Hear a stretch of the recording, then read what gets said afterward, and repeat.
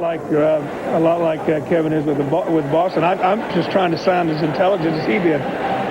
We have had previous experience with... At the Polo Grounds in 1954, saw Bob Lemon pitch for the Indians against Sal Magley of the Giants. Tonight, Martinez and Clemens. And here is tonight's Budweiser Red Sox starting lineup. Dwayne Hosey will be in right field. Troy O'Leary came down with back spasms. He is ineligible. They took him off the roster for this series. If he comes around by next week, and if they make it to the LCS, they could put him back on again.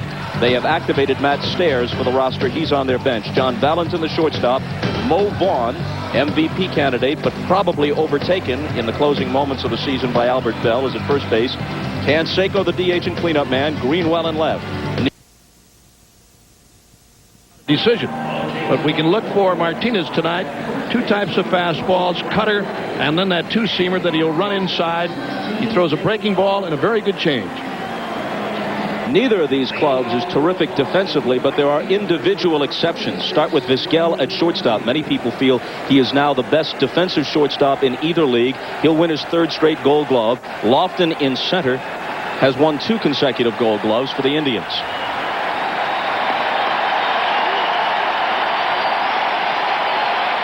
This is what Dennis Martinez does, a moment of reflection, blessing himself just prior to throwing the first pitch. He had a little problem getting loose tonight, Bob. We had the long rain delay, and when Martinez went to the bullpen, he had a little problem. Took him a little longer to get loose, but he's ready now, and we're set.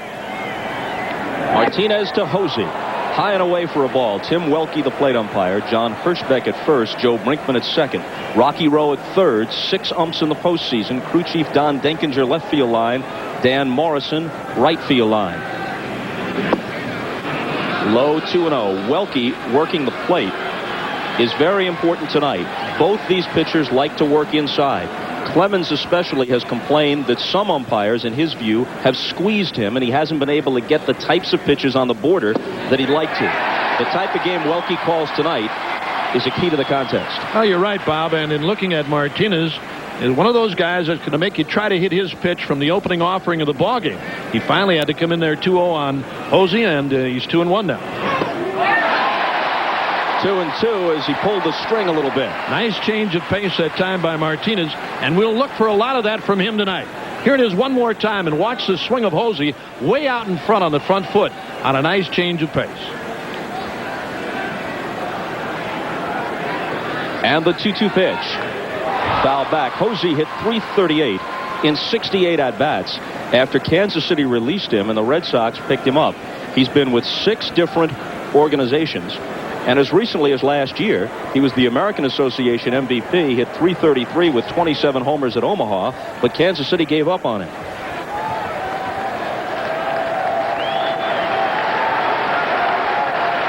Again on 2-2. And a bouncing ball that's fair and fielded at first by Sorrento, 1 out.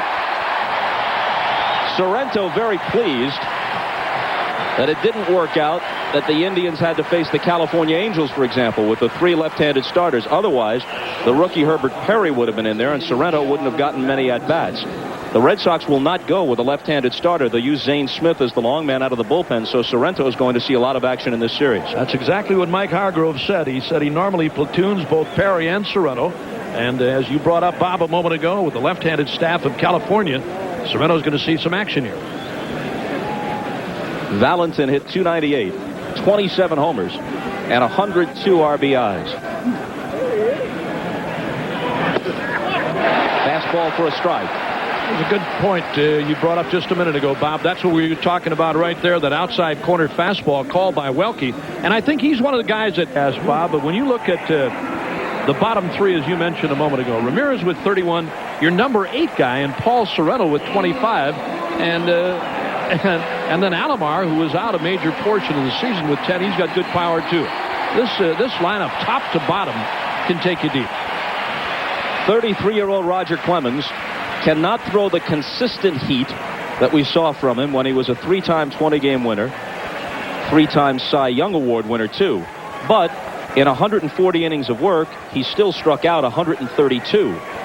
He will occasionally throw the 93, 94 mile an hour fastball. He just can't stay there all game long, and the forkball and the change are more important to him now than they used to be. Nearing comes in close at third, respecting the possibility of the bunt as Lofton steps in. I'll tell you, that first fastball from Roger Clemens was in the 90s.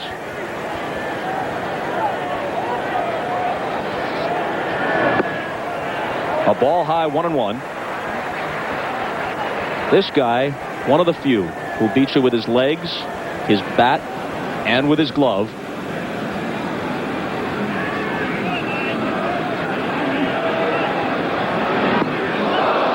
Has him skipping rope, and the radar gun recorded that one at 94. I don't know if we're using the fast gun or the slow gun here tonight, but just in watching Clemens and his delivery here in the opening inning, you can tell he's got good pop on the fastball, and with Lofton trying to bust him inside too.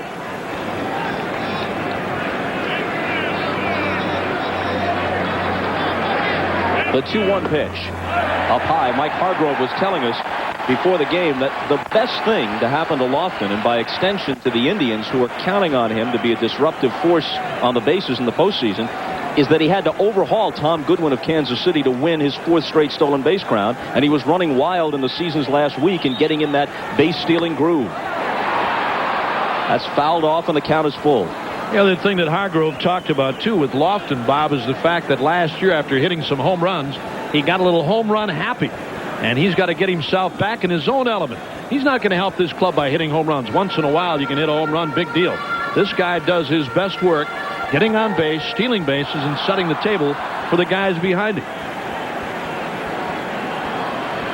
The 3-2. Hit sharply, but Alicea has it. Lofton's gone, and so are we for a moment as we check with Hannah Storm. Bob, the Braves have gotten on the board in Colorado. Top of the third, Marquise Grissom finding this to be a home run hitter's park as he takes Kevin Ritz deep over the wall in dead center field. A solo shot giving the Braves and Maddox a 1-0 lead going to the top of the 4th there. Back to the Jake. You look at that 415 on the center field wall at Coors. It seems like a long ways, but they need to move it back at least that far to compensate for the way the ball travels up there. Think that's enough for Maddox tonight? It could be.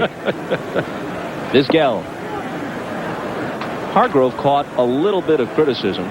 Not much to criticize at the job he and his team have done this year, but a little bit when he elevated Vizquel to the number 2 spot. But he said this team really doesn't have a true number 2 hitter.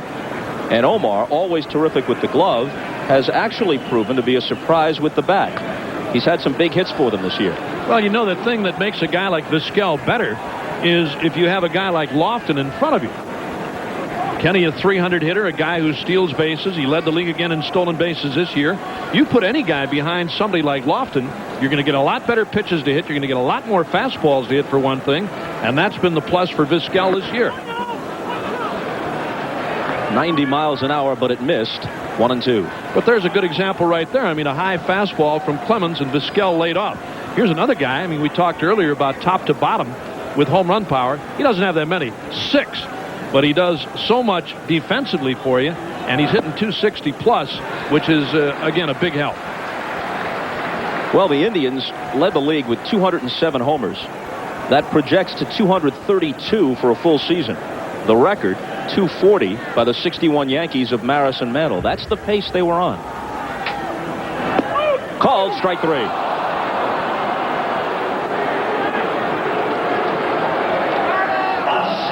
The 1995 Division Series is brought to you by Buick and your local Buick dealers, the new symbol for quality in America.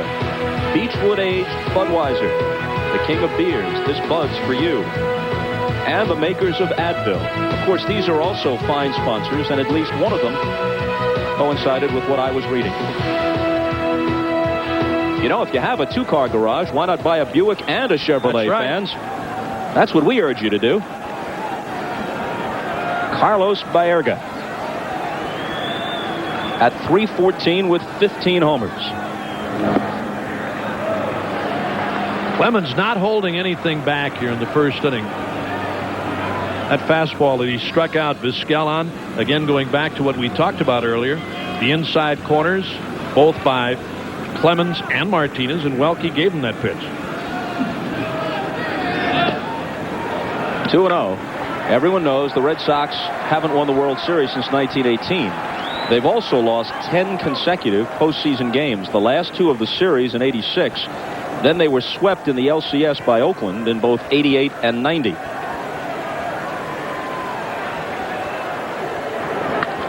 .2-0 pitch in the seats, 2-1. A couple of pitches ago, you saw that 87 mile per hour. That was not Clemens' fastball. That was that cutter that he throws. He'll throw the 4-seamer and a 2-seamer that rides away from a right-handed batter or into a left-handed batter. But the fastball, he's been consistently in the 90s. And then that cutter, that little sailor, or acts similar to a slider, is the 87 mile an hour pitch. Count evens at 2-2. The other thing that we should talk about here in the opening inning with Clemens, Bob, he's got a devastating splitter. That's a big out pitch for him. He's got a good one.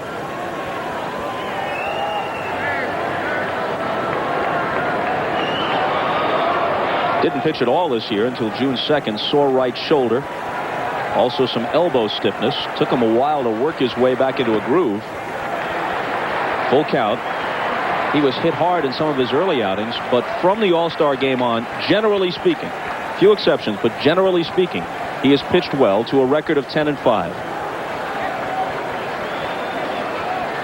The 4.18 ERA doesn't really reflect it because he had so many outings early where he was knocked out after just a few innings. The 3-2. In the air to left center field. Greenwell is there. Both teams go 1-2-3. Back with the second from Jacobs Field in a moment. 2-0 lead. Back to the Jake. All right, Hannah, thanks a lot. In the early going, at least, the deck is stacked in favor of the wild card.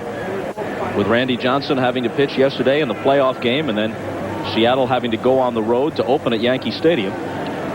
Yanks finished 7 back of the Red Sox in the East. Canseco is jammed and pops it up. Alomar off with the mask for the catch. This time, I think we have it squared away. This 1995 Division Series game is brought to you by, I'm going to wait to see, yes, Chevrolet. The cars and trucks 36 million people depend on every day. Genuine Chevrolet. Network MCI. How to get modern communications technology working for your business. And Beechwood Aged Budweiser, the king of beers. This Bud's for you. Greenwell is 6 for 10 lifetime against Martinez.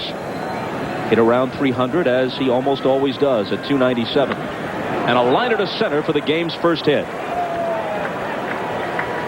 The 7-game margin the Red Sox had on the Yankees is misleading. They had a double-figure lead when it counted, and then long after they clinched, the Yankees won 9 of 10 to get the wild card, and the Red Sox were just coasting. If, on the other hand, the old divisions were still intact, Red Sox would have been in the same division as the Indians, and assuming they played the balanced schedule, which was in effect this year, they would have finished 14 games back. And getting back to that Yankee wild card deal, Bob, you know, what a break they got tonight with Johnson having to pitch that game yesterday against California. I mean, watching him yesterday, I don't care who the Seattle Mariners would have played yesterday. That was a win. I mean, Langston was upset later in the game on a botched play at first base involving Rex Hudler. That game was a 1-0 game. Randy Johnson was all over. When they got their first run, that game was over. Man, what a game he pitched. Nehring becomes the regular third baseman when Scott Cooper is dealt prior to this season to St. Louis.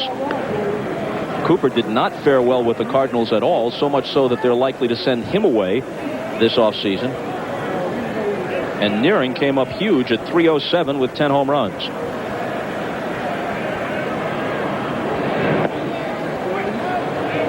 One and one. I remember during the offseason talking with Joe Torre about Cooper when he was with the Red Sox, and he said, "Uke, I think we got a chance to get this guy. What do you think of him?" I said, "I like him." I said, "If I was you, I'd take a flyer on him." Good and job. I really did. Good job, I really did. He did a good job with the Red Sox. I thought that guy was going to be a player. I really did. Twice an American League All-Star. I still think he's a good player. Didn't work out for him in his hometown of St. Louis. Torre's a bad manager. He couldn't manage him. That's the problem. There's your problem. A vicious Let's lay it indictment. on the line. A vicious indictment.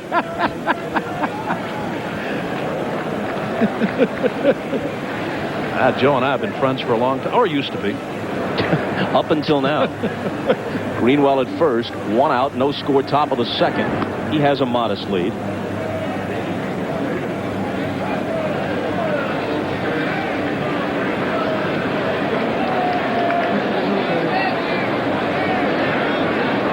Ken Griffey Jr. connects, slices the lead in half, and the Grissom homer has the Braves in front behind Maddox. Here's a shot into center field. Lofton. That's the second out.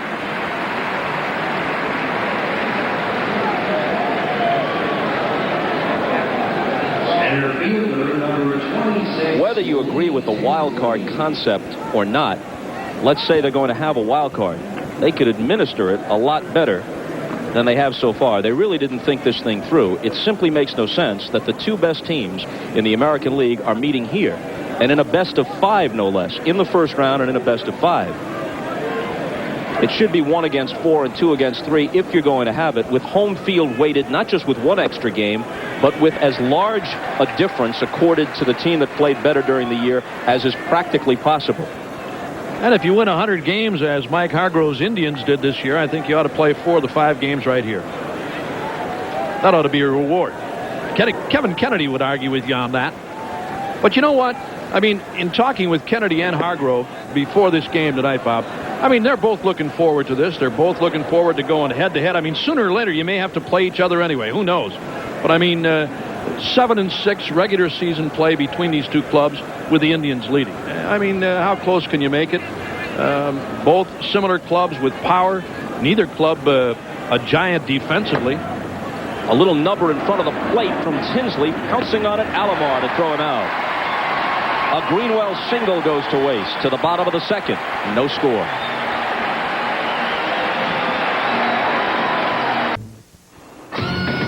Back to the Jake in a moment. The Yankees with a 2-0 lead at home over the Mariners. Here's Gary Thorne with the call in the top of the 4th. 3 games, rips it deep. Goodbye, home run hitting the facade of the upper deck at Yankee Stadium. That's Ken Griffey Jr. with a solo shot off Yankee starter David Cohn to bring the Mariners within 1. Let's get back to Costas and Euchre. One of the game's greats, as you saw, connected at Yankee Stadium. Another of the game's best steps in at Jacobs Field, and Albert Bell takes a strike from Roger Clemens. How hot is he?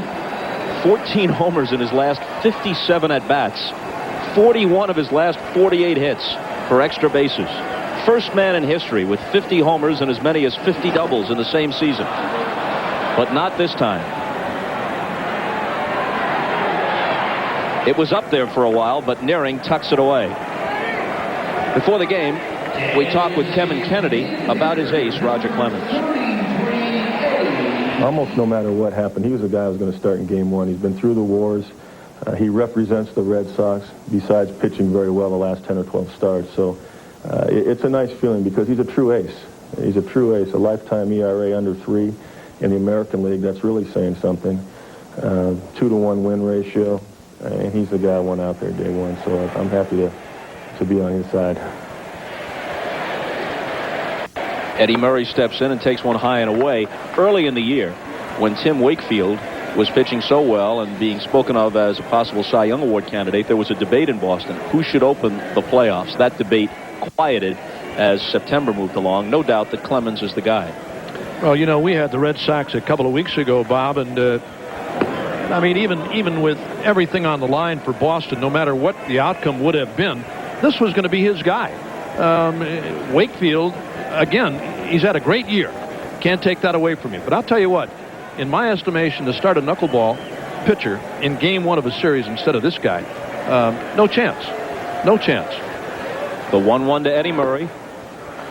Down and in at 94 miles an hour. Yeah, there's so many factors that you have to take into consideration with a guy like Wakefield.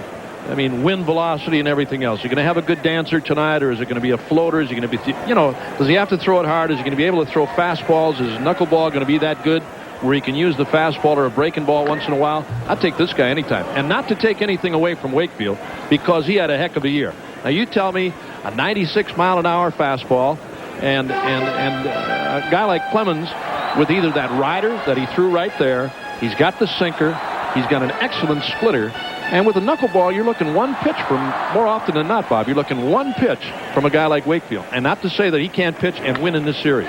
Hit toward the middle, but Alicea is in front of it and throws him out.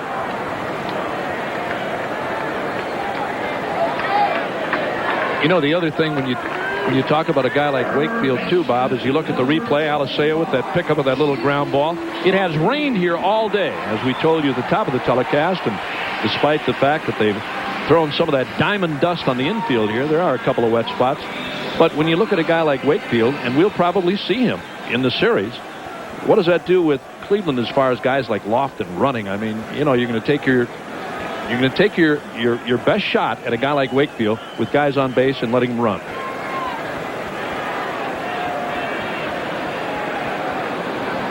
Four of Tome's 25 homers have come against the Red Sox. Hit .333 against them in 13 games.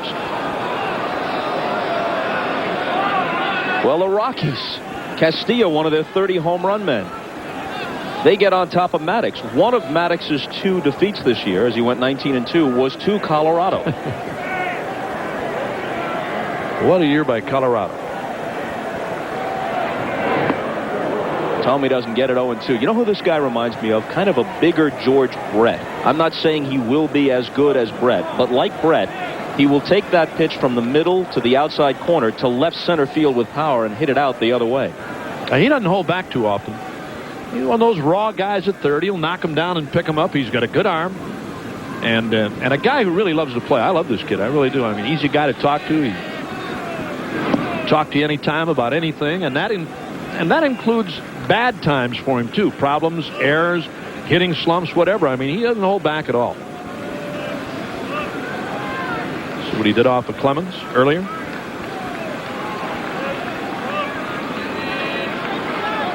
Roger ahead on the count, 1-2. Clemens and Greenwell are the only active players left from the exhilaration and heartbreak of 1986. Jim Rice and Al Nipper are on the coaching staff. Of course, there's somebody in that dugout, Johnny Pesky, who's seen it all since the 40s. He didn't see it with the Babe, but he was there in 46 and 67 and 75 and 78 and in 86. And he's still smiling. Yes, he is. Man, he must have read a lot of Norman Vincent Peale. The 1-2. Might have read a lot of Vincent Norman Bates. Well, there's at least one psycho in this booth, and I don't think the jury's out any longer on that. There he is, right there. Johnny Pesky. Boy, what a guy. What a guy.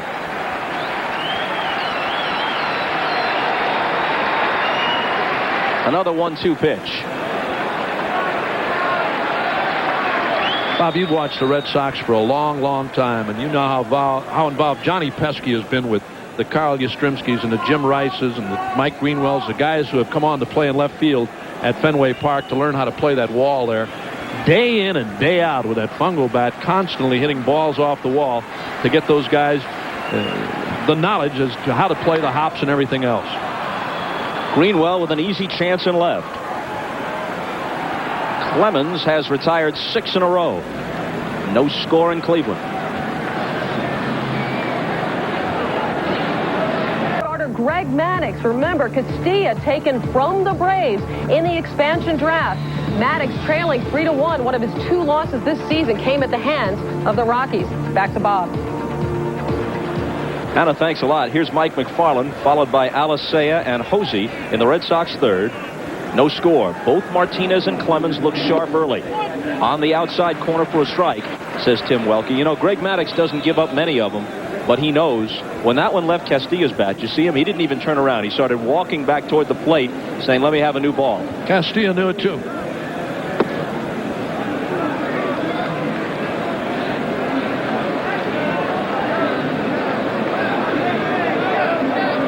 $15 homers for the former Royal McFarland. Martinez on 1-1 outside. Martinez really trying to work that outside corner on the right-handers. See if he comes inside here on McFarland shaking off a pitch.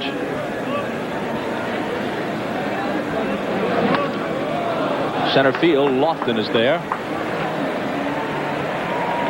And the former Arizona basketball player on a Final Four team for Lute Olson makes the play. This Thursday is a travel day in the division series, so check out the most watched night on television. Must-see TV, NBC Thursday. All new episodes of Friends, The Single Guy, Seinfeld, and the new hit Caroline in the City, plus the biggest dramatic hit on television, ER. They don't call it must-see TV for nothing. All new episodes, NBC Thursday. The switch hitter, Alicea, and a strike to him. You know, one of the things that we haven't seen from Martinez yet tonight, Bob, is the fact that every once in a while he'll come down sidearm style. He's been basically up on top, but against the right-hander, and occasionally hit to the hole and through as Thome was in close and had no chance. I was going to say, with a breaking ball, he'll try to run inside on a left-handed batter. As I said, we haven't seen him yet tonight. He gets in a jam. We can look for that fastball or the breaking ball sidearm style. Here it is again. This is a breaking ball by Martinez, and Alicea slapping it past the diving Jim Thome. Alicea, something of a threat to run. 13 steals, but caught 10 times, which is not a good percentage at all. Posey grounded to first to start the game.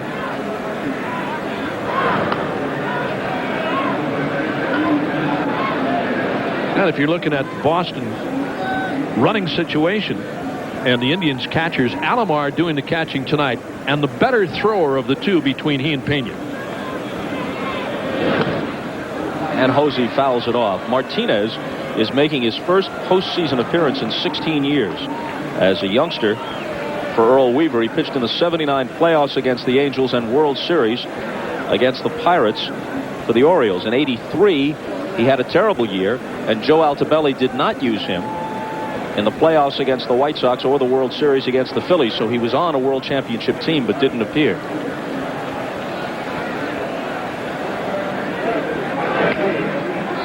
Possible double play, but it's hit slowly. They shovel it off to Baerga and don't turn it.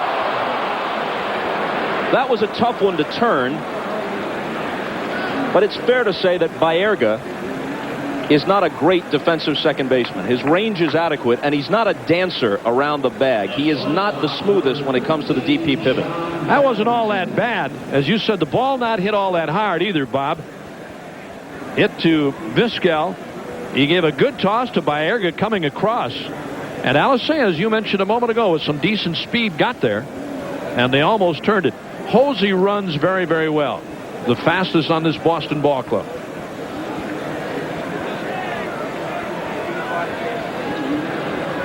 Valentin thrown out on a nice play by Thome at third on his slow roller, which Thome charged to get him at first in the first.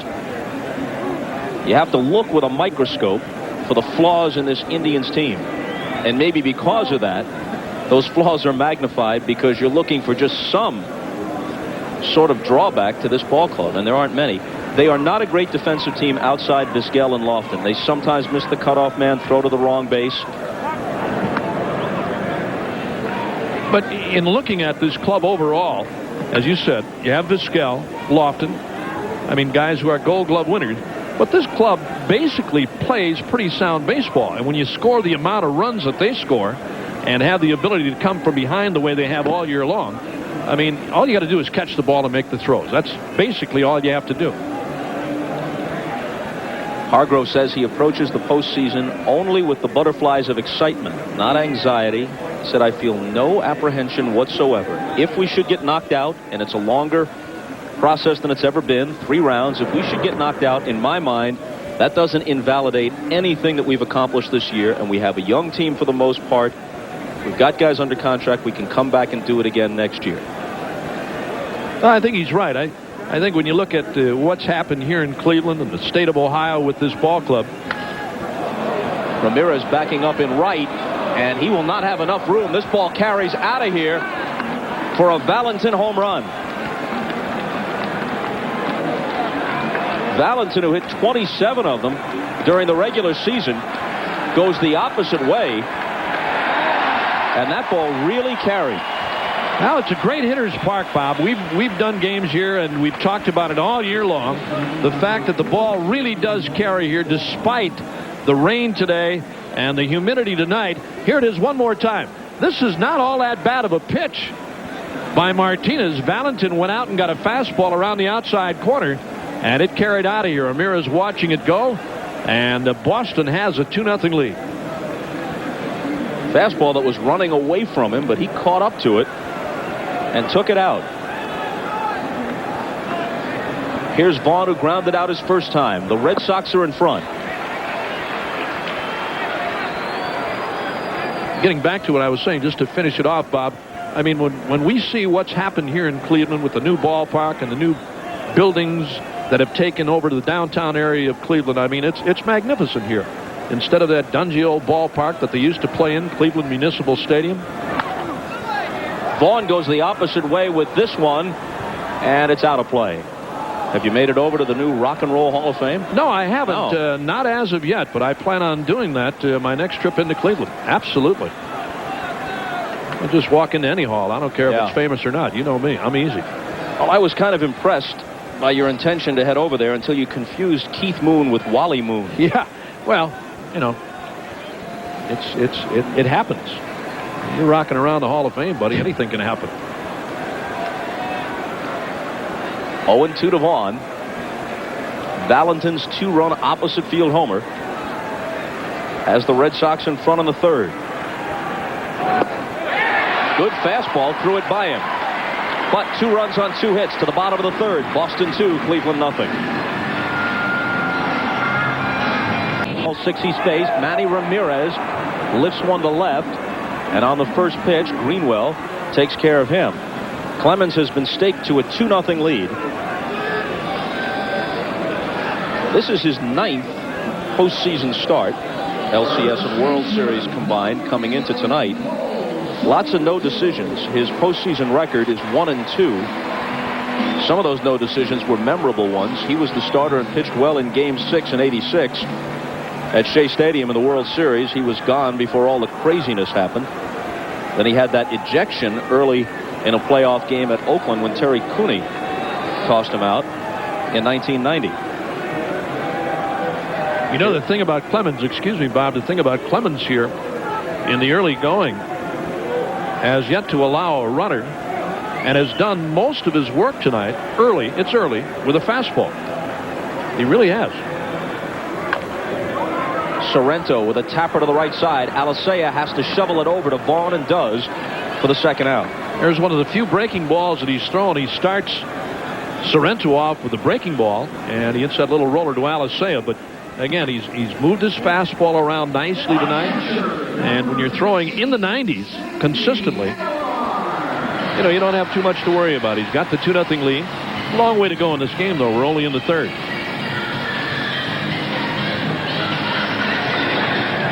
The Indians have had 48 come from behind wins this year among their 100.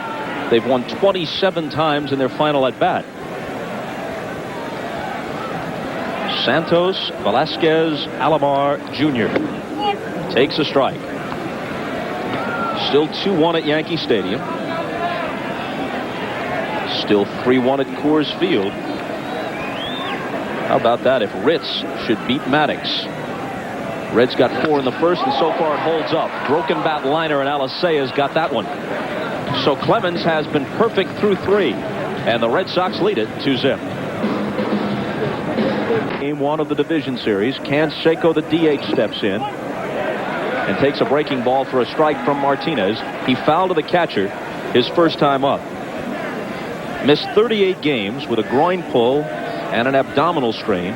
Was under 200 when he returned, but sizzled after that to finish at 306 with 24 homers.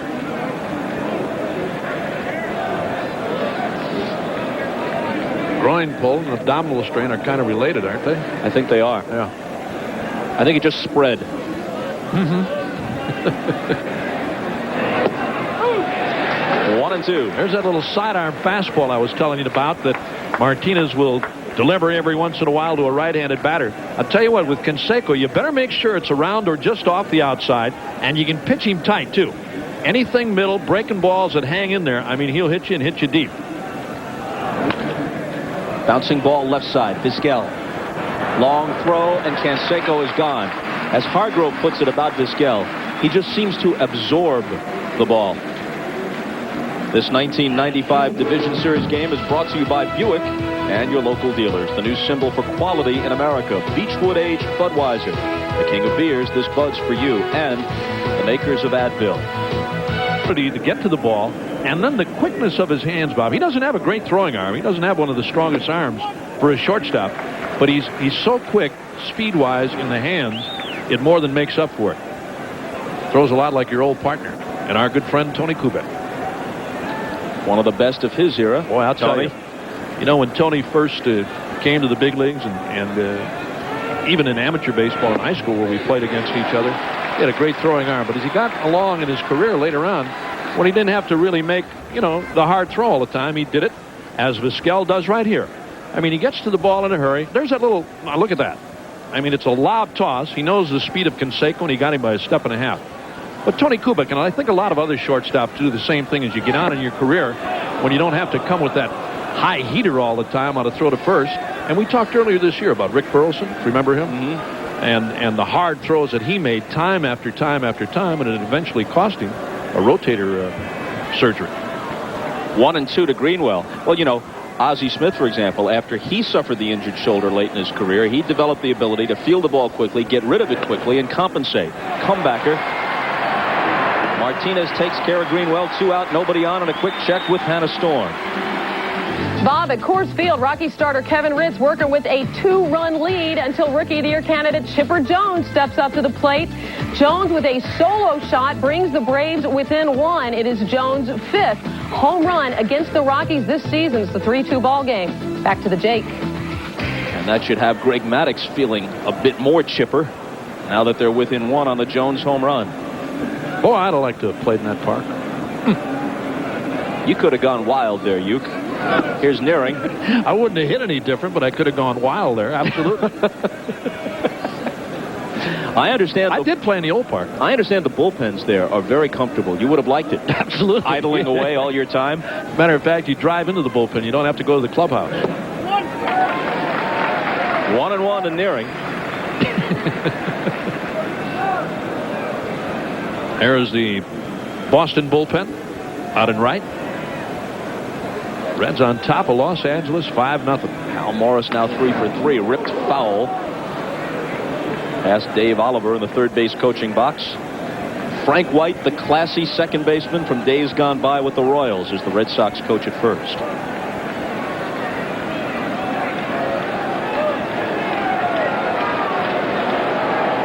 Martinez has gotten 2 quick outs here in the 4th. Frank White earlier this year inducted into the Kansas City Royals Hall of Fame. Got in on his fists and he rolls it foul.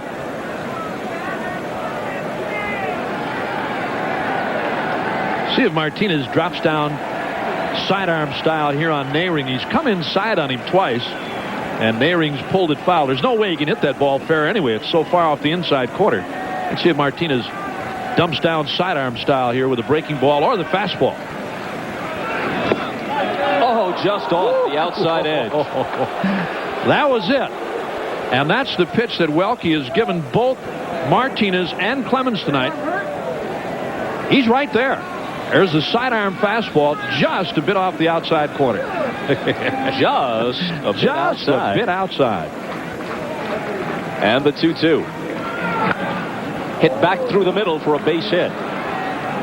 There's lots of ways to express how futile the Indians were for a generation or more, unlike the Red Sox, who tantalized their fans with near misses.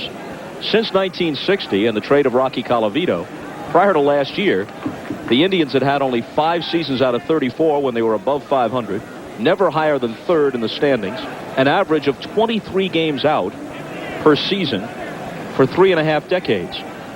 Now that's one way, that's statistically, but maybe the best way to sum it up is that your epic motion pictures, Major League and Major League 2, were based on the Cleveland Indians.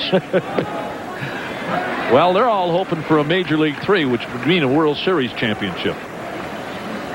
I mean, 4 or 5 years ago, when you filmed that, it seemed like the most improbable scenario anybody could concoct would be the Indians winning the pennant. Now it's reality, or at least the possibility is reality. It started to become reality about 4 years ago, Bob. You're right. I mean, I love coming here. I really do now. I mean, with this new facility, and the city of Cleveland is so very proud as you look at this beautiful, beautiful park. This is great. It really is. I mean, over at that old place and in the tough years with the Indians, go in there and 4,000 or 5,000. I mean, you had your own vendor every night you were there. You didn't have to holler for anybody. The guy was sitting next to you. It's good to have personalized attention. 1-2 to Tinsley. This is great here. It really is. Rock and Roll Hall of Fame, as you said earlier, opened a couple of weeks. When was it? Last week, I believe. Oh, no. Was it a couple of weeks ago? Several weeks ago. Was it? Late August, I think. You don't have to get upset about it. I just asked you a question. A ball and 2 strikes. Just missed the outside corner. You've been humming Inagata DeVito all day long, and I'm trying to work here. You're caught up in this Rock and Roll Hall of Fame stuff. Well, anytime we talk about Danny DeVito, yeah, you got me right there. 2-2. Red Sox lead it 2-0 as they bat in the 4th. Were you anticipating a pitcher's battle here tonight? In all honesty. I thought it was possible, but with these lineups, I didn't either. I thought there'd be some more hitting. I really did. But they're both pitching well. The only ball hit that meant anything was Valentin's 2-run homer. Martinez records his 2nd strikeout, and it's still 2-0 Bo Sox. And the Indians. Now we hope you make it a habit to watch the games here on NBC. Absolutely. You may groan if you'd like. No, I'm with you all the way. Oh yeah, well, for better or worse. If you're going down, I'm going with you. Lofton trying to be the first man to reach against Clemens as we go to the 4th. Grounded to second his first time, and he rips one down the right field line in for a hit. Over quickly to pick it up is Hosey, and he makes a quick play to hold Lofton to a single. But now, the 4-time league leader in stolen bases is aboard to start the inning. Roger Clemens gives up his first base hit tonight. There's that low inside cut fastball. That's what that was. Lofton right on it, and a good play by Hosey to get to it, holding Lofton to a long single. And he'll run at any time. Anytime. Swipe 54, caught 15 times. First chance, really, for the fans to stir here at Jacobs Field tonight. Vizquel caught looking his first time. Tries to lay down a bunt. And McFarland grabs it as soon as it moves to the other side of the chalk.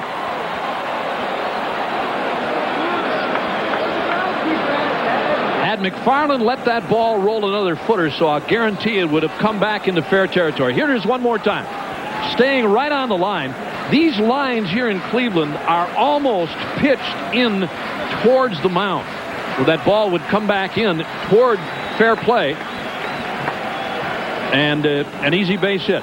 But a good bunt there by Vizquel, and he was bunting for a base hit. No sacrifice there. He was bunting for a base hit. Nairing up tight at third for him again.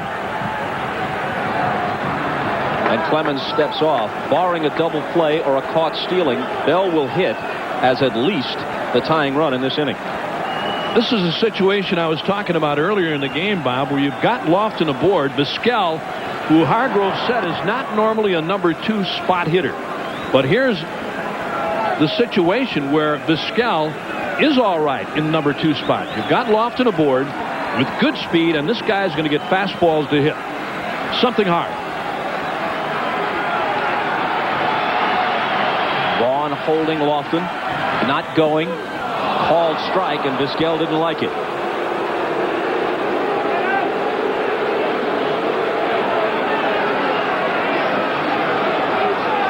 Judge for yourself.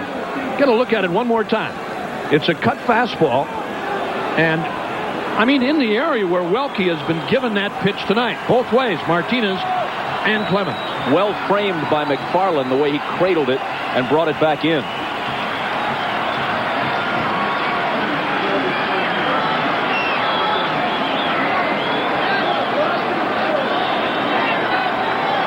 Clemens with dual concerns. Lofton at first. Vizquel at the plate. He's ahead of Omar 0-2. Outside. The Braves come back. Luis Polonia's ground out produces a run. The Reds pour it on against the Dodgers.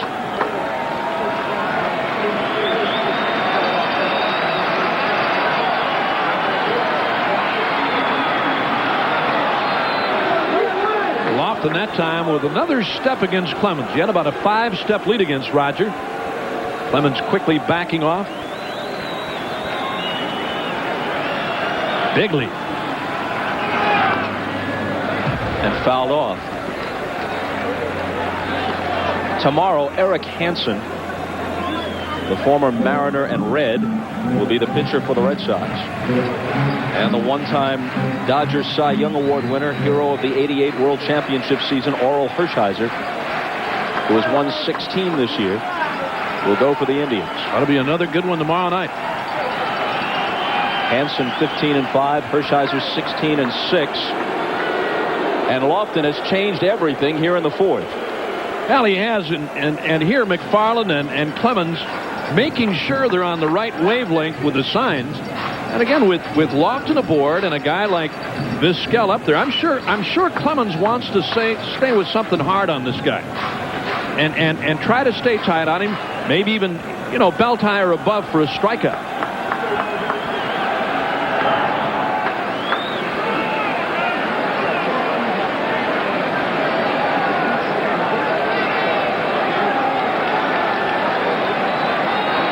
Hargrove, we're told from some of our camera people down by the dugout, has been yelling out to Welke, complaining to the umpire, to Welke behind the plate and Hirschbeck at first, that Clemens is not coming to a full stop. Well, I don't know if he's complaining on that particular offering there or that throw to first, but that particular time Clemens did come to a complete stop. It's supposed to be a second. Count for yourself. 1001. Plenty. High 2-2. Wow. I don't know how Vizquel laid off of that one after he took that first strike with the second one on the inside corner. That one looked like a better pitch. Well, he ought to think he's even now. You got that right. He could dispute the first. He got a gift that time. Not much of an argument from Clemens or McFarland, though. Now on 2-2. Let's see what Lofton does.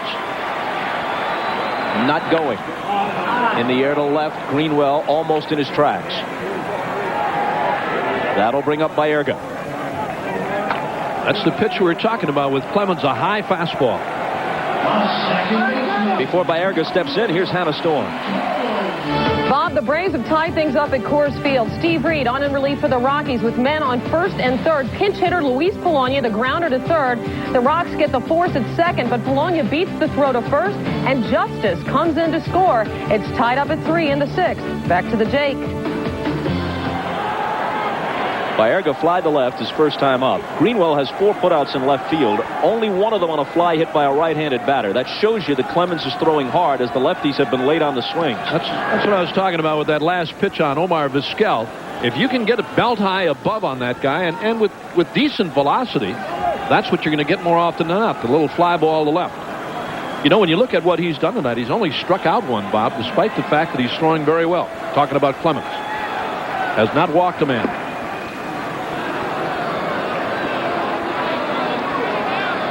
0-1 to Baerga. Bell, a menacing presence in the on-deck circle.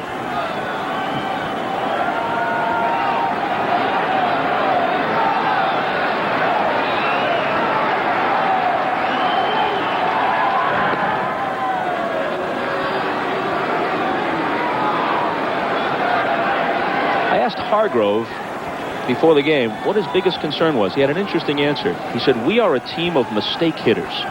We hit mistakes, most of the guys in our lineup, as well as anybody. I'm just concerned that especially our younger players who haven't seen postseason before will be over-anxious and won't work the count and wait to allow Boston pitchers to make mistakes. I think if you talk to any good hitter, Bob, and especially against a guy like a Roger Clemens, and whether you're looking at a Clemens tonight as being, at the top of his career, we're obviously not. But even against a guy like a Clemens, when he's right, you don't hit him. When he makes a mistake on you, if you're a good hitter, as McFarland goes out to talk with Clemens again, they're just having problems getting together with the sign. Well, we have a chance. We'll tell you that tonight there's a special edition of Dateline. Jane Pauley and Stone Phillips take you through the day, an extraordinary day in the O.J. Simpson case. Special edition of Dateline tonight, following your late local news.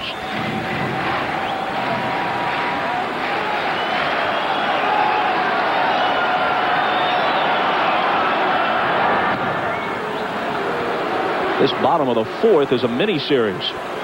Well, with Clemens trying to keep Lofton close, and again, I don't know if you'd see Kenny running here with Baerga and Bell coming next, and the Indians trailing by a score of 2-0. Give these guys a chance, both with power, and especially Bell, both with a chance to tie the game. The 0-1 to Baerga is high. They check at third to see if he went around, and Rocky Rose says, Awfully close. Baerga trying to tell himself, stay back, wait back. Here it is one more time. I'll tell you, that was close.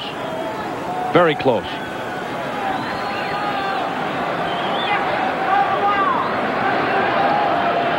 Baerga cleared the wall 15 times this year. You know, a lot of times when pitchers are making those throws to first and you hear the fans and everybody else booing and moaning and groaning, it may not be a bona fide pickoff attempt by a pitcher or even a throw to keep him close. You may want to back off or do something else because you don't like the sign or the location. Greenwell charging hard, and Mike can't get there. It drops in front of him. Then he botches the ball, but not enough to allow Lofton to advance. 2 on for Albert Bell. A little soft fly ball hit by Baerga. Pitch about belt high out over the plate. Baerga with that little soft fly. Greenwell coming on and then suddenly pulled up. He knew he couldn't make the play. Bobbled momentarily. But with Albert Bell coming next, Lofton not going to take a chance on getting thrown out at third, with the Indians now with a chance on a long ball to grab the lead.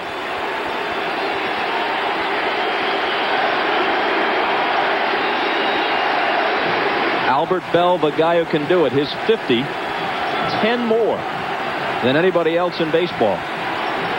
Frank Thomas was second with 40 in the American League. Dante Bichette led the National League with 40. 6 of the 50 came at the expense of the Red Sox. On the outside corner, good pitch from Clemens. 31 of Bell's 50 home runs came in August and September. It's unbelievable. In fact, the 17 he hit in September tied Babe Ruth's record for most home runs in the season's final month. And the Babe, as you may know, did it the year he hit 60, 1927. The 0-1 pitch.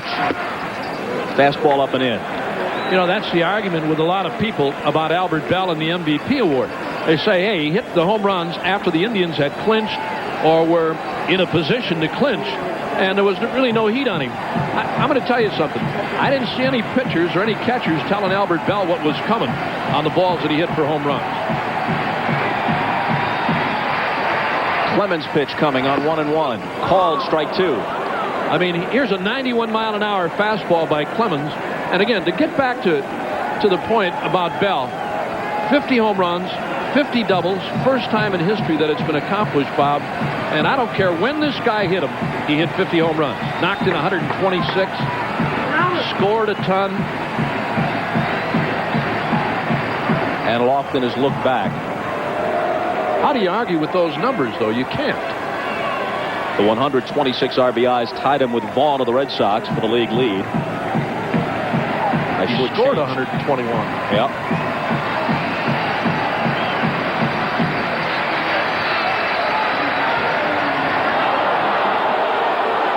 Alicea was moving in behind Lofton, and Kenny wasn't far off the bag. You know, I think sometimes with a guy like Lofton or anybody that can run, and those guys that dance around off the second, from time to time you distract the hitter too.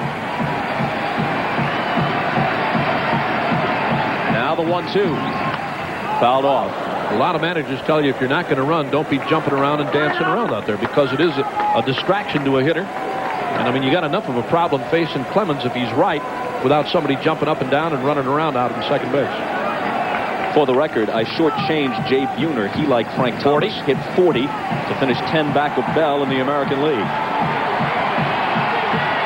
Red Sox lead it 2-0. 2 on, 1 out for the Indians, bottom of the fourth. And a 1-2 pitch to Bell. 2-2 with Eddie Murray next.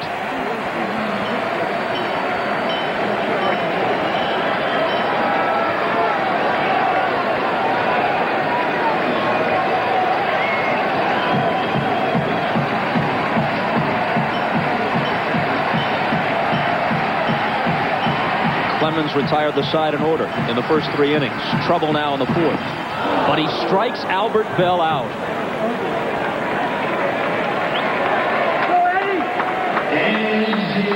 Only his second strikeout tonight. There it is, the split-fingered fastball. Did you see that thing dive?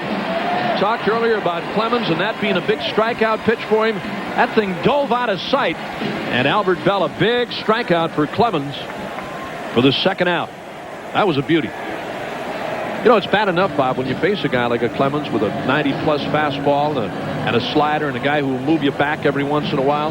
Then to take the split-fingered fastball, as you look at Al Nipper out there now, talking with Roger and Valentin, Alisea and his catcher, Mike McFarland. I mean, you got to look at the splitter, too. I mean, it's tough enough. I wonder what they could be discussing. Well, I mean, you've got Murray coming here, and it's early enough in the game. We're in the fourth. In talking with Kevin Kennedy, we had a talk with him before the game tonight, and we discussed Eddie Murray. And he said left-handed, Murray sits. He sits and looks for a lot of pitches. Left-handed, he said, dead fastball. First ball, he's looking gas. And if he gets it, he's going to take a rip at you, and he can hurt you. He's got 21 home runs for the year. Lofton at second. Baerga at first with 2 down now. There's first the splitter. pitch is in there. Starts him off with a splitter. There you see Murray left-handed, 340 to 269.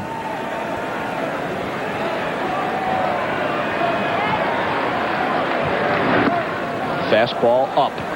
1-1. For whatever reason, Eddie's bat speed lags from the right side. He's a slider speed hitter right-handed, but he can still turn on the fastball left-handed. Well, he sits on fastballs left-handed. And again, Clemens with 2 on here, trying to be a little bit careful with him, but you still have to go after him. 1-2.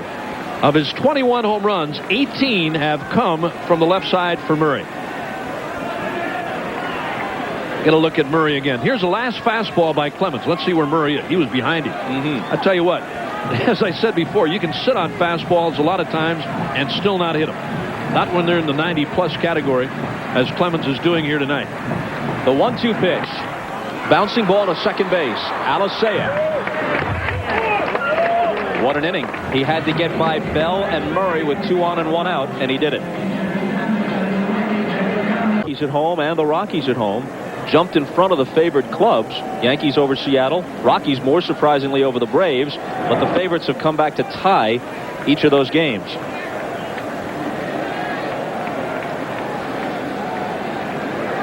Some fourth inning for Clemens as he saw his first trouble and rose to the challenge. Fanning Albert Bell with a wicked forkball or split finger, and then getting Eddie Murray to bounce weakly to second base, so they left 2. It's still 2-0 Boston as we start the 5th. McFarland, who flied to Lofton in center, is the leadoff man, followed by Alisea and Hosey. And he hits it hard but foul. Anytime you get Lofton aboard, you feel you've got a chance to get a quick run with a stolen base and a base hit. But as you said, Clemens equal to the task. That was a nasty splitter that he struck out Bell with. Wow. Kenny Lofton in center. There's Albert Bell.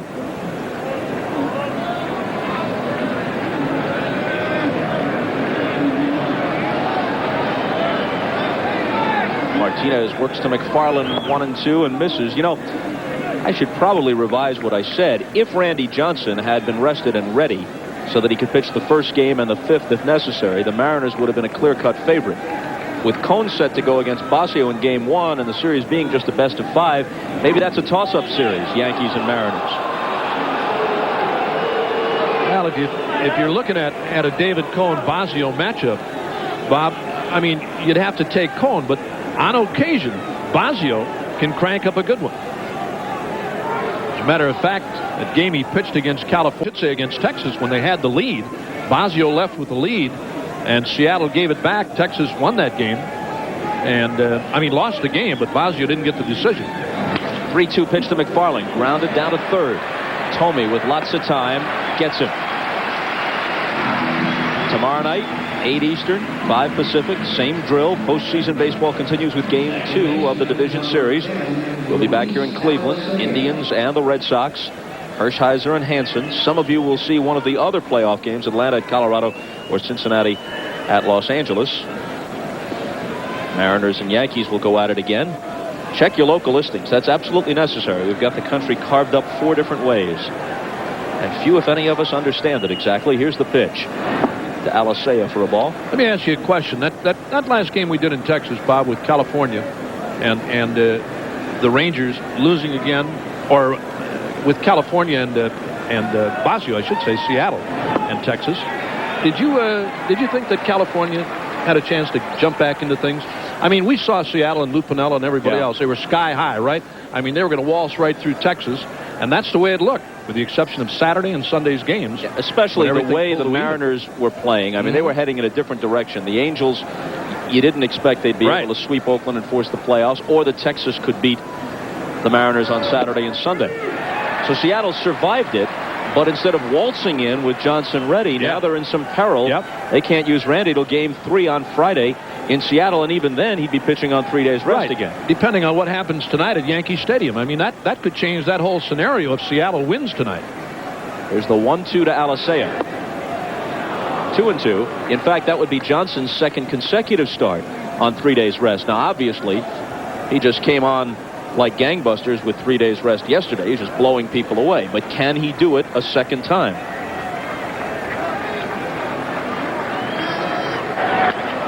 Alicea knocks one foul. Well, Cohn's working on 3 days rest again, or has worked twice. His final 2 starts of the regular season were on 3 days rest. He's come back now on 5. But I'll tell you, in watching him work those 2 games on 3 days rest didn't affect him at all either. 1 out and nobody on. We're in the 5th. 2-0 Boston. There's a base hit for Alicea. His second, a pair of singles.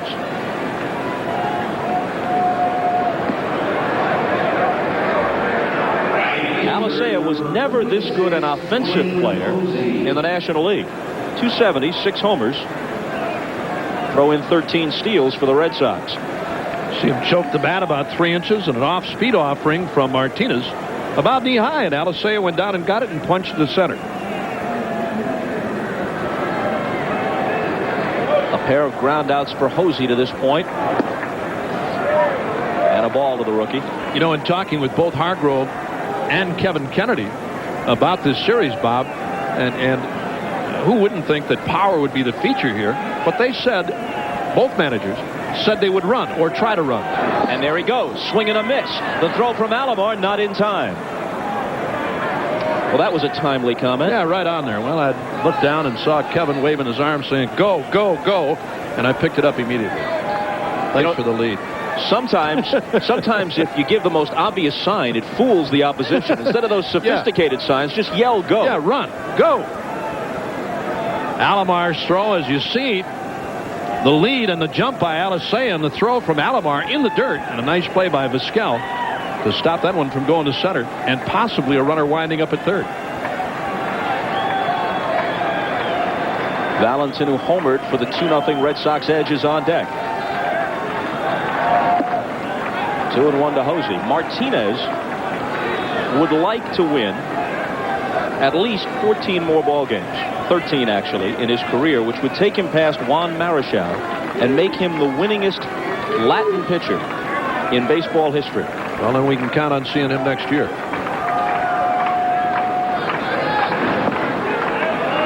Down and in, 3-1. Juan Marichal won 243 games in his career with the Giants. Martinez is at 231. Louis Tiant at 229 among Latin American pitchers. Was some pretty good company with those two guys, huh? Wow. Marichal and Tiant. Hit on a line and caught at first by Sorrento. So on the 3-1 pitch, Posey lines out. Here's one more time. This is off speed from Martinez. Posey hit it well, but right at Paul Sorrento.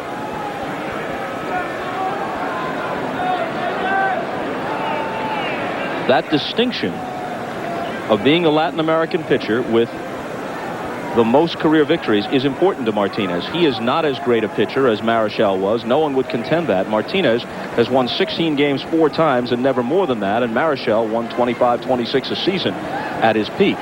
You know, you always love to have those guys like a Martinez, Bob. 15, 16 wins a year that you can count on. And, I mean, keeps you in a ball game all the time. For the most part, anyway. Valentin bounced out and homered to the opposite field. Ball 1-2. Such a great change of speed artist that time. A little better fastball on Valentin with the 2-runner back in the 3rd. I'll tell you what, in remembering the great days of Juan Marichal, who had that unbelievable high leg kick and herky-jerky motion, and Louis Tiant, who was just as bad. In a different way, twisting around, turning his back toward the hitter and his face toward second base, as Red Sox fans well remember. Yeah. I mean, he threw so very hard. Tiant here with the Indians early in his career, a very hard thrower, and then had that delivery where he turned his back to the hitter was bad enough that he threw the way he did, hard and with good breaking stuff, and wild enough to move you back every once in a while where you didn't stand up there and enjoy hitting against him. In there to Valentin, 2-1. Come to think of it, fans of both these clubs could give you a pretty accurate sketch on Luis Tiant, at least those old enough to remember, as he began his career here and knew World Series glory in the 70s in Boston. After a stint in the minor leagues with a bad arm with the Braves organization, came back to the big leagues, and with the Red Sox had some great years. Martinez's 2-1 pitch. Shallow center field. Baerga out. Lofton and Ramirez in. Manny has it. No runs, a hit, a stolen base, a man left. To the bottom of the 5th. Still 2-0 Boston. A strange event occurs once. It's coincidence. The doings here at Jacobs Field last year, and especially this, have seemed to be almost immune to the general malaise around baseball. The strike, the hard feelings, the insanity of it all, that's just been transcended by the way this team is played, by the beautiful new ballpark, by the fact that the organization deserves respect, the fans believe in it, and this is a terrific ball club they've put together. Their percentage, as we noted, the best of any team. They just missed playing .700 ball, the best of any team since their predecessors, the 1954 Indians. And it's been that way all year long here, while other clubs in other cities have suffered because of last year and the labor disputes and the lack of a contract. Here in Cleveland all year long, it's been one big ride. 1-1 to Thome. Watch what he does before each pitch as he gets set with the bat. It's reminiscent of Robert Redford's style as Roy Hobbs in the natural, and Thome says that's why he did it. That became his style, just like Redford did in the natural. Swing and a miss, although I thought he got carried away when he tried to date Glenn Close. And I knew he'd gone too far. Redford, as a matter of fact, made a little better contact, too, with Glenn Close and the ball. Moving right along, 1-2.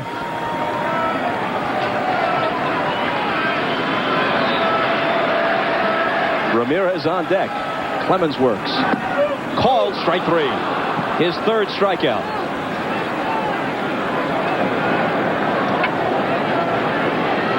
And again, a fastball right down the pipe on Jim Thome. I don't know what he was looking for there, but Clemens again with a good fastball. That was a riding fastball, probably the 4-seamer. And he got him looking.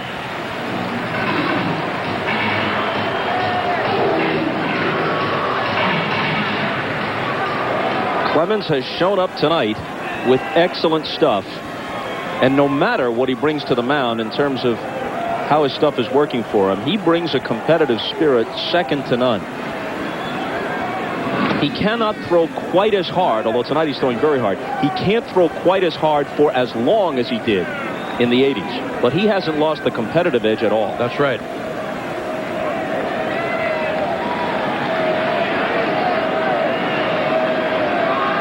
The 1-0 to Ramirez. Hopped up on the infield. Vaughn comes in. Everybody near the mound. Vaughn's got it, and so does Hannah Storm. Go, Hannah. Bob, great moment at Yankee Stadium. Tied at 2, bottom of the 6th. Don Mattingly finally in the postseason gets his first ever postseason hit. A clutch hit to right field to score Bernie Williams and put the Yankees on top in this ballgame by a score of 3-2. Let's send it back to Jacobs Field. Well, you can always find beneficiaries, worthy beneficiaries of bad policies. The wild card, in my view, doesn't make any sense, but it's nice to see Don Mattingly get his chance. He's been a great player. He said the exact same thing. He said, I don't care how I got there, I got there. That's exactly what he said. 0-1 to Sorrento, a product of suburban Boston.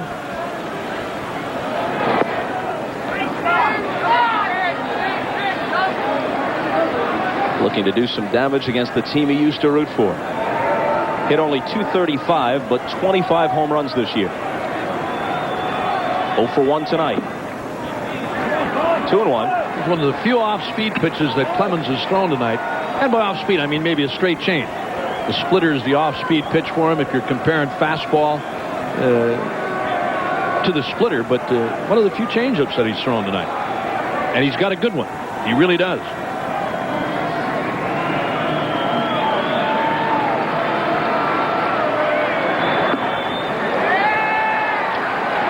Still humming at 92.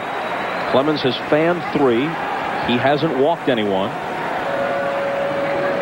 One of the few times tonight he's behind on a hitter at 3-1.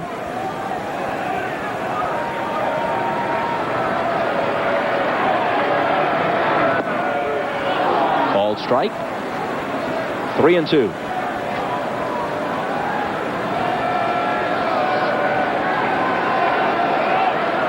Be interesting to see if Clemens comes here with a splitter with Alomar, a right-handed batter, due next. Fastball blew it by him. 4th strikeout.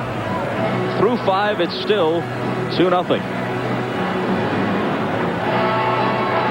The Red Sox hitting coach talking with John Valentin.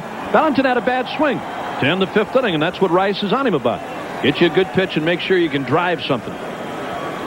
Part of the order in the 6th against Martinez. Red Sox trying to build on a 2-0 lead. A called strike to Vaughn. He's grounded out and struck out. He fanned 150 times in the regular season, more than 1 a game, most in the league.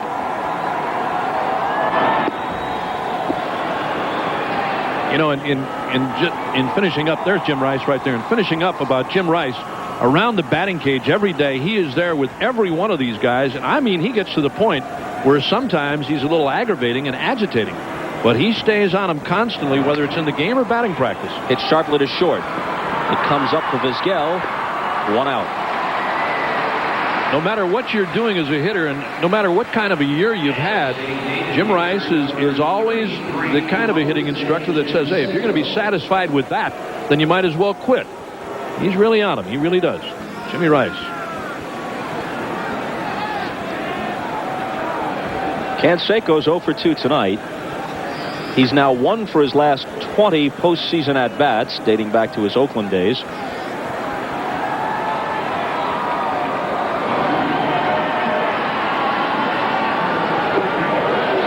Cuts and misses. Martinez has allowed the Red Sox 5 hits. The Indians have but 2 off Clemens. Neither pitcher has walked a man. He just asked Tim Welke if that pitch was a strike.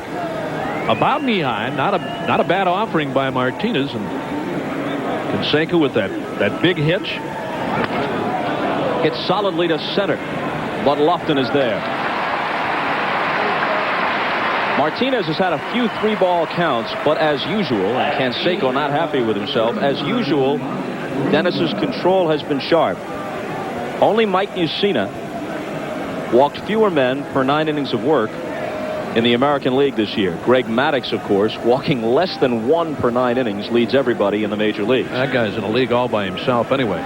There's Canseco upset with that cut he had at a breaking ball. Curveball down low and away, and a ball that Canseco on occasion will take and drive towards right center.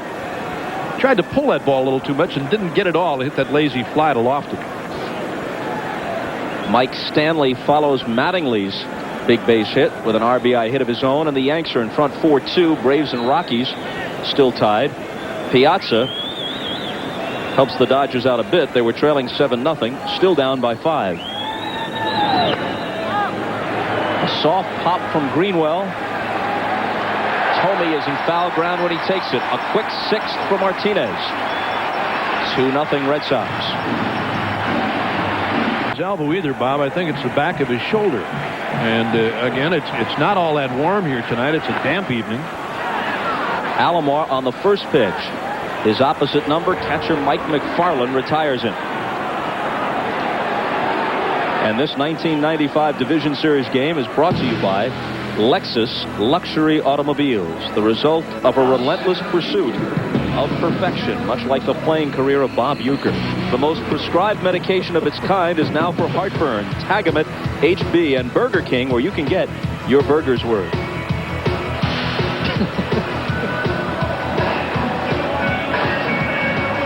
Well, to finish my story about Dennis Martinez, okay? I don't know what he's doing now. If he's... No, there he is. I thought he maybe was a little sick, but he's all right.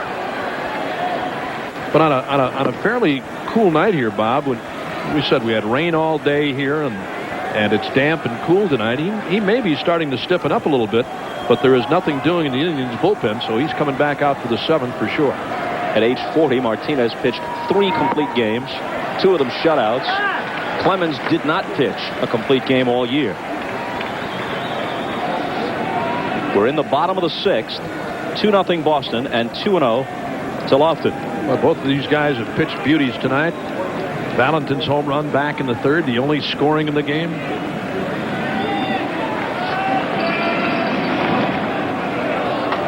Foul back 2-1. Clemens got out of a jam back in the 4th. His only real problem tonight. And Lofton led off with a base hit. Then Baerga followed with a 1-out single, but he pitched out of it, striking out Bell and then getting Eddie Murray on a ground ball. 3-1.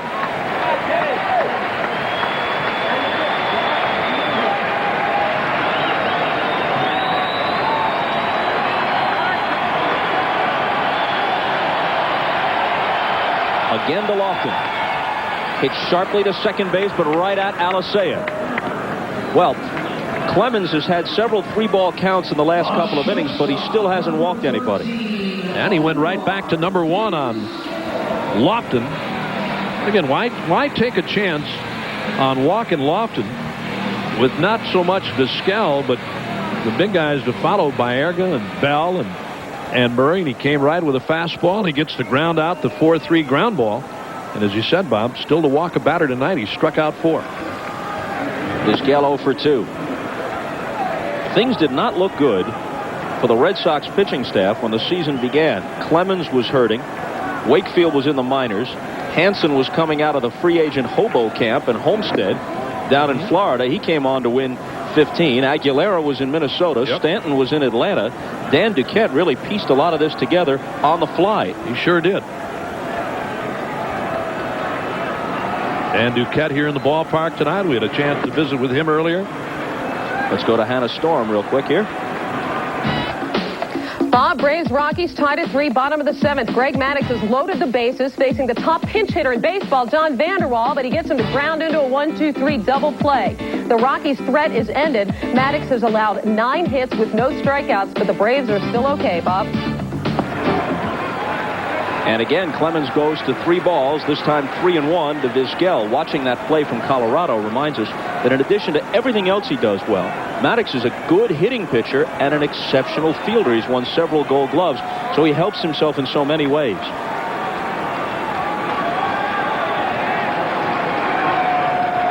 Now the 3-1. And there's the first walk of the night.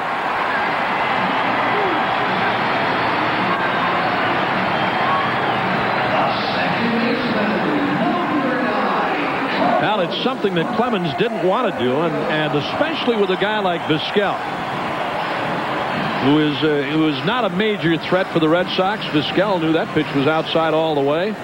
He's aboard the first walk, and now you've got Baerga with home run power.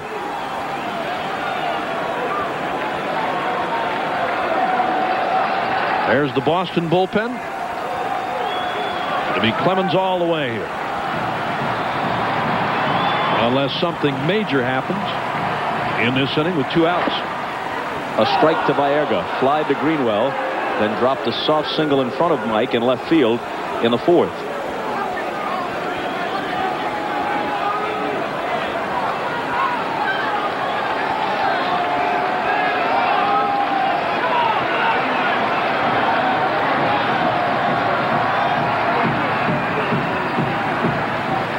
And Clemens steps off. Vizquel back to first. A 2-out walk here in the 6th.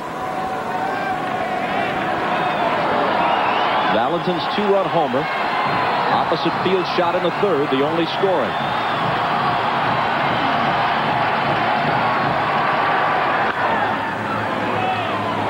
Oh, 0-2.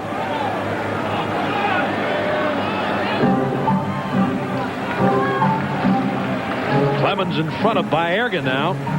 0-2. Another one for Griffey. The first was a solo. This is a 2-run shot off David Cohn, and they've tied the game at 4. Good one at Yankee Stadium. See if Clemens is going to try to put Baerga away here or waste one on him.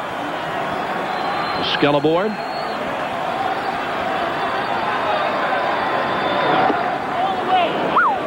One and 2.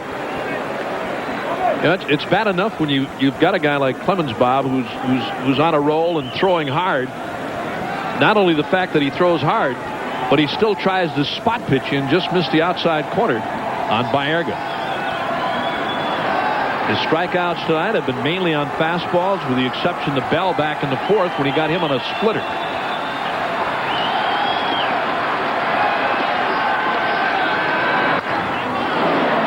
It holds at 1 and 2.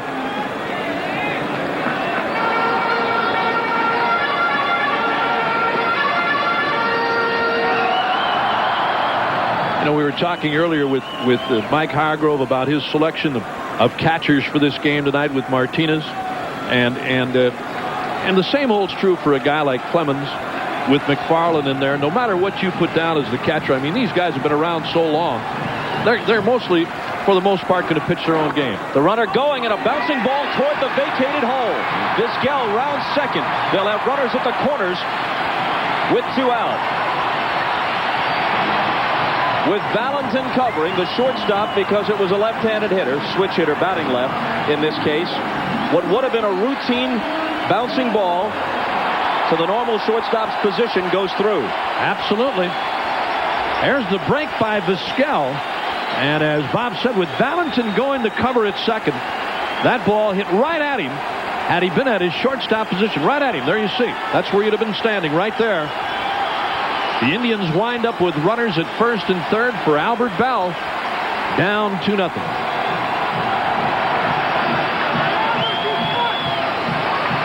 One of the things that Hargrove, trailing here 2-0, trying to get something going, trying to generate something, and Bell responds with his second opportunity here tonight, if he can respond, to do some damage, either putting Cleveland on top or get him on the board anyway.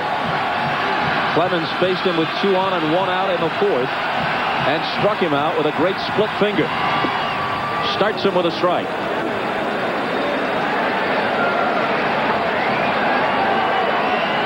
Told you earlier tonight that Mike Hargrove has been on the home plate umpire and the third base umpire, Welke and Rocky Rowe, about Clemens not coming to a complete stop from his stretch. The 0-1 pitch is slammed toward the gap in left center field. And this ball short hops the wall. 1 run is home. Baerga's being waved home. Here's the throw toward the plate. It is not in time. Not in time. On his way to third is Bell, and he's in there too.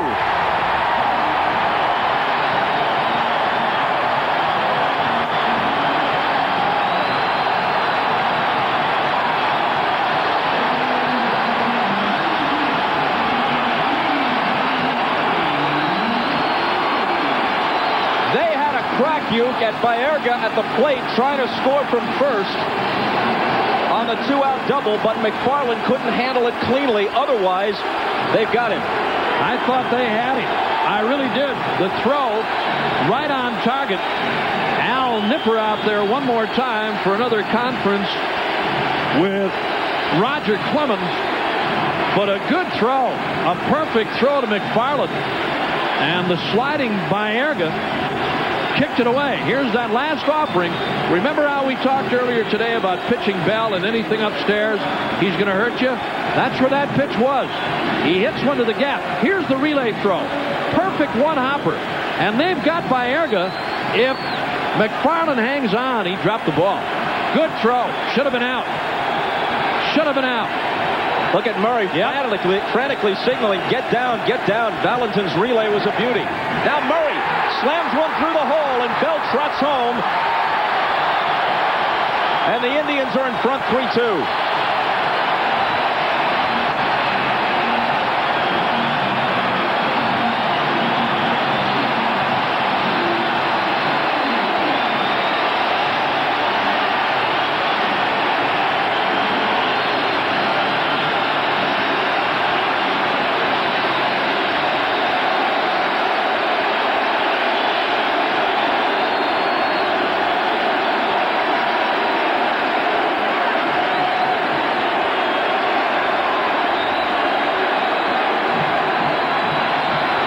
With 2 out, walk to Vizquel, single on the hit and run by Baerga, 2-run double by Bell. With McFarland unable to hold the ball at the plate, they could have been out of it, still leading 2-1. First pitch single by Murray, and now Thome fouls it off. Al, the problem for Clemens here, after 2 outs, the walk to Vizquel. The walk to Vizquel. That allows Baerga to come on. Then the big double by Albert Bell. Jim Thome looking for a new piece of wood now. And then Eddie Murray, another big base hit for Murray. All after 2 were out, as you said, Bob. And McFarland has been charged with an error on the play at the plate. So Bell gets 1 RBI, and only the first run of this inning is earned. Should be. It was a good throw, and McFarland couldn't handle it. You know, one of the things that we talked about this on one of our earlier games, Bob, the fact that a lot of catchers today on plays at the plate leave that mask on. And I guarantee you, sometimes you lose the flight of the ball looking through the bars on a ball coming and a runner coming at the same time. That was one of the things that old catchers and coaches used to tell you. Get rid of the mask so you can see and possibly even throw the mask up along the line. And if the umpire doesn't kick it out of the way, or somebody, you're going to make that runner have to do something he normally wouldn't do. That was a good throw. McFarland should have caught it. And he still can't believe he didn't. 3 home in the 6th. 1-2 to Thome. Even though Baerga was off with the crack of the bat with 2 out, the ball was hit so hard and it was played cleanly off the wall. The first throw to Valentin was true, and Valentin's relay was right there. Right on target. Yep. I didn't think Baerga would score. I really didn't. Misses the inside corner. Jeff Newman, the third base coach, even though Baerga could have been out, did the right thing. If you force somebody to make a perfect play, which Valentin did, and it would have been a perfect play if McFarland had fielded it and made the tag, if you force them to make a perfect play, that's a good gamble. Absolutely. Eddie Murray enthusiastically saying, yep, another run. They check at third. Thome is punched out. Second time he's fanned. But as Clemens walks off, his lead is gone, and we're back after this from your local station. They've got him. They had him by plenty. And that ball popped away from McFarland before he ever had a handle on it. It was a good throw all the way. And he couldn't handle it. Down 3-2 now. Dennis Martinez is now done. And Julian Tavares, and Julian is the way he prefers to have it pronounced, comes in. And on the first pitch here, in the top of the 7th. Naring is retired on a line out to Ramirez. Got to do this bit of business. The Diamond Dust baseball fact. Whitey Ford started the opening game of 8 postseason series. Obviously, they were all World Series. That's before the days of divisional play. Who started and won the first game of 5 different series? Started and won the first game of 5 series. Different World Series or series? Could be any postseason series. Okay.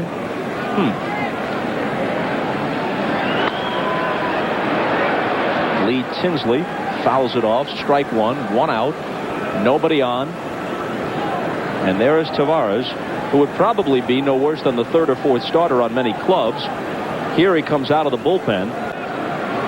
They've got a lot of guys who will really put a strain on the radar gun coming out of that bullpen, led by Mesa, not including this guy, Ossenmacher. He's a guy a rubber arm guy who'll come in to pitch to left-handed hitters in certain situations. But Eric Plunk throws very hard. So too does Alan Embry, the young left-hander. All of them in the 90s. Yeah, I mean, so much of the talk in Cleveland and around the American League concerning this Indian bullpen revolves around Jose Mesa. I mean, who's had an unbelievable year. But when you think about Ossenmacher and Poole and Plunk and Tavares, the guys who set it all up for Mesa, I mean, this is a heck of a staff. And this guy throws hard, Bob, as you said a moment ago. There's no easy touch. When you get into the later innings in that Indian bullpen, here's another guy throws in the 90s. And you got Plunk to come in after him, who throws even a little bit better. And down goes Tinsley. Second time he's fanned tonight in 3 trips.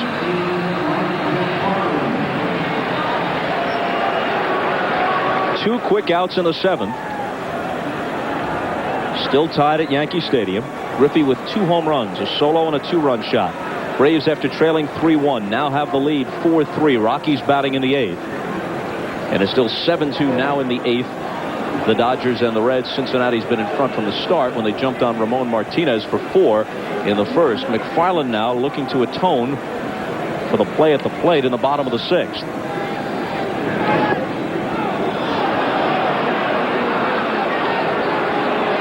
It's a 1-run game, but in case you haven't followed the Indians closely all year, virtually every time Mesa comes in, he pitches 1 inning and 1 inning alone. That's it. So what Hargrove is looking for from Tavares, with a 93-mile-per-hour fastball that McFarland couldn't catch up with, is an inning or 2. He could decide to go to somebody else. Ossenmacher is throwing to get him to the 9th, and then to Mesa. You know, McFarland sitting on a 2-0 offering and trying to unload, and Tavares blows a fastball by him. Now he comes back off the outside, just around the outside, and another swing and a miss by McFarland. 2-2. This kid's got great stuff. He really does. Leads the Indian bullpen with wins and I mean, awfully tough. He's 110 out of the pen. 2 strikeouts in his first inning of work. 3-2 Cleveland. Yankee Stadium. Yanks had just taken a 4-2 lead in the bottom of the 6th. Here's the top of the 7th, and Ken Griffey Jr. bringing the Mariners back with his 2nd home run of the night, 2nd off of Yankee starter David Cone. He has 3 RBI, 3 of the Mariners' 4 runs on the night. But then in the bottom of the inning, tied at 4, Bernie Williams with a double over Junior's head to break the tie. He scores Randy Velarde with a go-ahead run for the Yankees. So now New York back on top by a score of 5-4. That's how it stands now. Let's get you back to the date. Hannah, thanks a lot. With the exception of the Reds' apparent victory at Dodger Stadium, where they jumped in front early, 3 of the 4 games tonight have been close, exciting, interesting contests. Got some beauties going tonight. Leading off here for the Indians, one of the best young players in all of baseball. Manny Ramirez, just 23 years old, hit .308 with 31 homers and 107 RBIs. He might be the best hitter to come out of New York City since Rod Carew. You know, one of the things about Ramirez that everybody talks about is the fact that he looks much more mature. I mean, when you watch him swing and his style and his selection of pitches, he looks like he's been around for a lot longer than he has. This guy's going to be a big star for the Indians, if indeed he does stay here. Hit hard down to third. Nearing throws him out. Ramirez played at George Washington High School in the Bronx, almost in the shadow of Yankee Stadium. And who knows, it's possible he could be playing there in the next round. Absolutely. This ball's hit like a rocket, bearing right down on it. And a strong throw. Easy play on Ramirez. A ball hit like a bullet.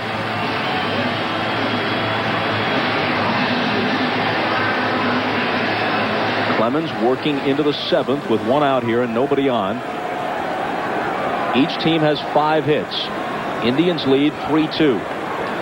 Red Sox have the game's only error, and it was crucial. Otherwise, it would be 2-1, and they'd still be in front. Absolutely.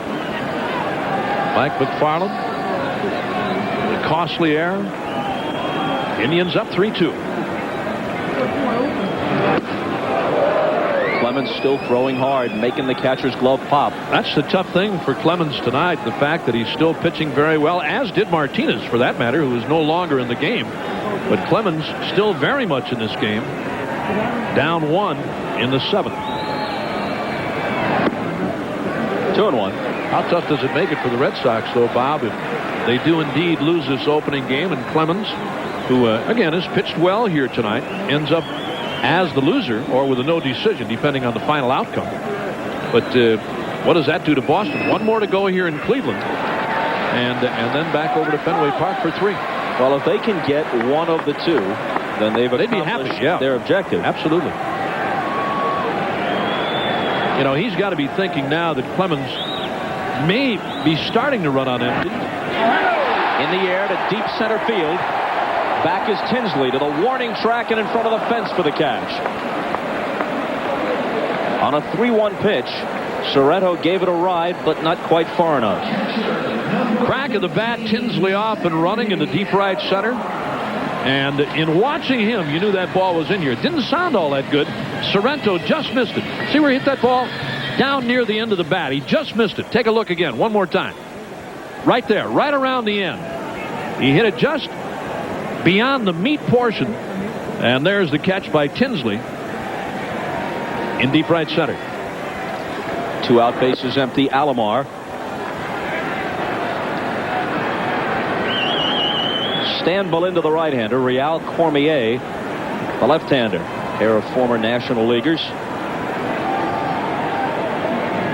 in the Red Sox bullpen. Now Roger Clemens, who has not pitched a complete game this year for Boston, and again has been bothered by a bad shoulder earlier, probably as Bob suggested, came back a little too soon. And Kevin Kennedy finally getting some action in the bullpen. Pop up left side, nearing to end it. 1-2-3 in the bottom of the 7th. By the narrowest of margins, it's still Cleveland in front. Of 5 postseason series. Got a guess? Howard Emke. Howard Emke of the Philadelphia A's? No. I didn't know he played. I just made that up. Played for Mr. Mack, I believe, with the Philadelphia A's, but it's red roughing for Joe McCarthy's Yankees. Was I in the area? Yeah, he started and won the first game of 5 World Series for the Yankee dynasty. Teammate that's just Joe taking a flyer, buddy. Not a bad shot. That's not bad. Jose Mesa, we may be an inning away from seeing him.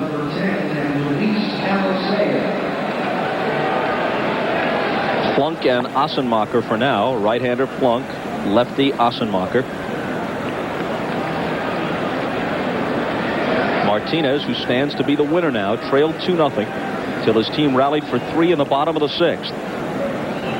He and Clemens both pitched very well tonight. Alicea, Posey, and Valentin, the hitters against Tavares in the top of the 8th. How many managers in this league, Bob, you think would love to have the luxury of this Cleveland bullpen? I mean, you know, you've got a quality starter in there tonight in Dennis Martinez, and then to be able to look to your bullpen in the 5th or 6th or even into the 7th and see what you've got coming out of there. And a guy like Tavares tonight, a hard thrower, and now you're talking about Assenmacher or Plunk to work the 8th, And then the man in the ninth, Jose Mesa. What a luxury. Alicea, a pair of singles and a stolen base. And to have the kind of power that they have on this ball club. I mean, 48 times this year they've come from behind to win games. And if it turns out that way tonight, it'll be another. The Red Sox not out of this thing yet. Yankees now up 8-4 over Seattle. Ruben Sierra with a 2-run shot. Still tied in Colorado. You got a chance to see Coors Field yet? Haven't been there. Only park in the majors I haven't visited. Nice place. Well, this is not what Mike Hargrove had in mind. From Tavares to the first batter here in the 8th. He's behind Alicea, 3-1. Yeah, Red Sox not out of this thing yet. 2 shots at the Indians, down by a run. In there, full count.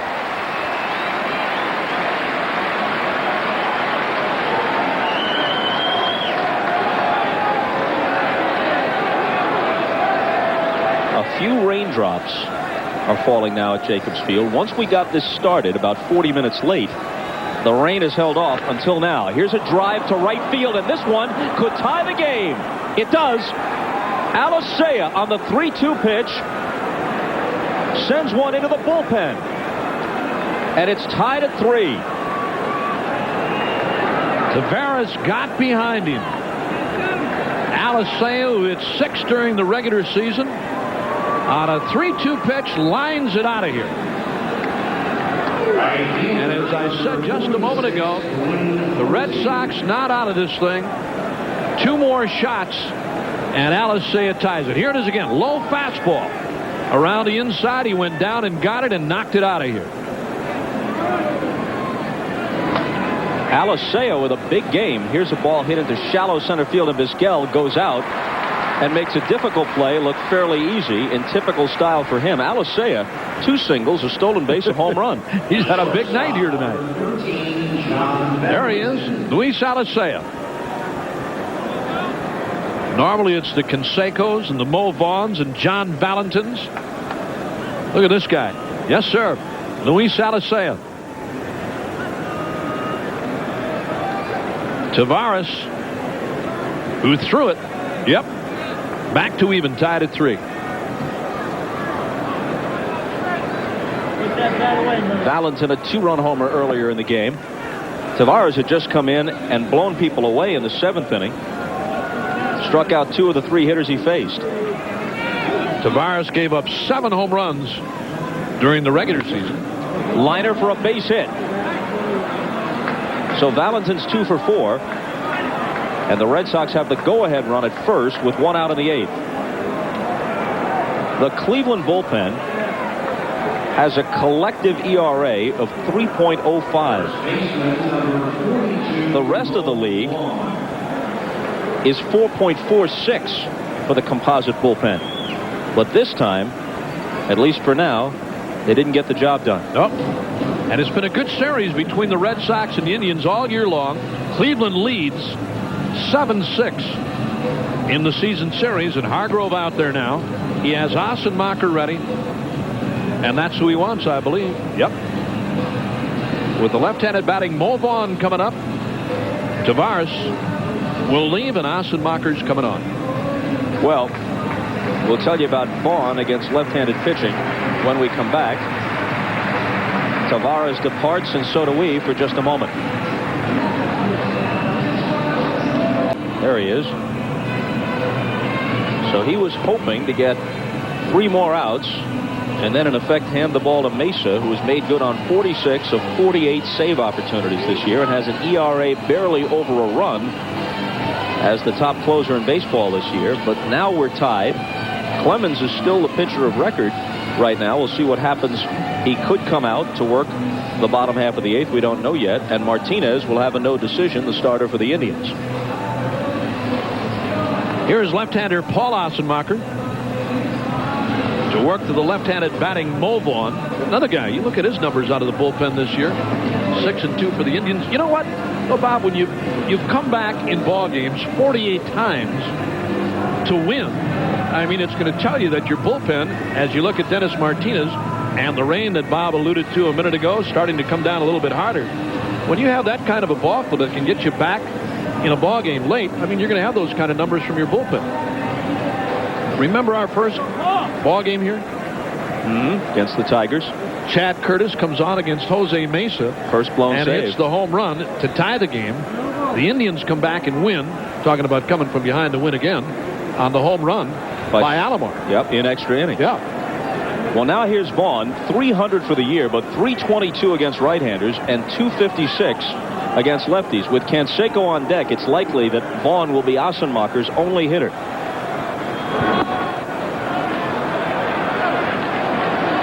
You know, one of the things, as you look at Jose Canseco's due next, one of the things about Vaughn against a left-hander, he'll go the other way. I mean, if he makes up his mind, Bob, that you're going to stay that way on him, try to pitch him away, he'll make up his mind to go the other way. A ball and a strike. That might be the best pitch he gets to hit against Assenmacher. That might have been a mistake right down the middle, and he fouled it back. Here again, you look at the swing of Mo Vaughn. 39 home runs this year. That's a ball that he normally drives. Just a little bit tardy on it.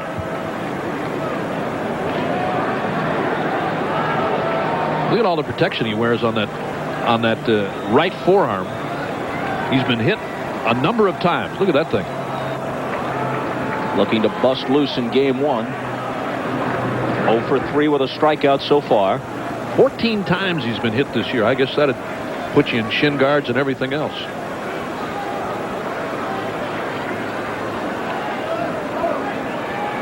We're in the 8th, tied at 3 in game 1. There goes Valentin, fouled back. That's one of the things that'll keep a guy like Vaughn in there against a left-hander. Or anybody for that matter. I mean, if you let a guy run and make it as a hit and run, not a straight steal. If you make it a hit and run, that hitter stays in there a little bit better, gets a little longer look at the ball, tries to drive it the other way. Kevin Kennedy here, back to even. John Valentin. Big 2-run homer earlier. Not going on the 1-2 pitch, and Vaughn strikes out for the second time tonight. He's 0 for 4.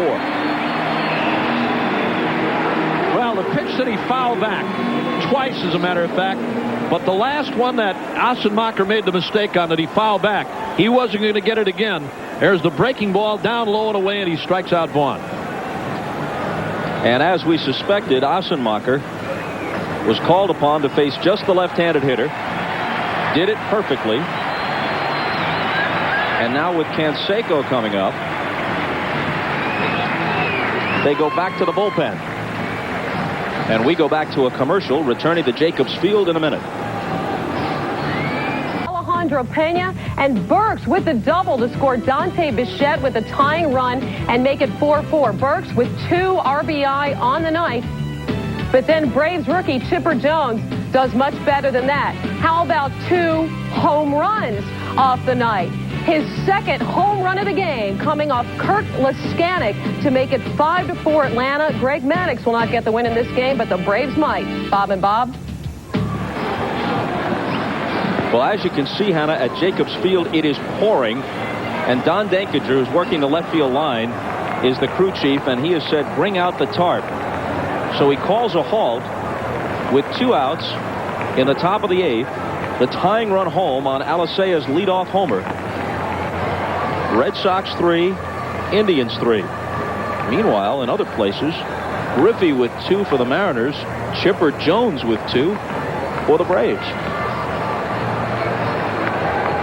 Well, it rained heavily all day here in Cleveland, and for the most part, there was some doubt as to whether this game would get underway at all. With Bob Uecker, the game tied in the 8th, 3 apiece. By way of review, Martinez and Clemens were each cruising along until the top half of the 3rd. Alicea opened with a single, actually a 1-out single by Alicea, and then John Valentin with 2 out went the opposite field. He had 27 during the regular season.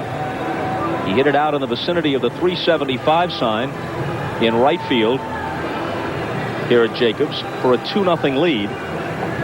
And Clemens held on to that until the bottom half of the 6th inning, when with 2 out, He walked Omar Vizquel.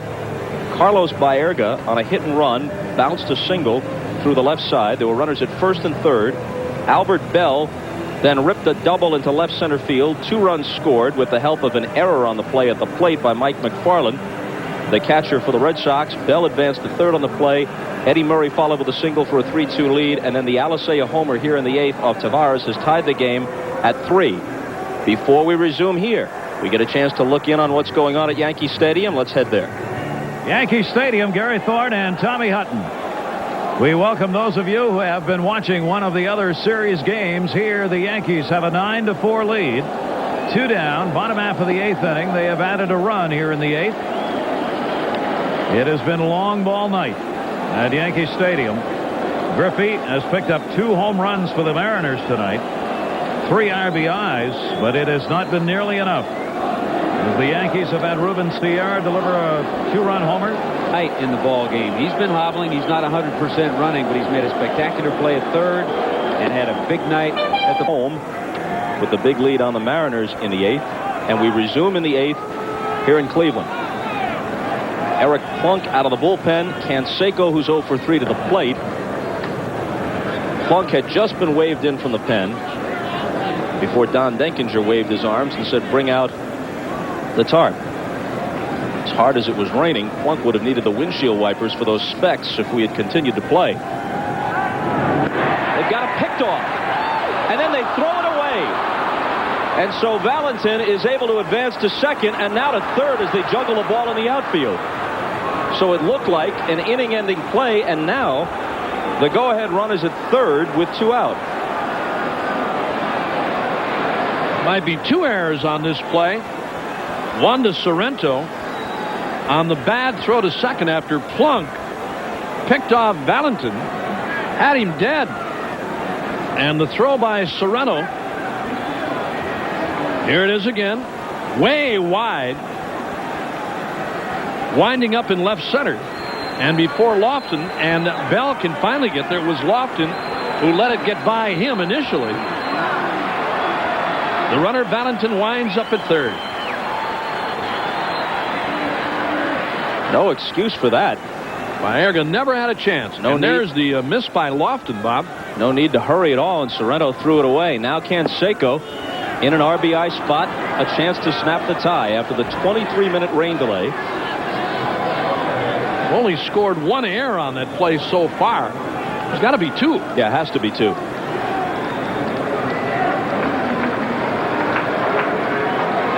Plunk's 1-0 pitch.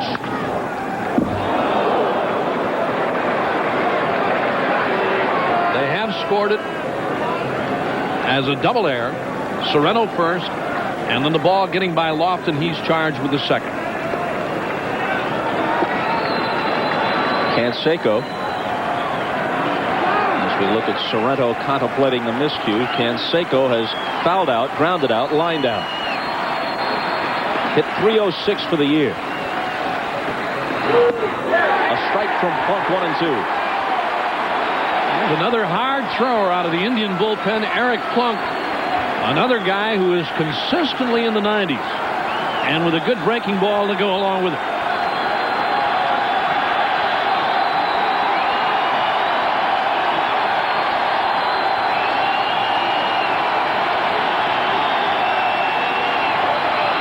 The 1-2 pitch. A drive very deep to left, but foul.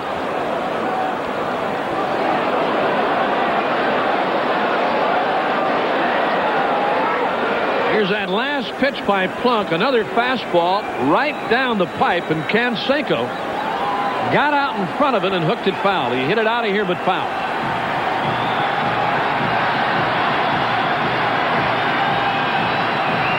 Alomar with the signs for Plunk. Again on 1-2. Outside 2-2.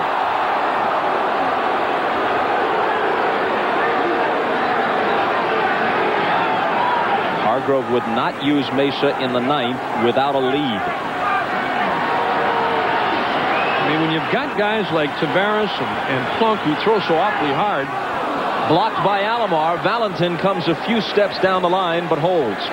Now one of the few breaking balls that Plunk has thrown here in the dirt, and a beautiful save by Alomar. to hold Valentin at third. Here's one more time. Low breaking ball, and Alomar getting his body in front of it and then making a dive to grab it. Big break for the Indians there.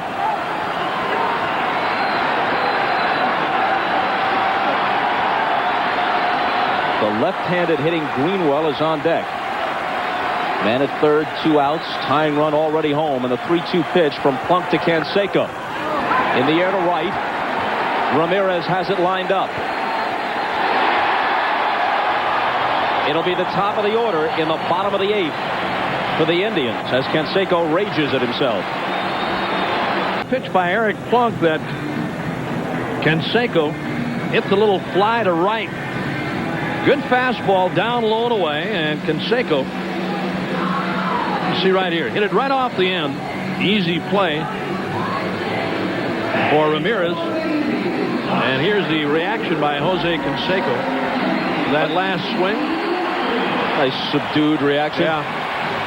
We turned the audio off. We just showed you the video because luckily we had one of our mics, our field level mics, there as Canseco seethed at himself, and it was not family fare. No. All right, Real Cormier with Lofton, the left-handed hitter, and a pair of switch hitters, Vizquel and Baerga, to follow. They go to Cormier, who throws that heavy sinker from the left side. We're in the bottom of the 8th, tied at 3. Nehring up tight at third for Lofton. About 5 feet off the line.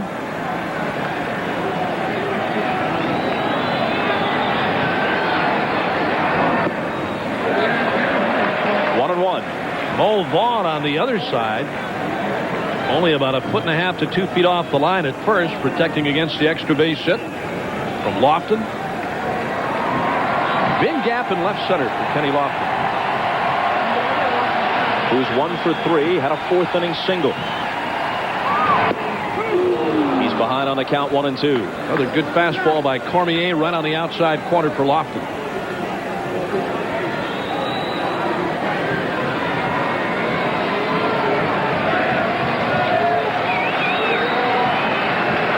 McFarland the sign, Cormier the pitch.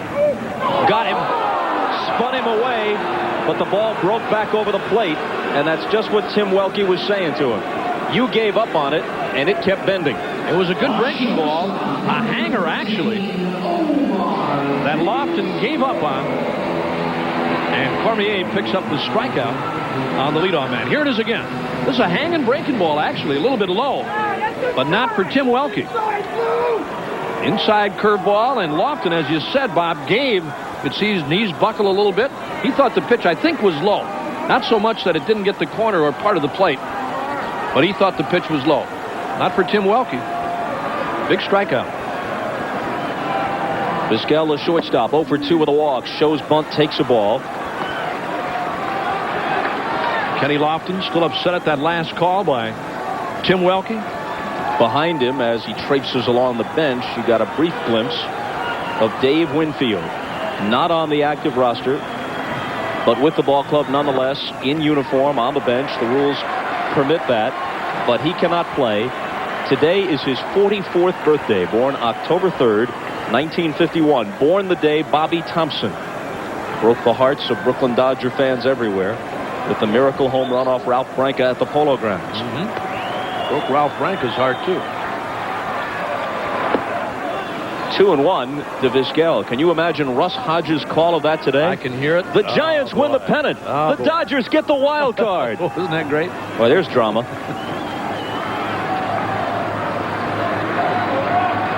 I don't know. They must know what they're doing. Here's the 2-1 pitch. 3-1.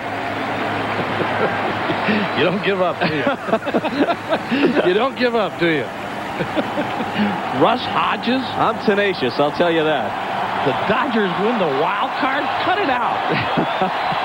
On 3-1 to Vizquel. He walked him.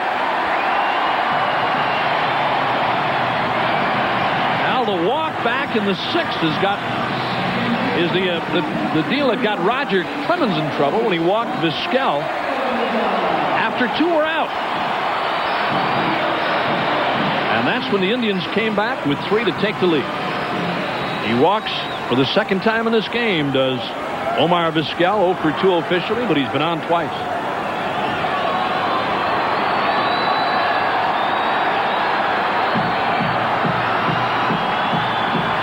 Aguilera and Mesa, the respective bullpen aces, each hoping for a lead and a chance to close. But for now, in the hands of Plunk and Cormier. Baerga, but not before Vizquel is chased back. He stole 29 this year.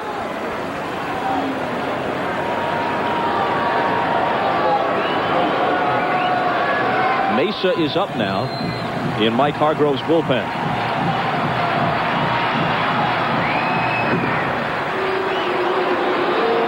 Cormier trying to keep Vizquel close. Jose Mesa getting ready in the Indians bullpen. Doesn't take him long to get ready either.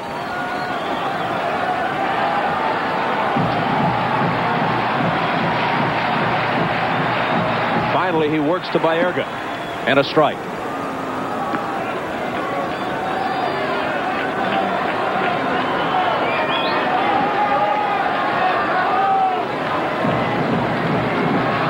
Couple of mid-season acquisitions. Belinda, the right-hander, Stanton, the left-hander. Each has seen postseason action in the National League. In the bullpen for the Red Sox. Did it hit him? It did. It barely grazes Baerga. Maybe it got him more solidly by the way he's reacting, but in any case, down to first he goes. Out of the bullpen comes Belinda. There's the signal from Kevin Kennedy as he popped out of the dugout to yank Cormier. It's going to be Bell at the plate after a walk and a hit batter with 1 out, and they go to the right-hander Belinda to face Bell. That last pitch from Cormier, as you said, Bob, nailed Baerga just underneath the elbow, and again, may have gotten him a little bit more than I thought initially also. Bell did it to them last time. Let's see if Belinda can stop him this time. And then hitting Baerga. On comes Belinda. And the last postseason pitch Stan Belinda threw was hit into left field for a single on that memorable night in Atlanta by Francisco Cabrera with 2 out on the bottom of the 9th. It scored 2, turned a 2-1 lead into a 3-2 loss as Sid Bream barely slid in ahead of the throw from Barry Bonds before the tag from Mike LaValliere. And in storybook fashion, the Braves got 3 in the bottom of the 9th off Drabek and Belinda, and won the pennant that night with a 3-2 win. Now he faces Bell. Last time up, he smacked a double into left center. 2 runs scored on the play. The pitch in there for strike 1. Good breaking ball to start off Albert Bell. Belinda's done a heck of a job. 8-1 out of the bullpen.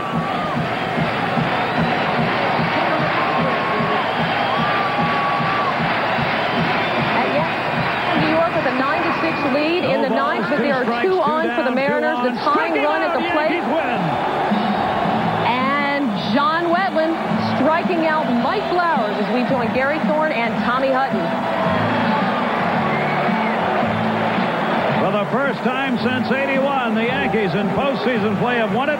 For Tommy Hutton, I'm Gary Thorne. Our final score, the Yankees win it 9-6.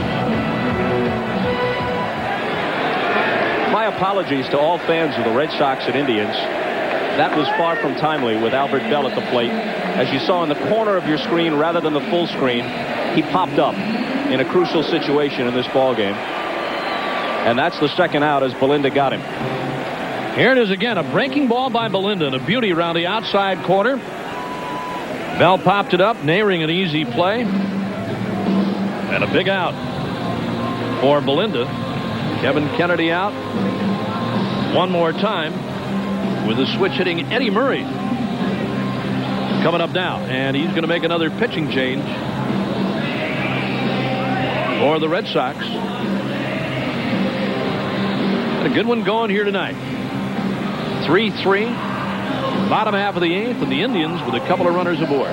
The last 3 times that Albert Bell has hit, they were all crucial situations. 2 men on in each case. Clemens struck him out in the 4th.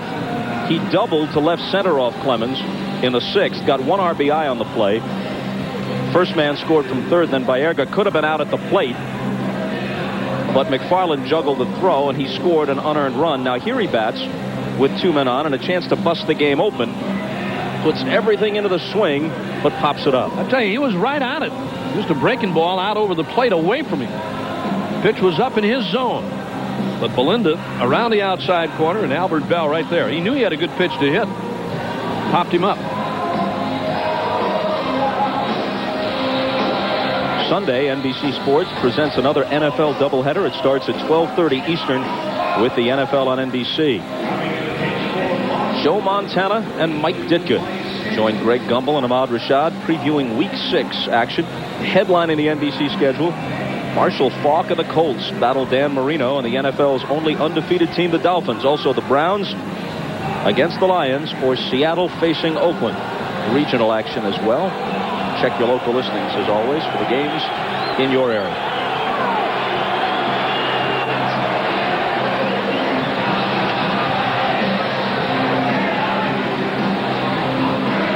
Offensive Mike Hargrove. Bell couldn't come through.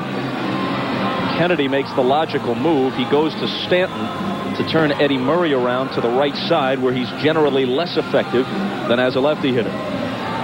From the right side, Murray, a .269 hitter against a left-handed .360. Of his 21 home runs, 18 have come as a left-handed batter. And in talking with Kevin Kennedy tonight about Murray and how they would like to pitch him and what they would like to get him to hit, and especially in a situation like we have right here, Murray with a chance to knock in a run to put the Indians on top. But from the left side, much better fastball hitter, and he sits. He'll sit on pitches, fastball, and really look and try to hurt you and hit you deep.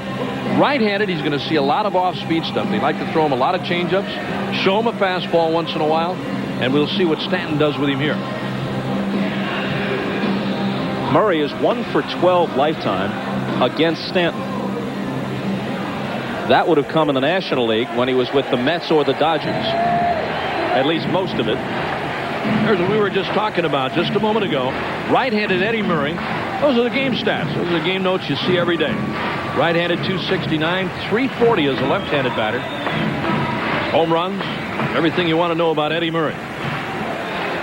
Passed 1 milestone this year with his 3,000th hit. Now he's 21 homers shy of 500. Doesn't need it to make the Hall of Fame. He's a cinch for Cooperstown, but it would be another plateau for him. Playing straight away as a right-handed batter in deep. Lays off, ball 1. Last time up, he gave the Indians a 3-2 lead with an RBI single through the right side, batting left-handed. That held up until the 8th when Alicea homered off Tavares to tie it. That's where we stand now. Bottom of the 8th. 2 on, 2 out, and the 1-0 pitch. Hit in the air to right. Posey's back there. They'll leave 2. We're going to the 9th. Tied at 3 on what has been off and on a rainy night in Cleveland.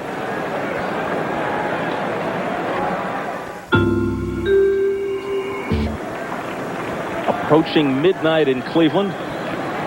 Top of the 9th. Greenwell, Naring, and Tinsley, the scheduled hitters. Plunk back to work. And a strike call. Start of the game delayed about 40 minutes by rain. Just about day-long rains, which led up right around 8 o'clock, which was the scheduled start time. The 0-1 pitch. Hit up the middle, a base hit, a leadoff single for Greenwell, who's now 2 for 4. Then we had a 23-minute rain delay in the 8th. This 1995 Division Series game is brought to you by Gillette Sensor and the Gillette Series. Gillette, the best a man can get. Texaco Clean System 3 gasolines, and Wendy's Spicy Chicken Sandwich. Get it while it's hot. Or perhaps you'd prefer the new Smoky Bacon Cheeseburger. I'll take anything you got, buddy, tonight. Box lunches. Just drive in about 2 a.m. Have them both if you're feeling hungry.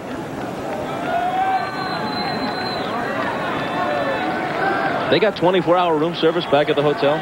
Yeah, I don't have 24-hour cash. You may be raiding the minibar. And that's what I'll be doing, buddy, raiding. In a potential sacrifice situation. Yes, that's what I'll be doing tonight, too. Sacrificing my room key for my mini service. Nipper with Kennedy.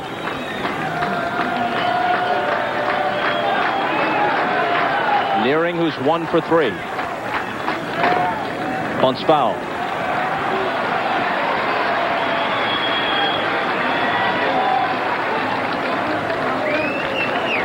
This is a situation where Kennedy wants to sacrifice. Nearing had a pretty good pitch to bunt that time. A breaking ball from Plunk, but he had it upstairs where Nearing had a good line on it and fouled it. He has 4 successful sacrifice attempts this year. That time Plunk, Bob, Plunk backing off and Nearing showing bunt. And that's exactly why Plunk backed off, to see what was going to happen with Greenwell in case they took something off to let Greenwell run and put on a hit-and-run play here. Tim at 307 overall, 317 against right-handers, but he is bunting in this situation and lays down a good one. Sorrento to Baerga covering. 3-4 on the sacrifice. And now 2 shots with 1 out to get him home from second base. And again, Nearing showing bunt early. And if you're sacrificing, there's no sense in trying to fool anybody as you would trying to bunt for a base hit. Turn around, get yourself ready. And here's a beauty by Nearing. This is a beauty. Sorrento, easy play with Baerga covering, but the sacrifice perfect. Tim Nearing. Well, you talk about a guy, Bob, that's battled his way to the big leagues and has had problems and ups and downs and you name it, surgeries and what have you, as Hargrove heads out to talk things over with Eric Plunk. Nearing's the guy. Last couple of times he's gone down on strikeout. McFarland nothing for 3 with a strikeout. He'll bat with runners aboard at first and second.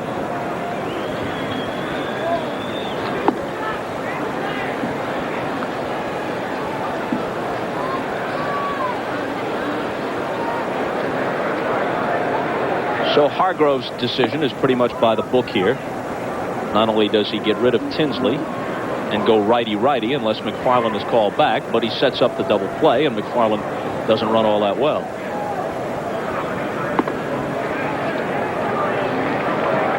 But McFarland is walking back, and it's Matt Stairs. Matt Stairs, the left-handed hitter, who comes off the bench, and Stairs was only activated today. He was on the bubble as far as the postseason roster was concerned, but when Troy O'Leary came down with back spasms, Stairs was added to the roster, and O'Leary was deactivated, if only for this series. If he feels better and if they decide to, they can bring him back for the LCS or the World Series.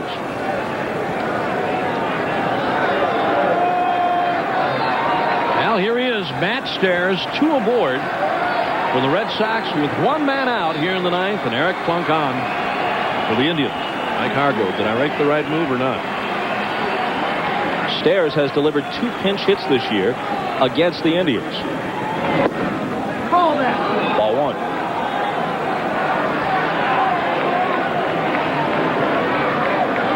Rain starting to come down here again, Bob, and rather heavily. 2 on, 1 out, top of the 9th, score tied, and a swing and a miss at the fastball upstairs by Stairs. Bad enough with Plunk throwing 90 plus. As I said, it's really starting to come down. We may see another halt in this one. Bad enough with a guy throwing 90 plus and hitting in this rain besides. 2-1. Don Dankinger, who is the crew chief tonight, called a halt to things earlier. 23-minute rain delay after a lengthy delay at the start.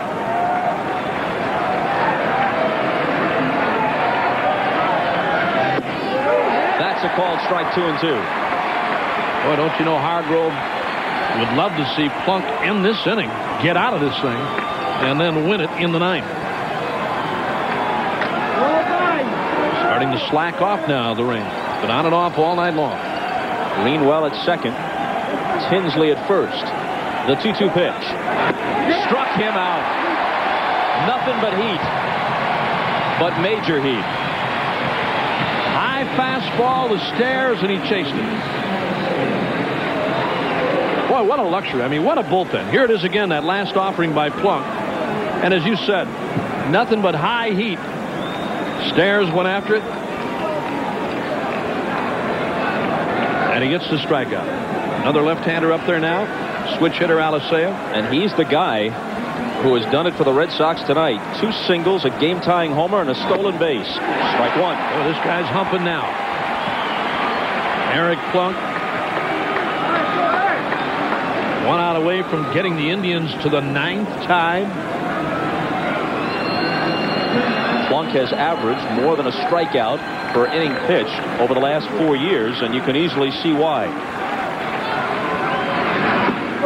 A ball and a strike to Alicea. Scheduled hitters bottom of the 9th. Tomey, Ramirez, Sorrento. Anybody gets on, Alomar the catcher. Isn't it funny how this guy has finally settled in here with the Indians? Bob, Oakland A's, Yankees, and all of a sudden coming in here, and I mean, he's really found himself. Yes, as they check at third. 1-2. Rocky Rowe made the call on this check swing. Alicea down, a ball and 2 strikes.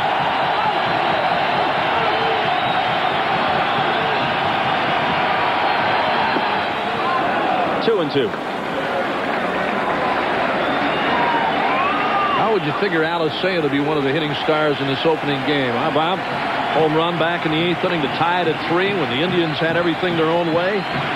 Get it off from Taveras. Full count, so an edge for the Red Sox. Greenwell and Tinsley will take off with the pitch.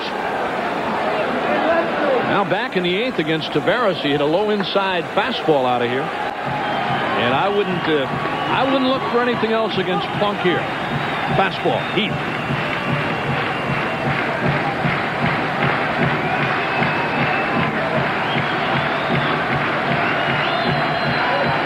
Alicea knows it. Doing something about it is another matter. The 3-2 pitch. Foul back, and the runners return. It's almost batting practice now. And again, I mean, if Plunk would go to a breaking ball here, you tip your hat to him. But I mean, otherwise, it's power from Eric Plunk against a hitter looking fastballs. As I said, almost like batting practice. Only you're looking at 90-plus batting practice. They take off again, and the 3-2 pitch is a liner to center. Here comes Lofton digging hard. He's there. They leave 2. We'll return with the Red Sox and Indians after this from your local station. Of the game, Mike McFarland receiving the relay throw from John Valentin at short as Carlos Baerga bears down on him. Tries to grab it and apply the tag. Left the ball behind. 2 runs scored on the double to left center by Albert Bell, who takes third as the play continues. And a moment later, he came home on an Eddie Murray single. The Indians turn a 2-0 deficit into a 3-2 lead in the 6th. Alicea tied it with his homer in the 8th. Both clubs have threatened but haven't snapped the tie. To the bottom of the 9th we go. And it's up to the Indians for now, who have won 27 times this year in their final at-bat. 48 come-from-behind wins out of their 100 victories. An astonishing 100 victories with just 44 defeats in the shortened season.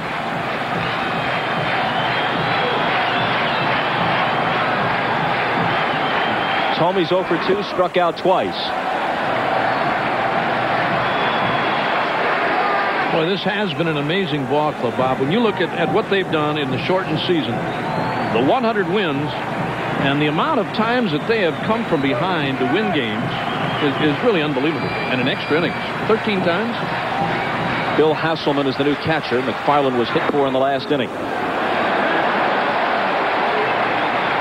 In fact, there's Hasselman. Should this game go extra innings, with the Indians failing to score here in the bottom of the ninth, it becomes pertinent that they were 13-0 in extra innings. Yep. First team in history to go through a whole season, this is pretty close to a full season at 144, without losing at least one extra inning game. By the time we get done, it'll be a full season.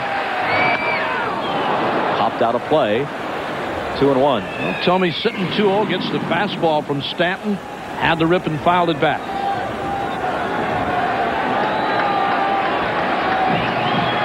Al Nipper, the pitching coach with the Red Sox in '86, started one of the games in the World Series at Fenway against the Mets.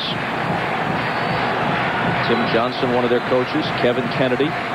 You must have a mustache to be a Red Sox coach. Tomey fouls it off 2-2. Even if you can take it off every day. Boggs with a big game, 3 for 5 with a homer. Despite Griffey's 2 home runs, Mariners succumbed 9-6. Braves had to come back. Maddox didn't get the win, but they did 5-4. Wohlers closing it out with the bases loaded in the ninth. And the Reds, winners over the Dodgers. So 3-1-0 leads are established in the best of 5s. And the pitch to Tomey struck him out. 3 Ks in the scorebook next to Tomey's name tonight. Now Stanton is faced to, retired to. And here's that last strikeout. Low breaking ball, and Tomey went after it. Third strikeout tonight. First for Stanton since coming on back in the 8th. He'll work tomorrow. Orel Hershiser. Now Ramirez, who for the year hit .308, but .410 against lefties. A strike. Nice backdoor breaking ball that time by Stanton. Here's a guy with power to all fields, talking about Matty Ramirez.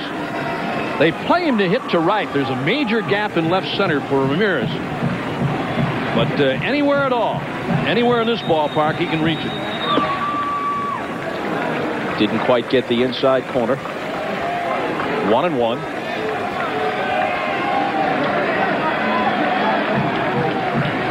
Sorrento, the next hitter due.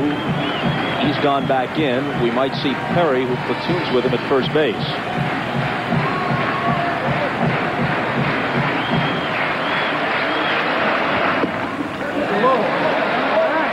Two balls and a strike. Sorrento is in the on-deck circle for now.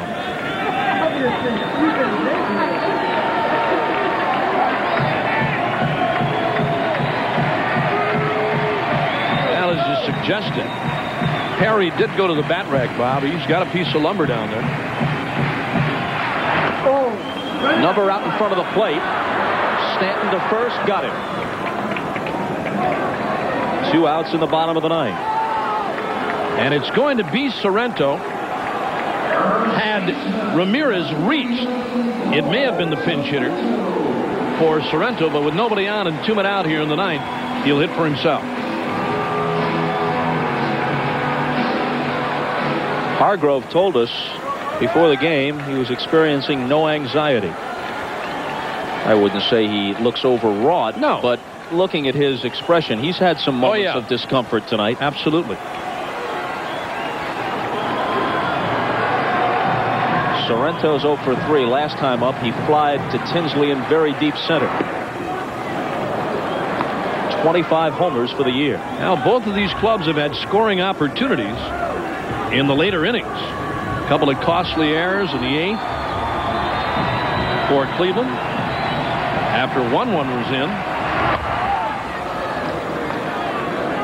Stanton quickly ahead of him, 0-2. Indians with a couple of runners on in the 8th before the Red Sox finally ended that threat. Been a good ball game here tonight, Bob. Early lead for Boston. Red Sox go ahead in the 6th. There's tonight's starter, Dennis Martinez. Worked a solid 6. 1-2 to Sorrento. If we get that far, top of the order in the top of the 10th, Posey, Valentin, Vaughn.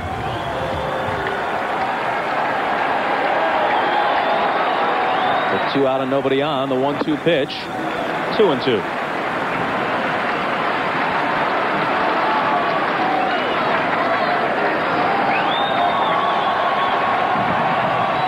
of the likely manager of the year. Kevin Kennedy is a candidate, though.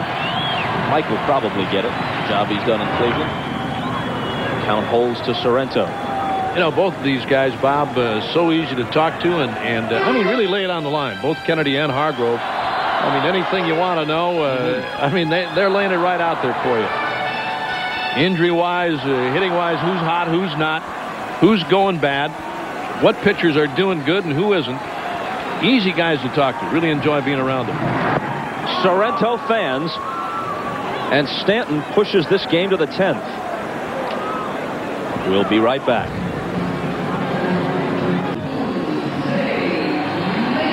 Extra innings at Jacobs Field, and this is why we're still here. Julian Tavares in the 8th to Luis Alicea. The pitch down and in, and Alicea went down and got it and ripped it out of here. A line drive home run. One of 3 hits he's had, and that tied the game at 3. Alley in a 3-2 pitch from Tavares, and got it all to tie it at 3. And look, as we go to the 10th. Look who's out Here's there. the man, Jose Mesa. Ordinarily, they wouldn't use him in this situation. That's what Hargrove says all the time. That's the way it's been. And with Plunk working the last inning plus, he being Mike Hargrove, decided to go. The baseball's best closer this year, Jose Mesa. 46 saves, more than any other staff in the major leagues. 46 of 48. He had 2 career saves prior to this year. In the early 90s, he was in Baltimore's rotation. Gives credit to the former coach here, now manager of the Orioles, Phil Regan, a one-time Dodger reliever, several ball clubs, had his best success with the Dodgers, the Vulture, foreseeing the possibility of making him into a dominant closer. Now his present pitching coach, Mark Wiley, says, I've never seen a reliever so dominating, and I saw Goose Gossage, says Wiley. You know, one of the things about Mesa, when he was going to be relegated to bullpen duty, he was upset about it.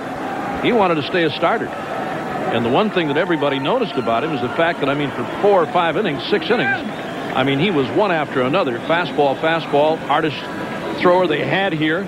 Somebody said, as you mentioned a moment ago, hey, let's make this guy a reliever. That's his opening offering, 94. It doesn't get much better. You know, when you get through this Indian bullpen, you might be better off with the starters. Martinez tonight in the 80s, maybe once in a while a 90, but from there on, you're starting to get up in the high voltage area with Plunk and this guy and Tavares. And a rookie lefty, Alan Embry, who can also get it up into the 90s. Dwayne Hosey 0 for 4, ahead on the count 2-0, and there's a strike from Mesa at 93. I remember our first telecast out of Cleveland this year, Bob. We had set everything up around Jose Mesa. Everything was set. The stage was set. They had the lead in the game. He comes in. Everybody's going crazy here. And he gives up the home run to Chad Curtis on a high outside fastball with 2 out of the ninth. Right. Yep. Get the first 2 outs, and everybody's going wacko here. And that was his first blown save of the year on the home run by Curtis. And they win it in extra innings on Alomar's home run. A big key for Mesa was adding the sinking 2-seam fastball to the riding 4-seamer he had in the first place. There it is right there. That's it. You got a nasty slider to go along with it, but when you're talking about number 1 bread and butter for this guy, it's fastball. There it is again. Down low off the inside corner. He walked it. He loses Hosey to start the 10th. The Red Sox have had runners in the last 3 innings. Had the leadoff man aboard in the 9th when Greenwell singled. And here's the last offering, ball 4. Low and off the outside corner with Hosey aboard. Now Alomar to the mound with Valentin at the plate. John is 2 for 4, a homer and a single. Well, do you sacrifice here, or do you let this guy take 1 shot? Valentin. Let him hit. Kevin Kennedy says, Frank White saying, are we going to bunt him, Tim Johnson? Kevin Kennedy said, no, nothing doing. Are you kidding? Here's Al Nippert.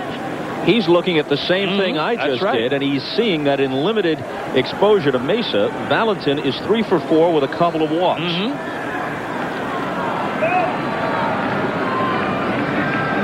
He squares, though, pulls back, takes a ball. You know, in an ordinary year, Mesa would be a candidate for both the MVP award. Dave Oliver in the third base coaching box flashing the signs, both the MVP award and the Cy Young. But overpowering performances by his teammate Albert Bell and Randy Johnson in Seattle pretty much shut him out of the awards. Kevin Kennedy looking for the sacrifice here with Mo Vaughn due next. And Mesa misses again, 2-0. Walked Hosey to lead it off, 2-0 on Valentin. Oh, here's where I'd give him one shot. One shot.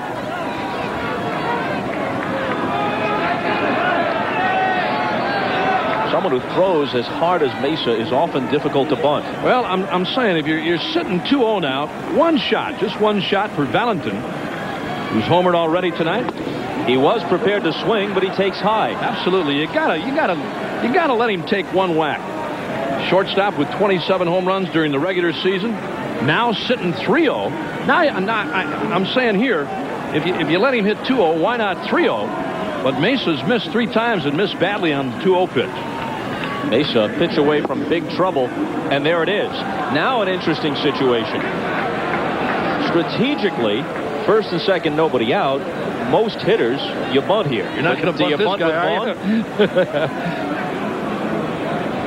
you? Mark Wiley, the Indians pitching coach, heading out now to talk with Jose Mesa, who's worked himself into a jam. Have a sacrifice all year, and that comes as no surprise. Well, the Indians infield is not looking for a sacrifice. They're all playing back.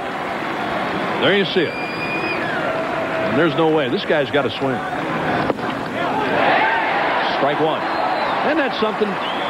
This makes it so tough sometimes as a hitter, Bob. Here's Jose Mesa, who missed badly on Valentin.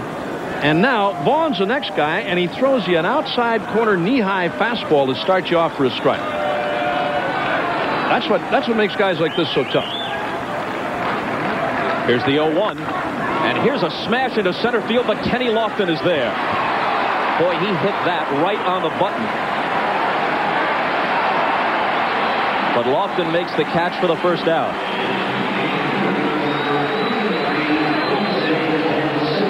Oh, Vaughn. 0 for 5 tonight. Hit that ball hard.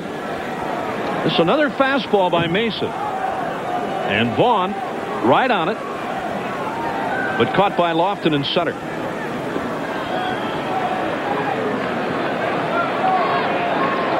As a matter of fact, when he hit that ball, I thought he hit it a little better than he did. I thought Lofton may have a little tougher play on it, but it was routine. Canseco, 0 for 4. And furious with himself his last few at-bats. Well, he's going to be a little furious with himself here, too. I mean, he's up there now against Mesa. This is power against power. He had a heck of a swing at that first fastball. I mean, you're sitting there looking fastball, you get it, and you still foul it back. And Mesa, another one of these Indians bullpenners and staffers who throws consistently in the 90s and even high 90s. Greenwell on deck. The 0-1 pitch. A line drive is caught. The quick throw to second. It's a double play. Between them, Vaughn and Canseco are 0 for 10 to the bottom of the 10th after this from your local station. An exciting case. Here's one. Starts it. Lofton and Vizquel to follow. Sandy at least bluffing a bunt. And now let's go back to the play that abruptly concluded the top of the 10th. Canseco with a blur. Tomey's got it, and Hosey gets caught off second base. The throw to Baerga. And look, Hosey goes back in without sliding, and he's doubled off. Yeah, had he gone back with a slide, he may have made it. Ball hit sharply by Canseco right at Tomey. And we'll look at it one more time. Right at him. And Tomey quickly with a throw to Baerga covering. Hosey back standing, and they got him.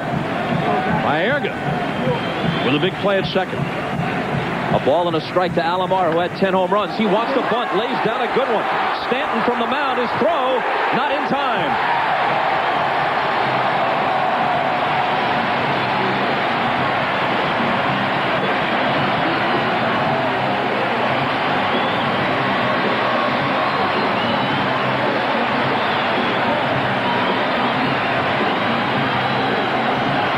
So Alomar beats out a bunt, but not convinced by the blazing speed he showed on the play. Hargrove decides to run for it. Alomar had this idea from when he first stepped into the batter's box. He accomplishes it, and now Wayne Kirby will run for it.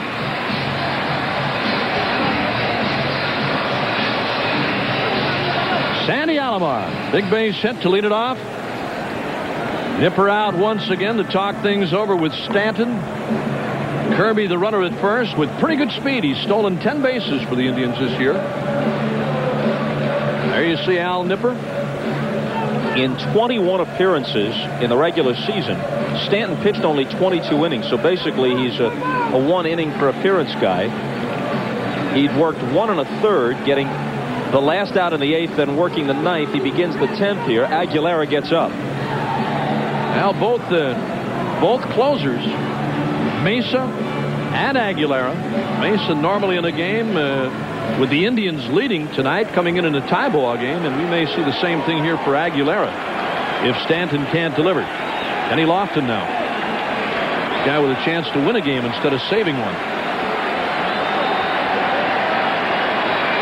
Kirby, the pinch runner, veteran reserve. He gets back.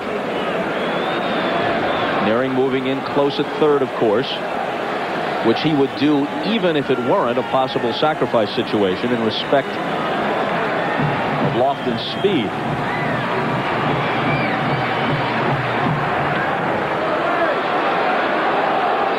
Kirby not taking any chances. He's only about 3 steps off the bag, if that. Can't get picked off in this situation. Make sure the ball is bunted. Make sure it's down. He bunts foul. Lofton, one of those guys who doesn't square. Kenny many times bunts for base hits and has that ability to drag the ball, take it along with him up along the first base line. Here it is one more time. He doesn't square to bunt. And he had a pretty decent pitch to bunt. Bunted it foul up along first. Kenny is 1 for 4.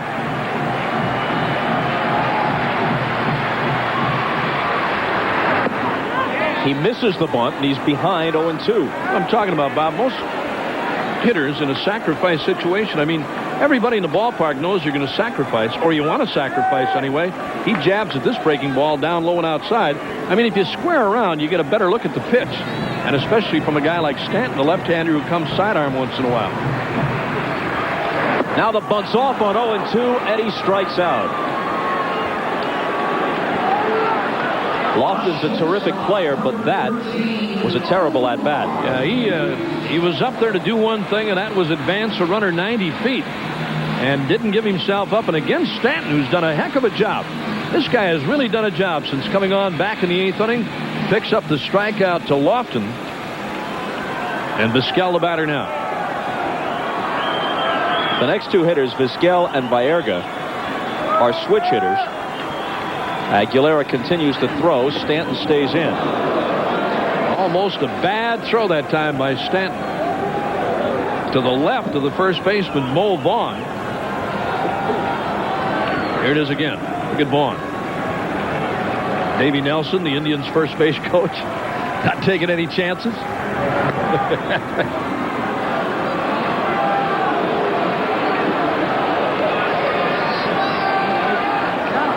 Kirby, the pinch runner.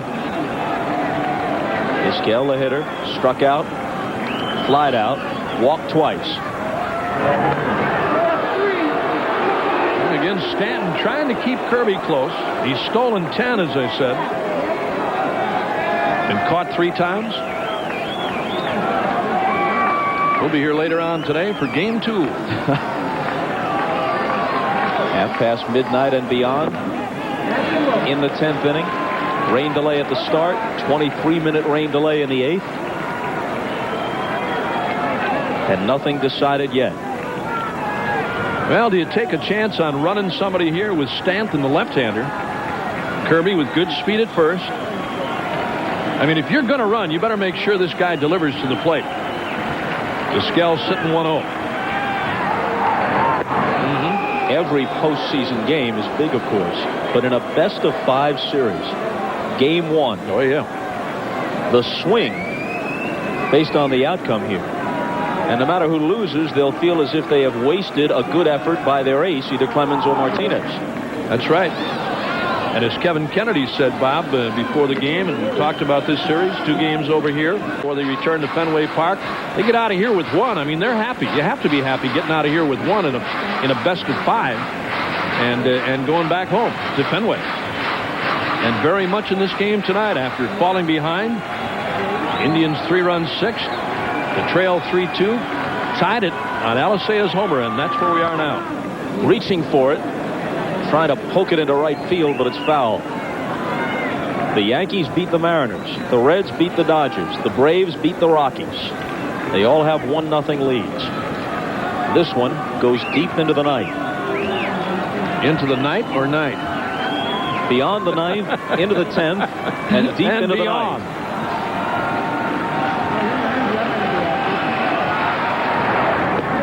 I don't care. This is a good ball game. A lot of good action here tonight.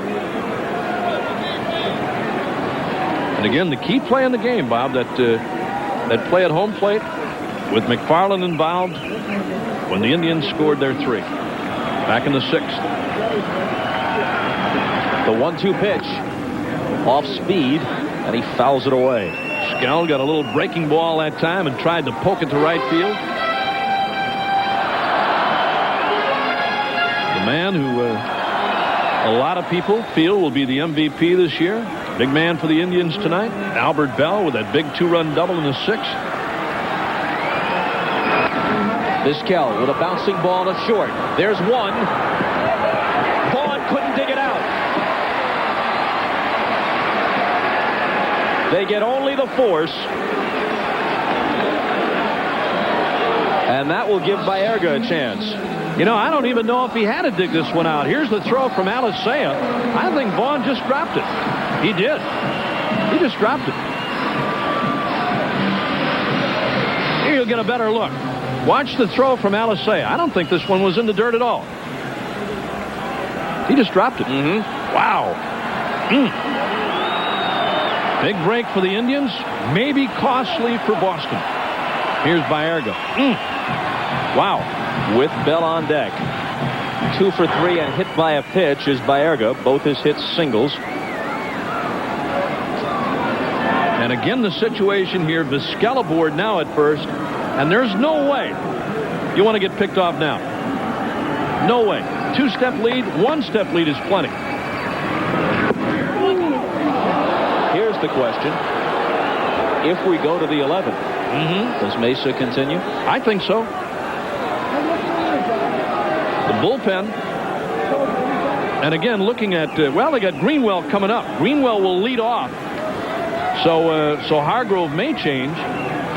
He may go to the bullpen with the left-handed batting Greenwell in the 11th. If the Red Sox indeed get there. There he is. Jose Mesa. Again, Hargrove maybe taking a flyer. Tony Pena, who will come on to do the catching. Hargrove bringing in Mesa to work 1 inning and hoping that his Indians would pull it out in the bottom half. Not yet. The left-hander Jim Poole was throwing a while ago in the Cleveland bullpen. There goes the runner. Here comes the throw, and Hasselman can't get it. Vizquel, who stole 29, puts himself in scoring position with 2 out in the bottom of the 10th. He had a great jump that time. Stanton not paying attention at all. A good breaking ball. Good breaking ball strike, and the throw from Hasselman a little bit high, and Vizquel. Watch this. He's almost got a running start. Look at this. I mean, Stanton never looked at him. If he throws over there, he's got him. He's got him. But Vizquel, with a big jump, steals the base. And Baerga now with a base hit. Could win it. Could win it.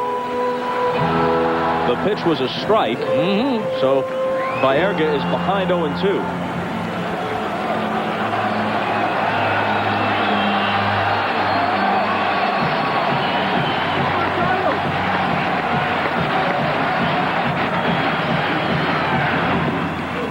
Outside 1-2. I never thought Stanton would let Vizquel get that kind of a lead, and I didn't think Vizquel would jump to that kind of a lead anyway with Baerga up there. Big stolen base.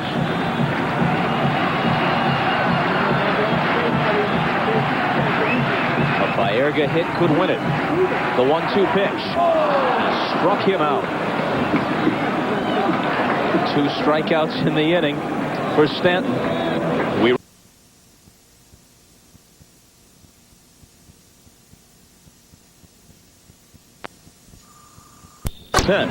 obviously, as the home team, when you go to extra innings, you can never use your closer with a lead, so he decided to take a shot, use him for the 1 inning, and hope they could score in the bottom half. When they didn't, he wouldn't place Mesa in jeopardy by asking him to work beyond his usual 1 inning. And I think the same holds true for Eric Plunk, Bob. An inning in the 3rd, he came on in the 8th to retire Canseco to end that inning, and then pitched a scoreless 9th, and the same then.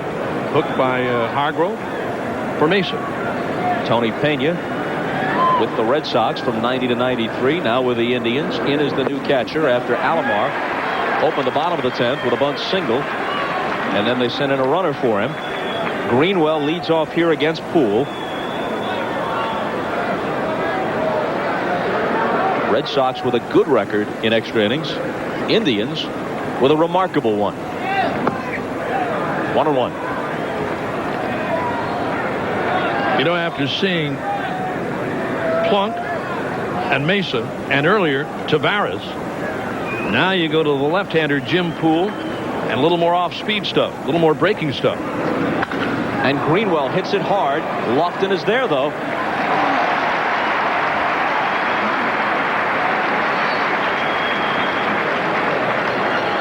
Tomorrow night, technically tonight now, 8 Eastern, 5 Pacific, postseason baseball continuing. Game 2 of these division series. Virtually all of you watching this game will see Game 2 between the Indians and the Red Sox. You may even be seeing this game yet. Yeah, we may just continue.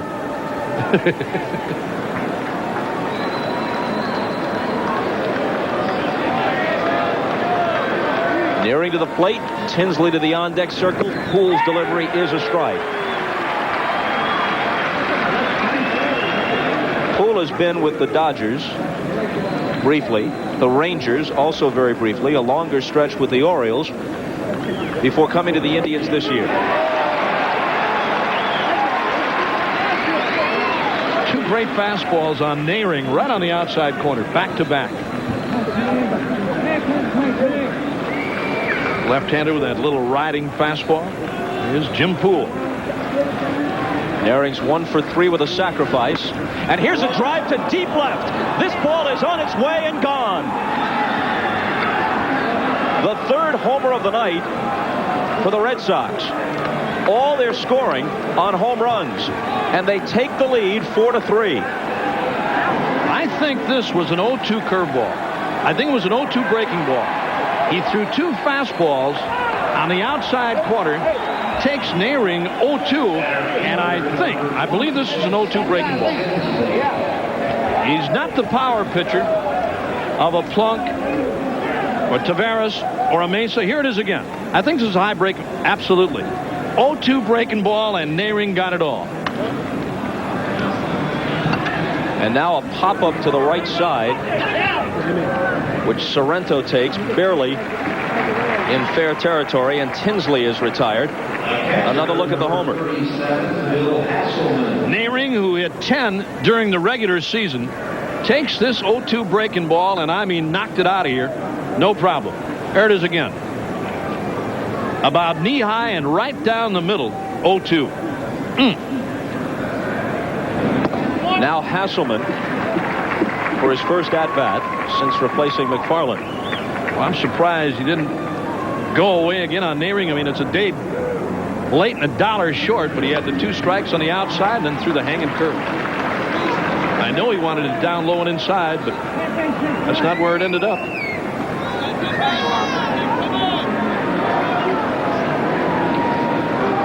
Here's a source of hope for the Indians. Bell, Murray, and Thome in the 11th for them. Hasselman knocks it back to the mound.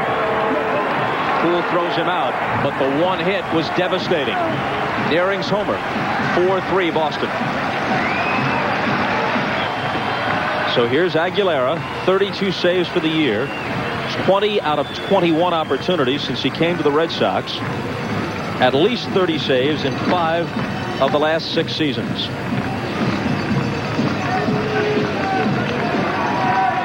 But this won't be easy. Here's the first reason why.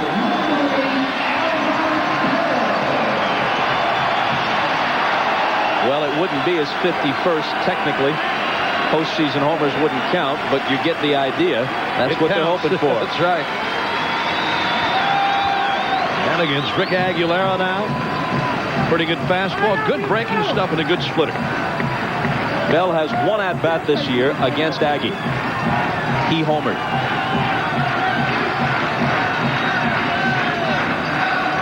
One for 4 tonight, a double. Strike 1.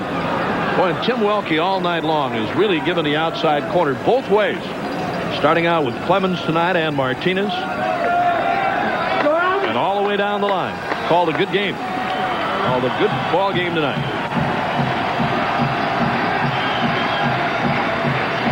And here's again one of those situations where Aguilera, you've got to stay down on this guy. I mean, you can get inside on him, way off the inside, and stay down and away. I mean, if you're upstairs and something he can really get, and especially now in this situation, down 4-3, I mean, he's going. He studies pitchers intently. Yeah. Keeps personal records on each of them, sets pitchers up as well as anybody, and jumps on mistakes probably better than any hitter in the game. The 1-1 pitch. He got under this one and has to hope it goes out of play, which it does. Well, I just said a moment ago, you better not stay up on this guy. If you give him something upstairs, he's going to hurt you. Luckily for Aguilera, this ball was off the inside corner. Here it is one more time. I mean, he's trying to lift and separate this thing from Jacobs Field.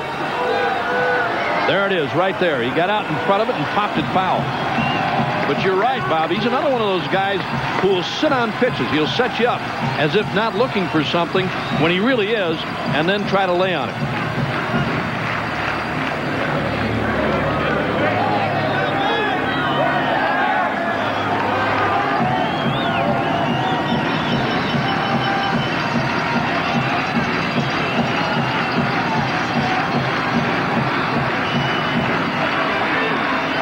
The 1-2 pitch.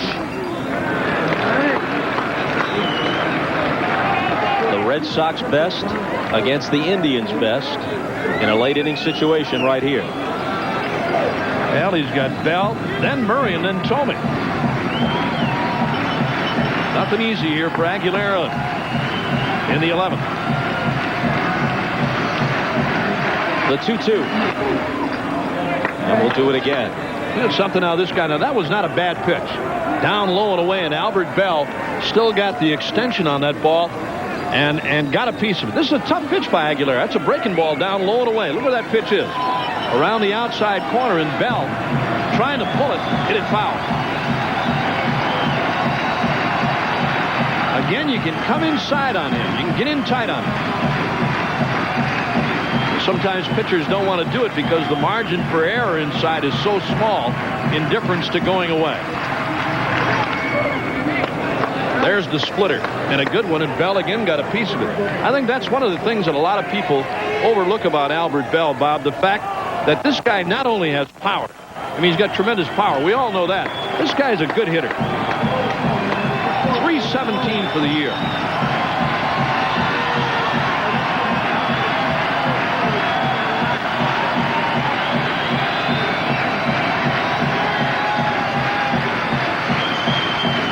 Aguilera taking plenty of time.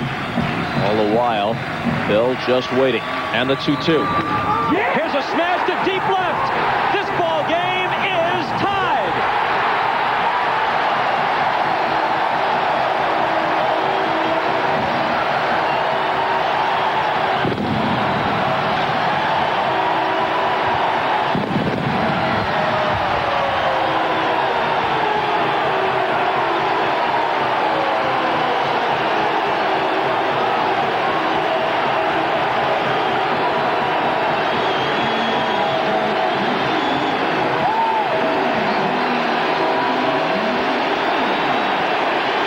Taken Albert Bell's bat.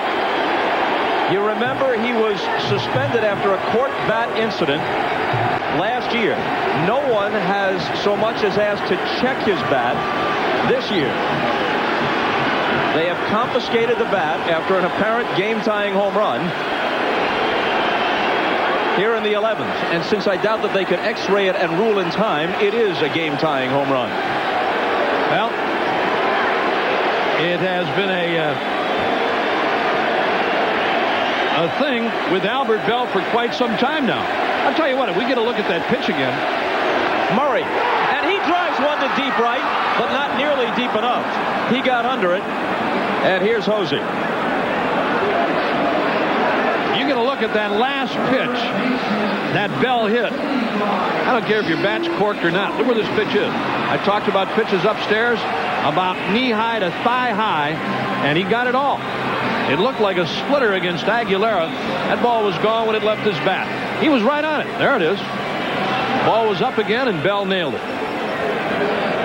He knew it. Yep. A classic Bell home run, not so much a high arcing shot as a laser beam. He got it all. It was a high breaking ball, and he hit it. Going to be interesting to see what happens now after Kevin Kennedy asked home plate umpire Tim Welke to take that bat out of play. And there's the reason Albert Bell says I hit the home run. Right there. Maybe he's got cork in there. Yeah. I don't know. I got your cork bat, buddy. Here's your cork bat right here. Now here's another guy that can take it deep in Jim Thome, who has struck out 3 times tonight and hit a fly ball. And the rain starts again. A little bit, not bad. How about this ball game? Oh, man. I'm telling you.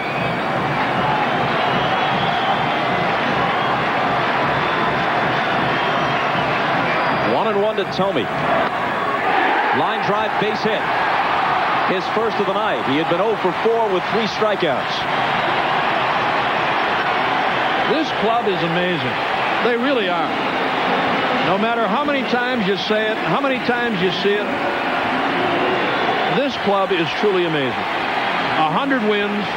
The amount of times that they've come from behind to win ball games in extra innings during the regular season, unbelievable. And they have a chance to do it here again tonight after Nehring gives the Red Sox the lead with a home run in the 11th. The big man comes back to tie it, and here's Jim Thome aboard now representing the winning run and one of baseball's best young players, and Ramirez up there. What a game. Manny is hitless, 0 for 4. High for a ball. You know, this crowd standing, Bob, and a lot of people, surprising to me anyway, have left. There's Mike Maddox as the rain starts to get heavier. But a lot of people have left this game, which is kind of surprising here in Cleveland. Well, most of these those people jammed in there, standing room only, each and every day here at Jacobs Field.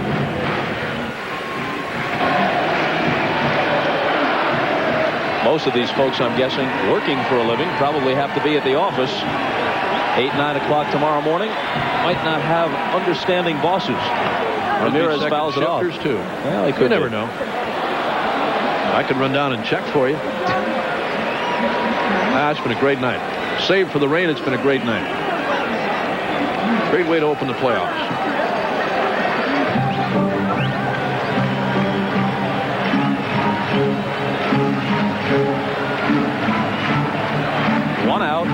1 on, 1 in, 1-1 the count in the bottom of the 11th. You know, both of these managers were pretty congenial before the game and during our interviews and everything else. That one might really offset Mike Hargrove as far as Kevin Kennedy is concerned. Crowd here getting a little upset at Rick Aguilera, thinking he's trying to delay this thing, but he's trying to get some of the mud out of his shoes. And I'm sure once the inning is over, we'll see the Indians ground crew out here with some of that diamond dry, trying to steady things up around the mound. Sorrento on deck. Doesn't it seem like a long time ago when Martinez and Clemens started this game? Well, it was about 4.5 hours ago. And he's still on the bench. There he is, Dennis Martinez. Scheduled start was 5 hours back. We had a delay before the first pitch. And another in the 8th inning. Playing through a lighter rain right now in the bottom of the 11th.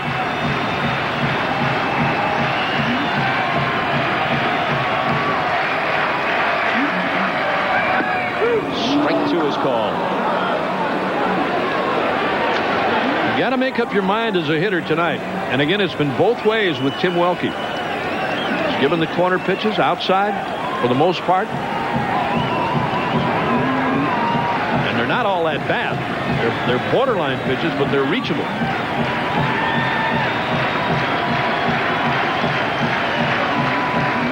Tommy a modest lead. The 1-2 pitch. Down and away, and Hasselman saves a wild pitch. And Aguilera hurt himself on the delivery. Aguilera hobbling around. Well, it's getting muddy. It's getting muddy around the mound area, and he may have pulled a groin muscle here. Looks that way. Yep. As he delivered, he slipped. And this is the one thing that both Kevin Kennedy and Mike Hargrove talked about tonight. Well, now the diamond dry, a day late and $1 short. But I mean, it's up to the individual pitchers on the mound. I mean, if you're in danger and you feel you're in jeopardy of hurting yourself or doing something that's going to cost your club, here it is again. And there it is. He just looked like he turned his ankle, Bob, instead of really slipping, or his spikes got hung up. Check it one more time. No, he slipped. He stretched it. He pulled it. That's exactly what he did. As he landed, he came down, and you could see his foot, that front foot, slide out, extend itself out in front of him. One more time. There it is. There it is. And we'll see if he can continue. He looks like he may be all right here. And Kevin Kennedy is still out there and very concerned. And why not? The opening game of the series, and your main man from the bullpen is questionable, but we'll see now. He told Kennedy, I think he told him just a minute ago, that he was going to be all right, or he thought he would be all right. We'll see here.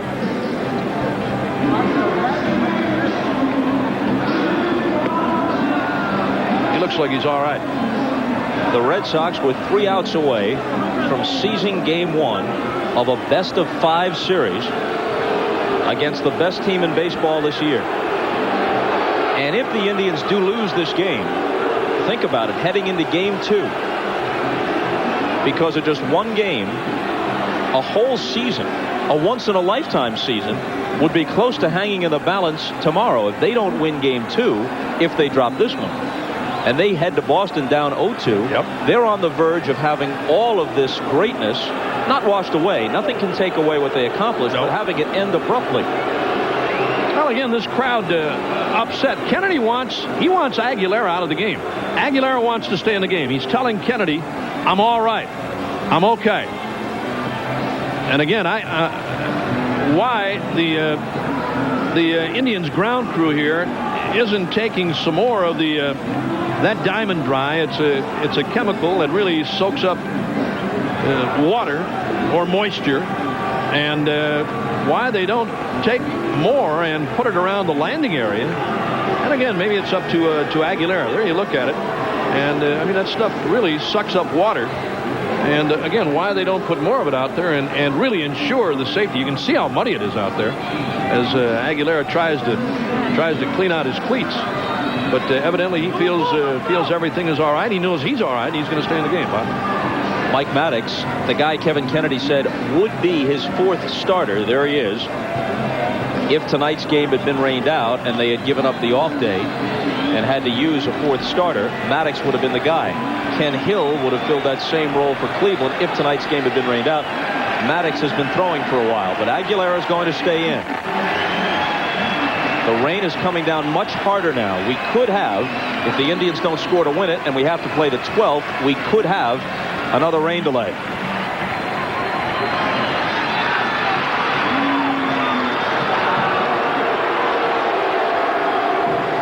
The rain has already taken out one of our monitors in the booth. You don't lean too far out. You know what they say about electrical equipment and water. I wouldn't want you to stick your head out. I know. I don't even know why I did that. The 2-2 pitch. And Ramirez goes down swinging. And he nailed Hasselman on the backswing. Yeah. Bill Hasselman got nailed on the backswing by Ramirez. He's all right. Take a look now at Ramirez. And here's a problem with catchers sometimes working a little too close. It's a split-fingered fastball, and there you see it. The backswing by Ramirez, and he nailed Hasselman on top of the shoulder. Watch this. Here it is right here. Bam! No fun. What'd you let me grab that monitor for? I never thought about that. Before I could stop you, you were on the verge of going the Don King route. The monitor. The monitor. Monitor was outside the booth, fans, if you're wondering what we were talking about. It's starting to rain rather heavily, and it started to go a little shaky on us, so I reached out and grabbed it. And he left me. Sorrento, who's 0 for 4. Hit 25 home runs in the regular season. Struck out twice in his 4 previous at-bats. Tomey at first with 2 down now. And ball 1. Well, there's no easy touch in this Indian lineup. And again, I mean, the same old's true, much so for the Red Sox, but up and down this Cleveland lineup, I mean, there is no easy touch. Here's a number 8 guy with 25 home runs. But Pena has replaced Alomar and is on deck, and a much lesser hitter than Sandy. Boy, Hasselman took another one. He's sopping wet. He's got bruises all over his body. First, the backswing by Ramirez. Now watch this foul ball almost take his mask off. Sometimes it feels good. Not always. Which times are those? I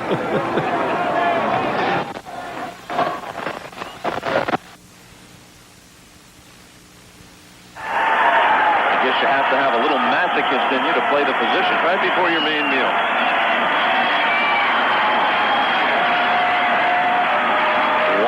Count to Sorrento. Aguilera brings it home.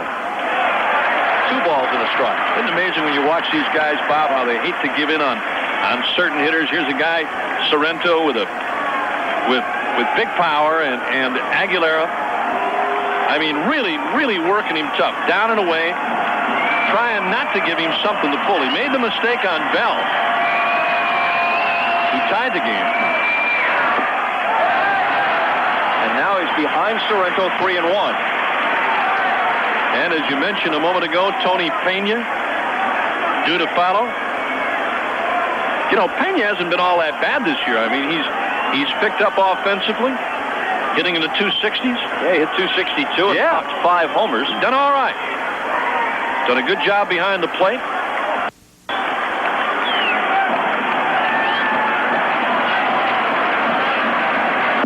It's been that kind of a year for the Indians where guys like Pena or somebody else who isn't in the starting lineup, somebody who gets in a game every once in a while, responds no matter what the situation.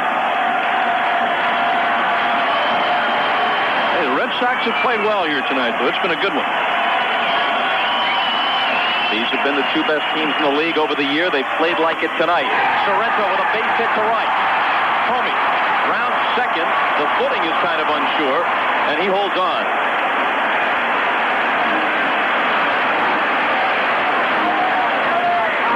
So now, the winning run at second base with 2 outs in the 11th. Now here it is again. 3-1 pitch. Look where that pitch is. Upstairs on Sorrento. And and it's knocked into right by Sorrento. As Jim told me, who took the turn at second. As Bob said, it's a little tender going out there with the rain still coming down, and Kevin Kennedy out there again checking on Aguilera, and again the footing is treacherous. That's Mike Stanton, a right-hander. I should say Mike Maddox. Mike Stanton was in here earlier, the left-hander who did a great job with 4 strikeouts, but Maddox, and there you see Tim Welke. Tim Welke wants the ground crew out there again. I don't know why they didn't do this earlier. That last pitch from Aguilera is not what you normally see from that guy. Not in that area. Not on a 3-1 count to throw a pitch like that to a left-hander, Paul Sorrento. And I mean, it's treacherous. It's tough. And I mean, you get yourself extended like Aguilera did the first time. Here it is again. Watch his front foot. Watch his planting foot, his landing foot. And again, it's sliding. It's slippery. There it is. There you see him. And he's got to be a little bit tender. He keeps telling Kennedy that he's all right, but I mean, he's got to be a little bit tender after you saw that last delivery and the way he hopped around. Maddox is ready. He's been ready. Be very surprised if Aguilera pitches it, but they're going to let him try to get out of the 11th. Nehring, Valentin, and Alicea have all homered for the Red Sox. Albert Bell, 50 homers, 52 doubles for the year, has one of each tonight in the first game of the playoffs. Pena, at age 38, still a useful player. You know, you got to wonder here if Aguilera, as he starts his delivery, Bob, might have in the back of his head, I got to be a little careful with my front foot, with my landing foot. I don't want to really blow this thing all the way if indeed it is bothering him and it's affecting his delivery here. Tomey at second. He's the one who matters. Sorrento at first. And Pena fouls it off. 1-1. Be interesting on a base hit here if Pena does come through with the slow track now. And Tomey not the fastest of runners. And Kevin Kennedy has seen enough of Aguilera, I think. I really do. I think this is a good move. And maybe Aguilera himself is feeling this thing now, and it's too much. I'm really surprised that he didn't take himself out earlier, Bob. Not that you're not tough or anything else, and he's limping badly now. I mean, but you have to look at the whole series down the line. This is only game 1, but here Aguilera has maybe jeopardized himself and the Red Sox by staying in here longer than he had to, and that's the first one. That's the second one. That's the second one. The first one where he really slipped and pulled what appeared to be a groin muscle. Again, maybe he should have listened to Kevin Kennedy, as Mike Maddox, a right-hander, is coming on now for Boston. This is a tough situation for a manager, Bob. And again, it's a big series and fans and everything else, and the Boston fans. You haven't been there. You're in there again, and your number one guy blows a hamstring or a groin muscle. I mean, it really jeopardizes the whole ball club. And again, hopefully he's not injured badly. Here's the first time that he slipped. I believe this is the replay of the first one. This is the one where he really went down and grabbed the groin area. Started hobbling around. Hey, you look at it, he really, I mean, once he landed, once that front foot hit the dirt and he started to slide and slip, you could see the extension on his leg and the area where the pull occurred. But then as Kennedy came out to check on him along with the Red Sox trainer, he kept insisting that he wanted to stay in the game, and Kevin let him stay in the game. But as this rain keeps coming down and it's getting muddier and muddier, and again, Aguilera not wanting to come out, but he may have injured himself further. I mean, really pulled that thing. The rain actually has let up a little bit in the last couple of minutes. While all this has been going on, there's an ebb and flow to the rain here. It starts and stops all night long, and it's pretty much let up. This is how the bottom of the 11th began. After Tim Nehring's home run in the top half had given the Red Sox the 4-3 lead, Aguilera can't put one past Bell. He hit 50 in 144 games, the 12th man in history to reach the 50 home run plateau, and he launches one here in the 11th to tie it. And here's his gesture directed toward Kevin Kennedy in particular and the rest of the Red Sox dugout. And for you lip readers, it's best to turn away at that point. And he's saying, look, you can confiscate my bat, which they did as he was rounding the bases to check to see if there's any cork, but the cork is right here in the muzzle. That's right, it is, baby. Yeah. It was a high breaking ball from Aguilera, and Albert Bell jumped all over it. The same holds true for Nehring back in the top half of the inning. Top half of the 11th, he gets a 2-strike breaking ball from Stanton, and he hit it out. So now Mike Maddox, whose brother Greg, way back when the evening started, was on the hill for the Braves in Colorado and was not his usual masterful self, wound up with a no decision, but the Braves came back and won the game 5-4 with Mark Wohlers striking 2 guys out. One of them was Galarraga, with the bases loaded in the bottom of the 9th to preserve the 1-run lead. So Maddox comes in. For what it may be worth, Tony Pena is 3 for 7 lifetime against Mike Maddox.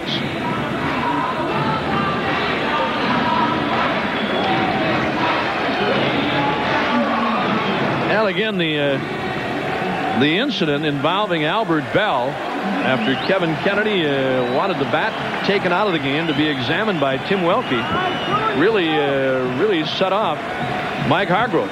Now Pena, a ball and a strike with a chance to win it.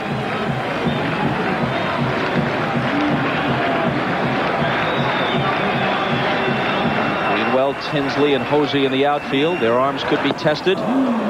Swing and a miss, 1-2. Saw this guy work a couple of days ago in Milwaukee against the Brewers. Mike Maddox.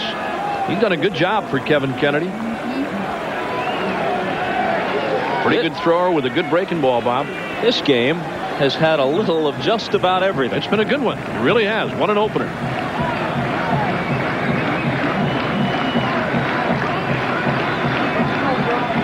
Some intrigue concerning the strategy. Some controversy with the confiscation of the bat. The 1-2 pitch to Pena. He laid off and it didn't miss by much. And Tony's a guy who will chase a pitch. He is not the most selective hitter in the history of the game. Think there'll be anybody crawling around in the lower portion of this stadium trying to get that bat of Albert Bell's out of some room? Well, they did that, didn't they, when Chicago, when they confiscated it against the White Sox last year. They tried to switch bats. Guys were climbing in through the transom, holes through the window, and everything else.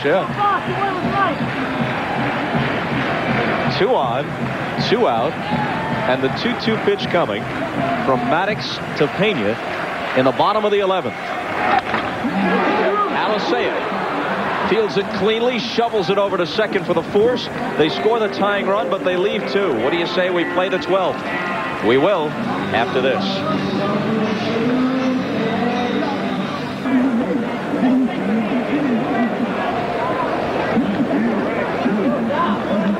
Rain falling again as we move to the 12th. Each team has used 6 pitchers.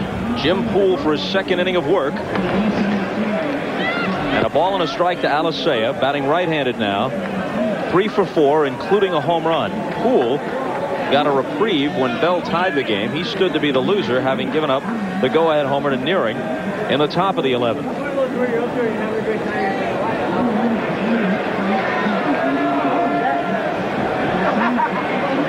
Hosey, another switch hitter, is on deck. 2-1. High inside breaking ball on Alicea. That's the pitch that Nehring hit out back in the 11th. On a 2-strike offering, he hit a high breaking ball. 2-2. Ken Hill has been throwing in the Cleveland bullpen. Their 4th starter. There he is, the former Expo and Cardinal. Mid-season pickup. The 2-2 pitch to Alicea. A smash to left center field. This ball is really carrying, and it's off the base of the wall. Alicea is on his way to second. He has himself a 4-for-5 night. Do you believe that? Luis Alicea. I mean, we've talked so much about all of the big guys. The Vaughns, Valentin, Greenwell, Nehring tonight. And here is Luis Alicea, who hit the big home run back in the 8th. His 4th hit tonight. A double off the wall in left center. Man, oh man, what a night. Albert Bell giving chase. And Kenny Lofton plays this ball off the wall to hold Alicea to the double. Mark Wiley heading out. Well, we saw Ken Hill throwing. The only pitchers Wiley and Hargrove have left are Hill, Chad O.J., and the lone left-hander, Alan Embry. That's unless this game goes about 20 innings, and they've got to use Charles Nagy, who's supposed to be the Game 3 starter on Friday at Fenway. Tomorrow's starter is Oral Hershiser. Now, for Kevin Kennedy, he has a right-hander, Joe Hudson, a left-hander, Zane Smith. Other than that, only the pitchers for Games 2 and 3, Eric Hansen and Tim Wakefield, the knuckleballer, who would be the Game 3 starter. And actually, that's the one guy you could use. You could use a knuckleball guy in desperation and then bring him back on 2 days rest. Absolutely. It's been done many, many times, and as a matter of fact, knuckleball pitchers don't mind doing it. And I know with Phil Garner and the Brewers and their knuckleballer Steve Sparks, he's done it a number of times this year. And again, in the situation with the Red Sox and Tim Wakefield, the same holds true. They need a sacrifice here in Batley, or a ball hit to the right side, but a sacrifice even more so. Hosey's 0 for 4 with a walk. Turned around to the right side. He was showing bunt before Poole wheeled around. And the purpose of that wasn't so much concern with Alicea as it was to see if Hosey, the rookie, would tip his hand. So Tommy playing deep at third. He'll make his charge. Squares, bunts, liner. But it was too far out of Tomey's reach. No chance for Tomey on that line drive bunt attempt by Dwayne Hosey. But again, he squared around and had a good ball to bunt. He wants to make Tomey. That's the guy he wants to make field the ball, for sure. Wants to make Tomey make the charge in the play. Nothing that Poole or Sorrento can handle, where they have a play at third. Squaring again, making no secret of his intentions, but he's behind 0-2. And again, a good breaking ball by Jimmy Poole, but a pitch that Hosey could have bunted. Here it is again. It's a breaking ball, and he just didn't get the head of the bat out in time to try and get a piece of the ball. Behind 0-2. And down he goes. In his first postseason game, Hosey's had a night to forget. Wow. 3 nasty breaking balls. Here's the last one. I mean, this one really nasty. Down low and inside, out of the strike zone, and Hosey went after it. Just a weak wave and grab some bench. Man, even to get a ball down on the ground somewhere. Now they're going to walk Valentin. And this could be interpreted by some as an affront to Vaughn, an MVP candidate. But as we've told you, his average is considerably lower against left-handers, and they do set up the double play possibility with this move. And Valentin has had a good night. 2 for 4 with a walk. And a near wild pitch. Man, this game has had just about everything. That would have been it. That would have been it. A wild pitch on an intentional ride. Here it is. Look at this one. Good play by Pena.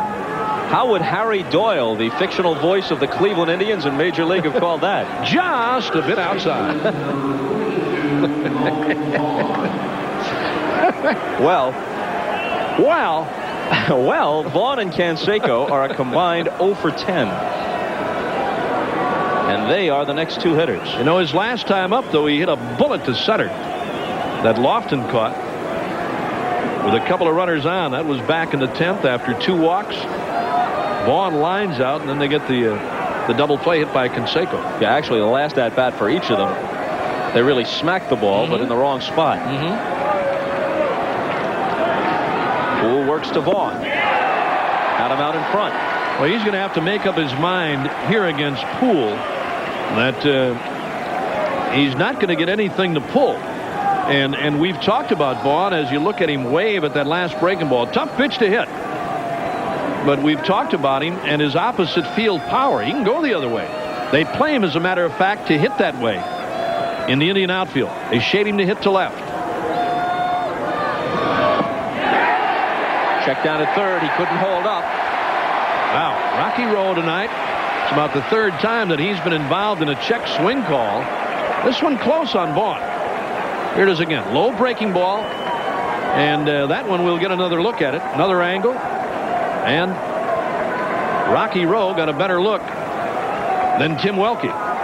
2 strikes, 2 breaking balls on Vaughn. Vaughn has fanned twice tonight. Led the league in the dubious category for the season with 150. Is this number 3? Yes. The hat trick he didn't want. Well, he's not getting any argument from Mo Vaughn. Talking about Rocky Rowe. And we'll look at it again as Mike Hargrove makes another trip. Here it is one more time. Another breaking ball. And Vaughn, trying to check his swing, couldn't do it. As I said earlier, I mean, it's in that area and against a pitcher like Poole where you've got to make up your mind to go the other way. He's not going to give you anything to pull. And there you see Rocky Rowe with that punch-out call on Vaughn. With the pool of eligibles depleting, Jim Poole leaves. Ken Hill will come in, the right-hander, to face Canseco.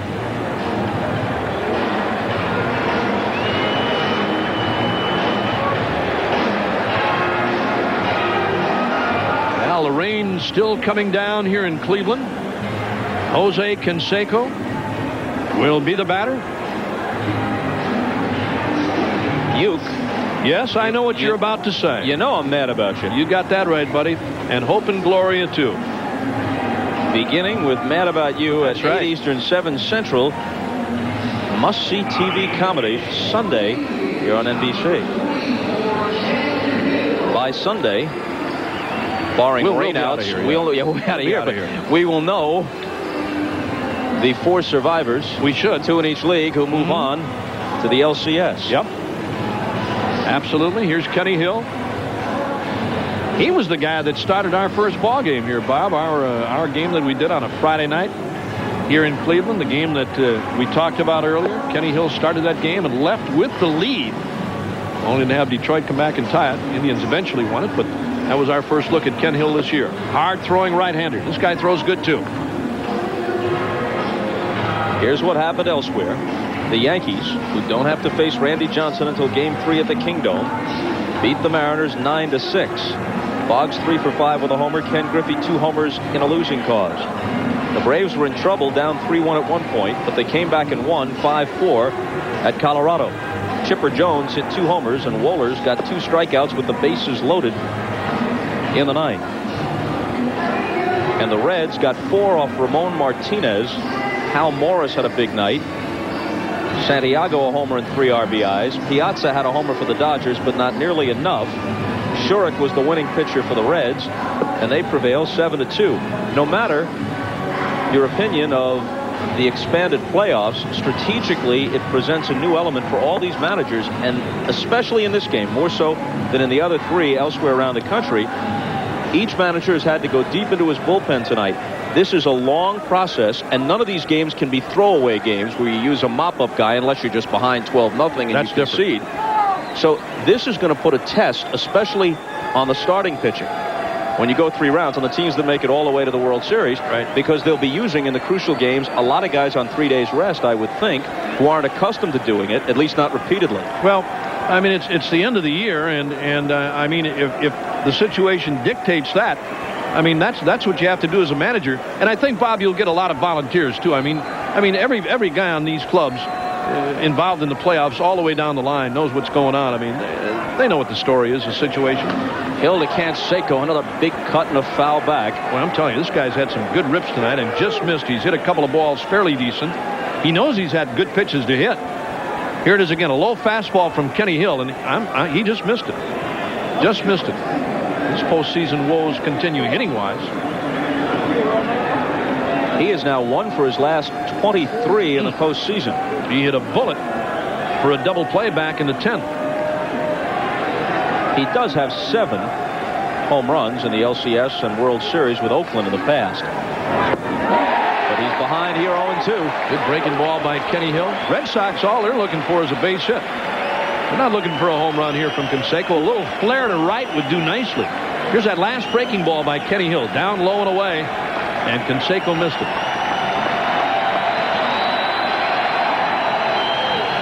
Tried to pull that ball down low and away. Hill trying to get out of it here.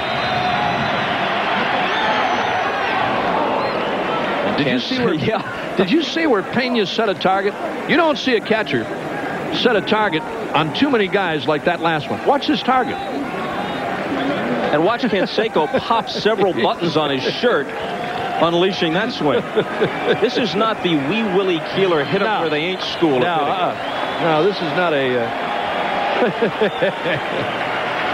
It's not a video game, man. This is real.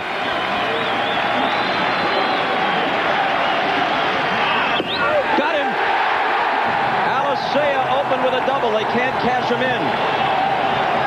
Top of the order in the bottom of the 12th for the Indians after this from your local station. Watch. It's 1:35 Eastern Time, which was the exact starting time of the late night show I used to do. You were a guest on that the first or second week. I never thanked you. Later on NBC, and this then is the second time we have appeared together this deep into the night. Lofton in the bottom of the 12th. How long has this game been going on? 4 hours and what? About 4.5. 4.5? It's all right. I'm glad we're here. I really am.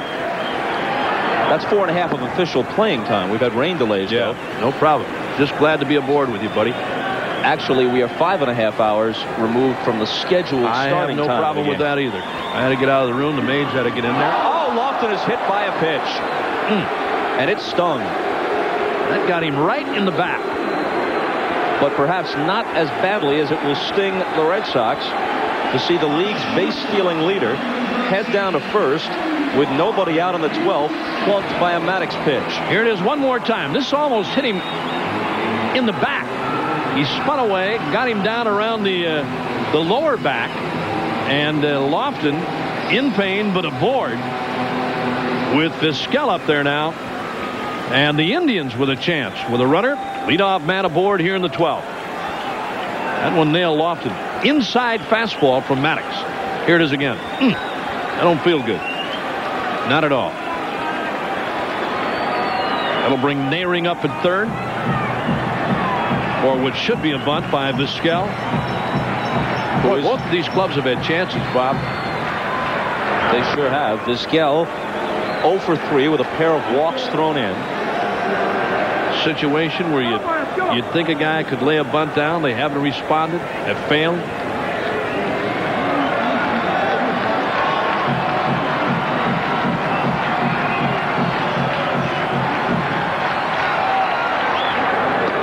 And Lofton back. I'll tell you what. Today and yesterday, when we were in here and talking about this series and this opening game, I in no way figured that we would be in extra innings and the bullpens would be so much involved in this game or in this series. Tries to bunt. You know, this is unbelievable with some of these players in this game, and a guy like an Omar Vizquel who does the fundamental things so well to miss on a bunt attempt a couple of times. And guys like Hosey and the guys who are supposed to do that kind of a job. Here it is again by Vizquel. I mean, these guys are supposed to be able to get the ball down. Lofton earlier. You see how he had the bat back? Not out in front of him where he could get that ball down and have really good control. Was he hit by that pitch? That was a foul. No, I don't know. Foul ball. He's contending he was hit. Welke does not agree. Hargrove out to talk it over. That's the problem with wearing gloves. When an umpire says, show me, you can't show him any red spot. You can't show him anything. He's wearing 2 batting gloves. And And here's Hargrove now. He's had a disagreement earlier with Welke when Albert Bell's bat, if you joined us late, was taken out of the game after Bell hit the home run back in the 11th. Here's a high inside fastball, and Vizquel contending the ball hit him. It didn't look like it on the replay. It didn't look like it. It didn't. And Tim Welke right on it. Here it is again. Better angle. Watch his upper hand. His upper hand is gone. His upper hand is gone. It looks like it hit the bat. And Vizquel, and you know what? He's trying to decoy him. He's shaking the lower hand on the bat, batting from the left side. There's no way in the world it could have hit his right hand. No, it's the wrong hand. A bluff that didn't work. Nice try, Omar. So now it's unlikely they'll keep the bunt on 0-2. That's a good one. You know, that's a good one. Can we see that again, Johnny? He shook the wrong hand. That's a good one.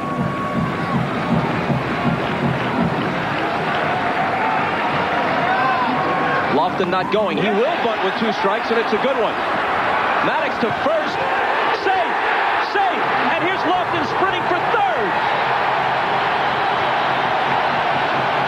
Big argument at first base.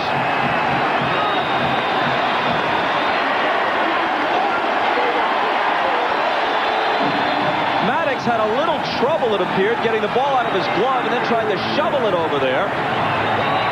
He looked like he was sitting on the bag, though, and the first base umpire, John Hirschbeck, called Vizquel safe. It looked like Maddox was sitting on the bag. We'll get a look at it one more time. Here it is. I shouldn't say Maddox. The second baseman, Alicea, looked like he had the bag. Maddox made the pickup. Oh, man. And shoveled it to Alicea covering. And here it is again. I mean, he's laying on the bag. You can't see Nelson there. You can't see because of Davey Nelson. But it looked like Alicea, after Maddox picked up the bunt. He picked up the bunt. He looked like he was sitting on the bag.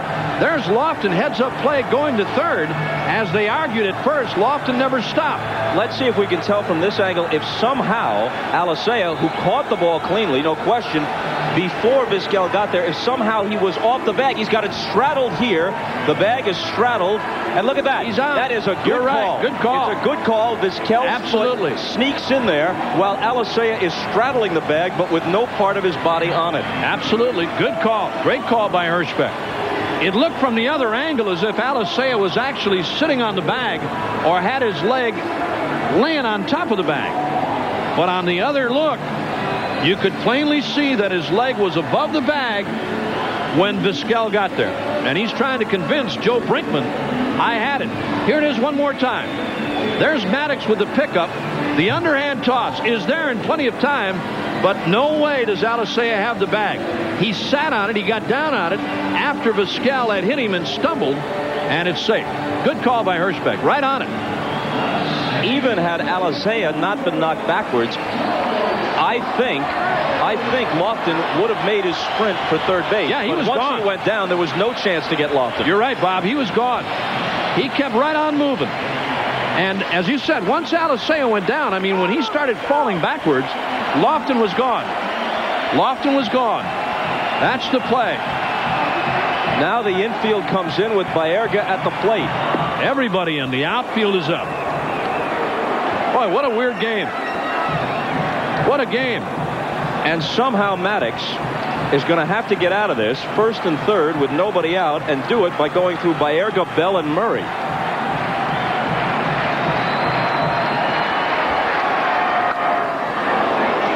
Two. Boy, what a game. What a play.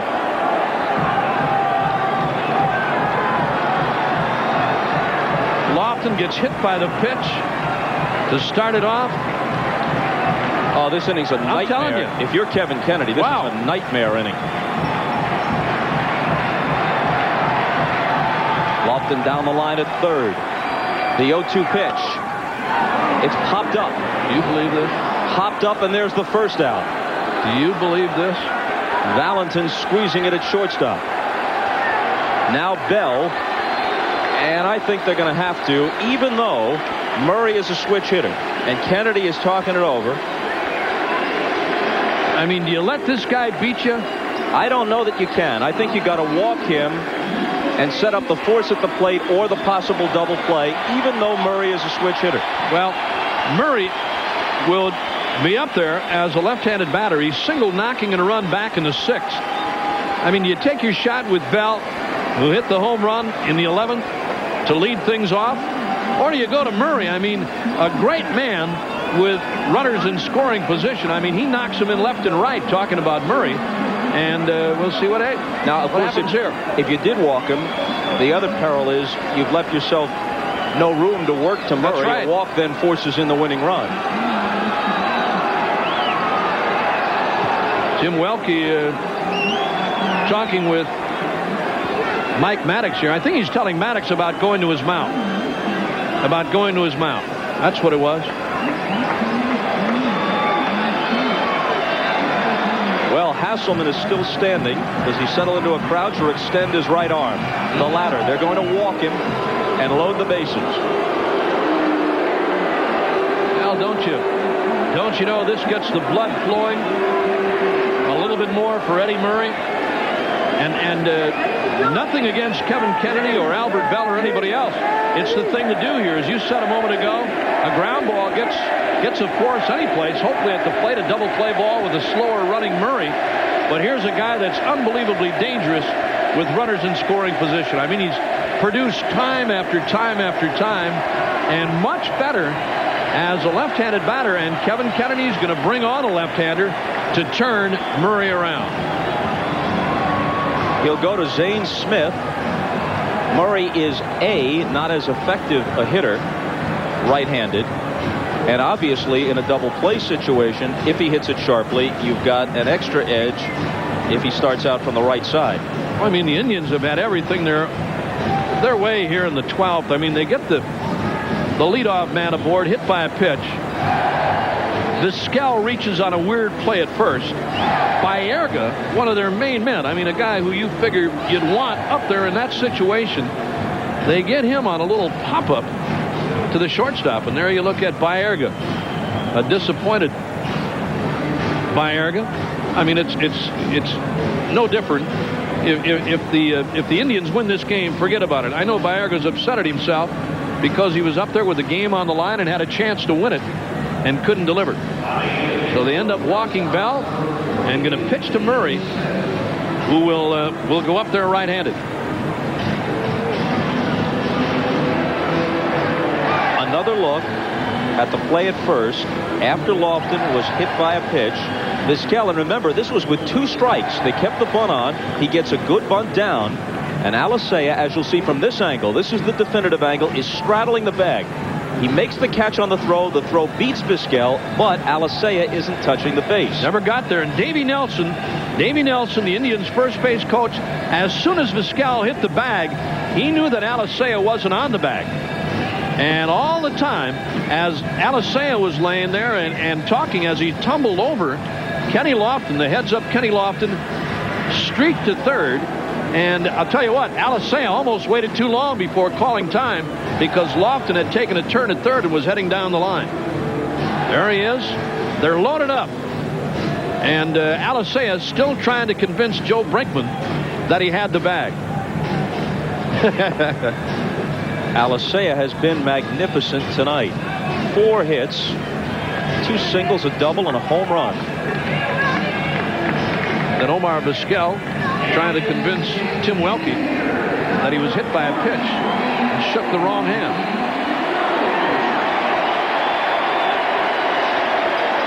I don't know what time these people who are here tonight have to go to work, but they've seen a beauty. This has been a good one. We'll be back here again tonight for Game 2. I think a ticket stub ought to serve as a late pass. Boy, I'll work tell you. or school tomorrow morning. How many times has Eddie Murray been in this spot with the game on the line? Bases loaded, 1 out. They look for the double play, but in close at the corners. Middle of the infield, DP depth. At third base, nearing even with the bag. Vaughn about the same at first.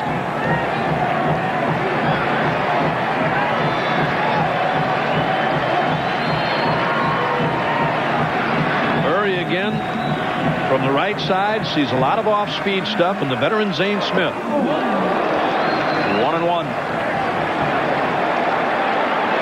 His base hit tonight back in the 6th inning came as a left-handed batter. He can be doubled, as you see. If Murray doesn't end the game or the inning, Thome is next. The 1-1 pitch.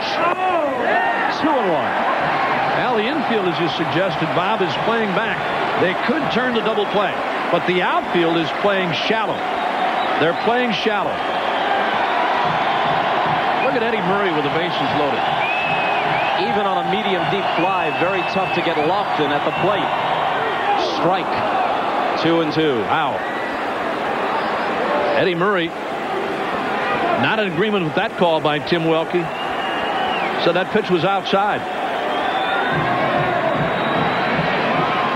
But again, Welke has been there all night long, both ways. Both ways. Man, what a game. The 2-2 pitch from Smith to Murray. Slow roller. They'll have to come to the plate, and they get the force. Nearing to Hasselman. How about that? I'm telling you. I'm telling you. Did you see what Lofton had to slide into when he got to the plate? That little tapper hit by Murray on a pitch that he tried to pull. Here it is again. The little grounder up along third. Nearing the play. They'll come home for the force. Watch what is looking at Lofton as he gets there. Look at that. Right over the top of the bat. Dropped by Murray. And Hasselman with no help at all. He wasn't going to help him out. He wasn't going to kick it out of the way. Watch it. You'll see Lofton again. There's a little tapper hit the nearing. Look where the bat is, right there. Now Hasselman, if he had to or wanted to, he could have kicked it out of the way, but there's no way. I was talking about a mask, too, the same way for a catcher to throw a mask up along the line. Courtesy was the least of his concerns. Thome, with the pitch in on him, made a little contact, I believe. 0-1. Check swing foul. Do you believe this? Base is loaded. With this Indian ball club, as you look at Mike Hargrove, who is probably thinking the same thing. I don't believe this.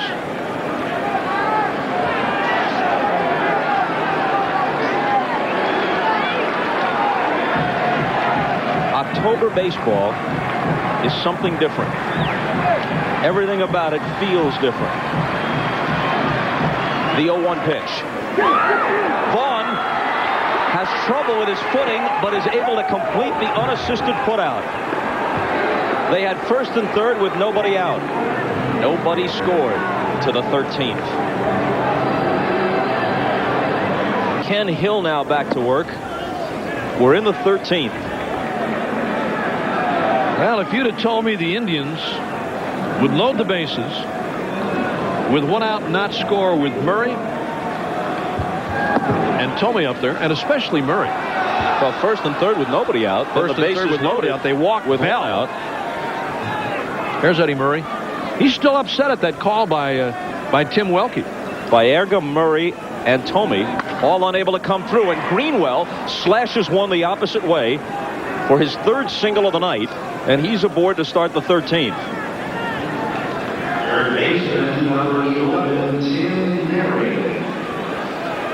You know, when you look at what happened in the early part of this game, everything exciting has taken place in the second half or in the extra innings.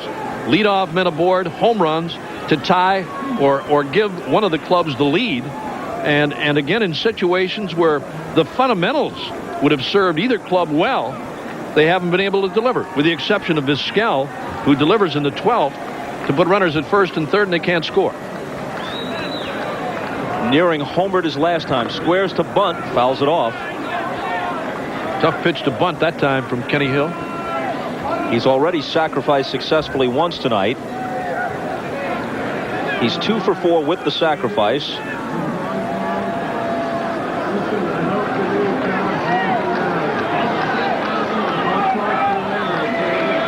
Took Jim Poole deep down the line and left for what looked like it could have been a game-winning home run in the 11th. Here now, looking to sacrifice. He's behind 0-2. Boy, again, Tim Welke, and it's been that way all night. I hate to be repetitive, but again, here's that last breaking ball right on the outside. I mean, he's right there, and for the most part, these pitchers, both ways, have stayed out there.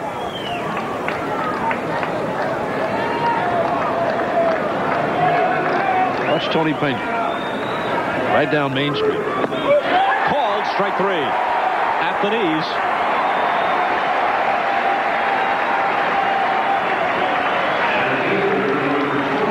Well, they get the leadoff man on, but they can't advance him. And again, Nehring sent up there to sacrifice. And here's that 0-2 pitch. It was high enough, and it was right down Main Street, it looked like. Good fastball. Pena set up with 2 strikes right down the middle, and that's where Kenny Hill delivered. Tinsley now 0 for 4 with a walk. Hill, the 7th pitcher used by Hargrove. Zane Smith, who finished the bottom of the 12th, the 7th used by Kevin Kennedy. This game looked like it was over about a half dozen different times. Sure did. It looked like it was over before it started because it was raining so badly.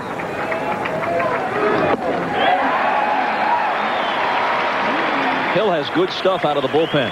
Well, he's got good stuff no matter what he does as a starter out of the bullpen. He throws very hard. He's got good breaking stuff. Got him from St. Louis.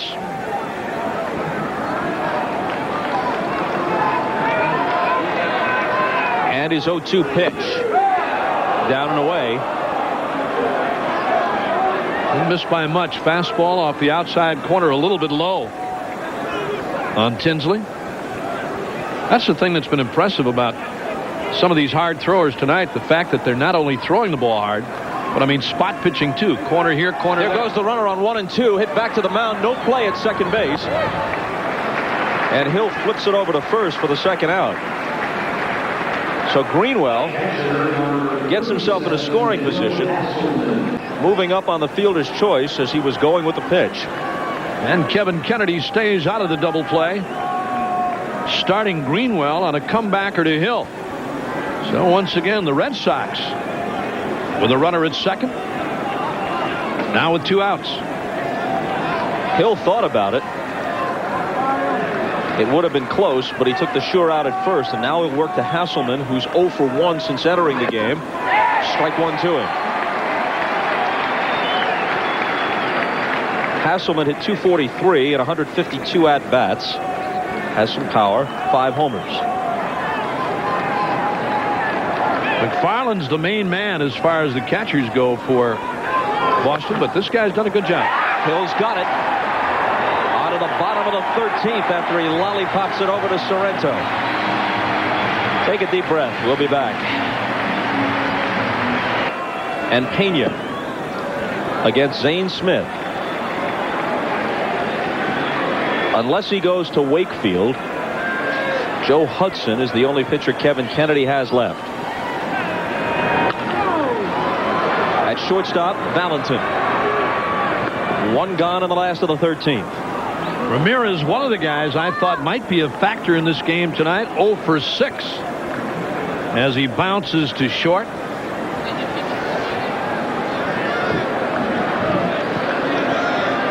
And now with Sorrento due and the left-hander on the mound, it looks like it's time for Perry, who platooned with Sorrento at first base on those occasions when Murray was DHing. Murray did play first base a number of times this year. So it's Herbert Perry with Sorrento sitting down. While he was in there, Paul was 1 for 5. Perry was a pitcher in high school, 3 no-hitters in a perfect game. Played baseball and football for a while at the University of Florida. A June call-up from the minor leagues. We may see him in there tonight. Not as a first baseman. Obviously, he'll come in there to play for Sorrento after pinch hitting, but we may see him have to pitch in this game. Stranger things have happened. As a matter of fact, I wish he was in there. 3 no-hitters in high school. Dennis Martinez taking care of Wayne Kirby down there. They're both done for the night. That's right. But trying to enjoy themselves, create their own amusement. The 0-1 to Perry.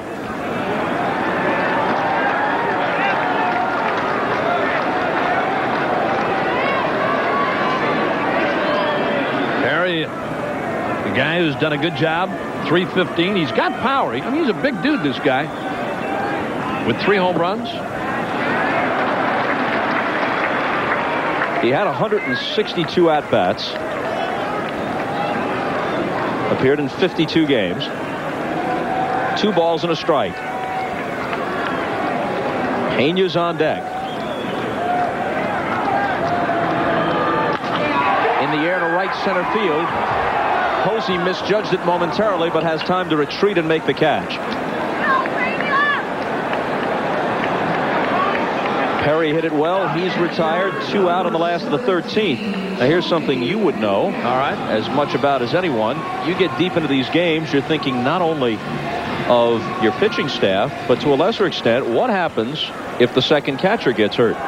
Well, I asked earlier about Hasselman coming in for the Red Sox. In case he went down, who would catch for Boston? The same holds true here with Peña, who came on for Alomar. And I mean, there's always somebody on a club who can catch, and designated by the player himself more often than not. 2-0 to Peña. In the case of the Red Sox, in that emergency, it would probably be infielder Chris Donnells, and in the case of the Indians, the much-traveled utility man Alvaro Espinosa might say, "I'll give it a try." For a share, you give anything a try.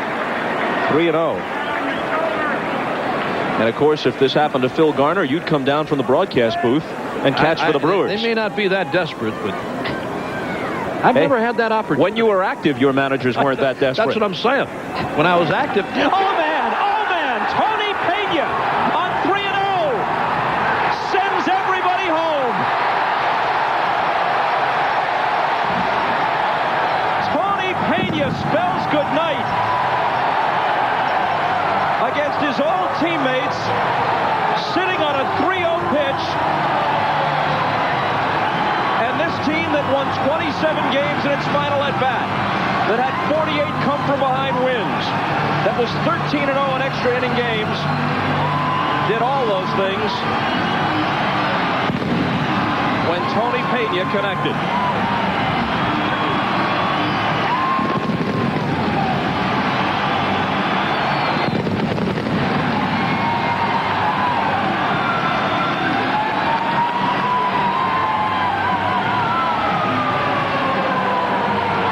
In street clothes.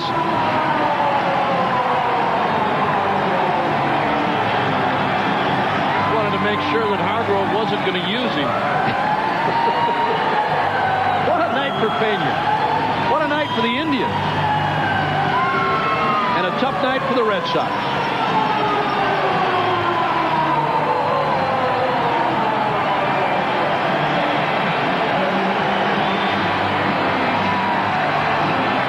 Canseco, who came up empty at the plate, looking on in resignation. Peña out for the curtain call.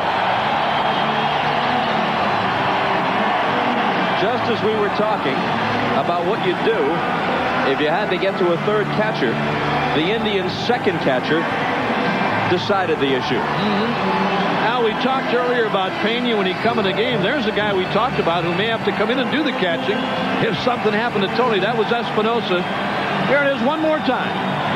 Tony Peña, Zane Smith, right down the middle, and he hit it out of here. Look at the way he tossed that bat aside. Look at Zane Smith. Stay in now.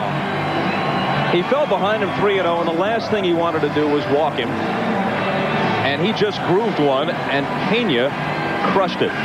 Well, we talked earlier, Bob, about Peña and the year he's had for the Indians. Not so much what he's done defensively, but he's done some big work batting-wise, too. .262 into this game tonight. There it is one more time. Tony Pena. Yep. When it left the bat, the only hope for the Red Sox was that high wall, not quite the 37-foot green monster, but what they call here in this new ballpark the little green monster at 19 feet high, would catch it, that it would hit near the top of the wall and stay in for a double, but it got over. It got out of here by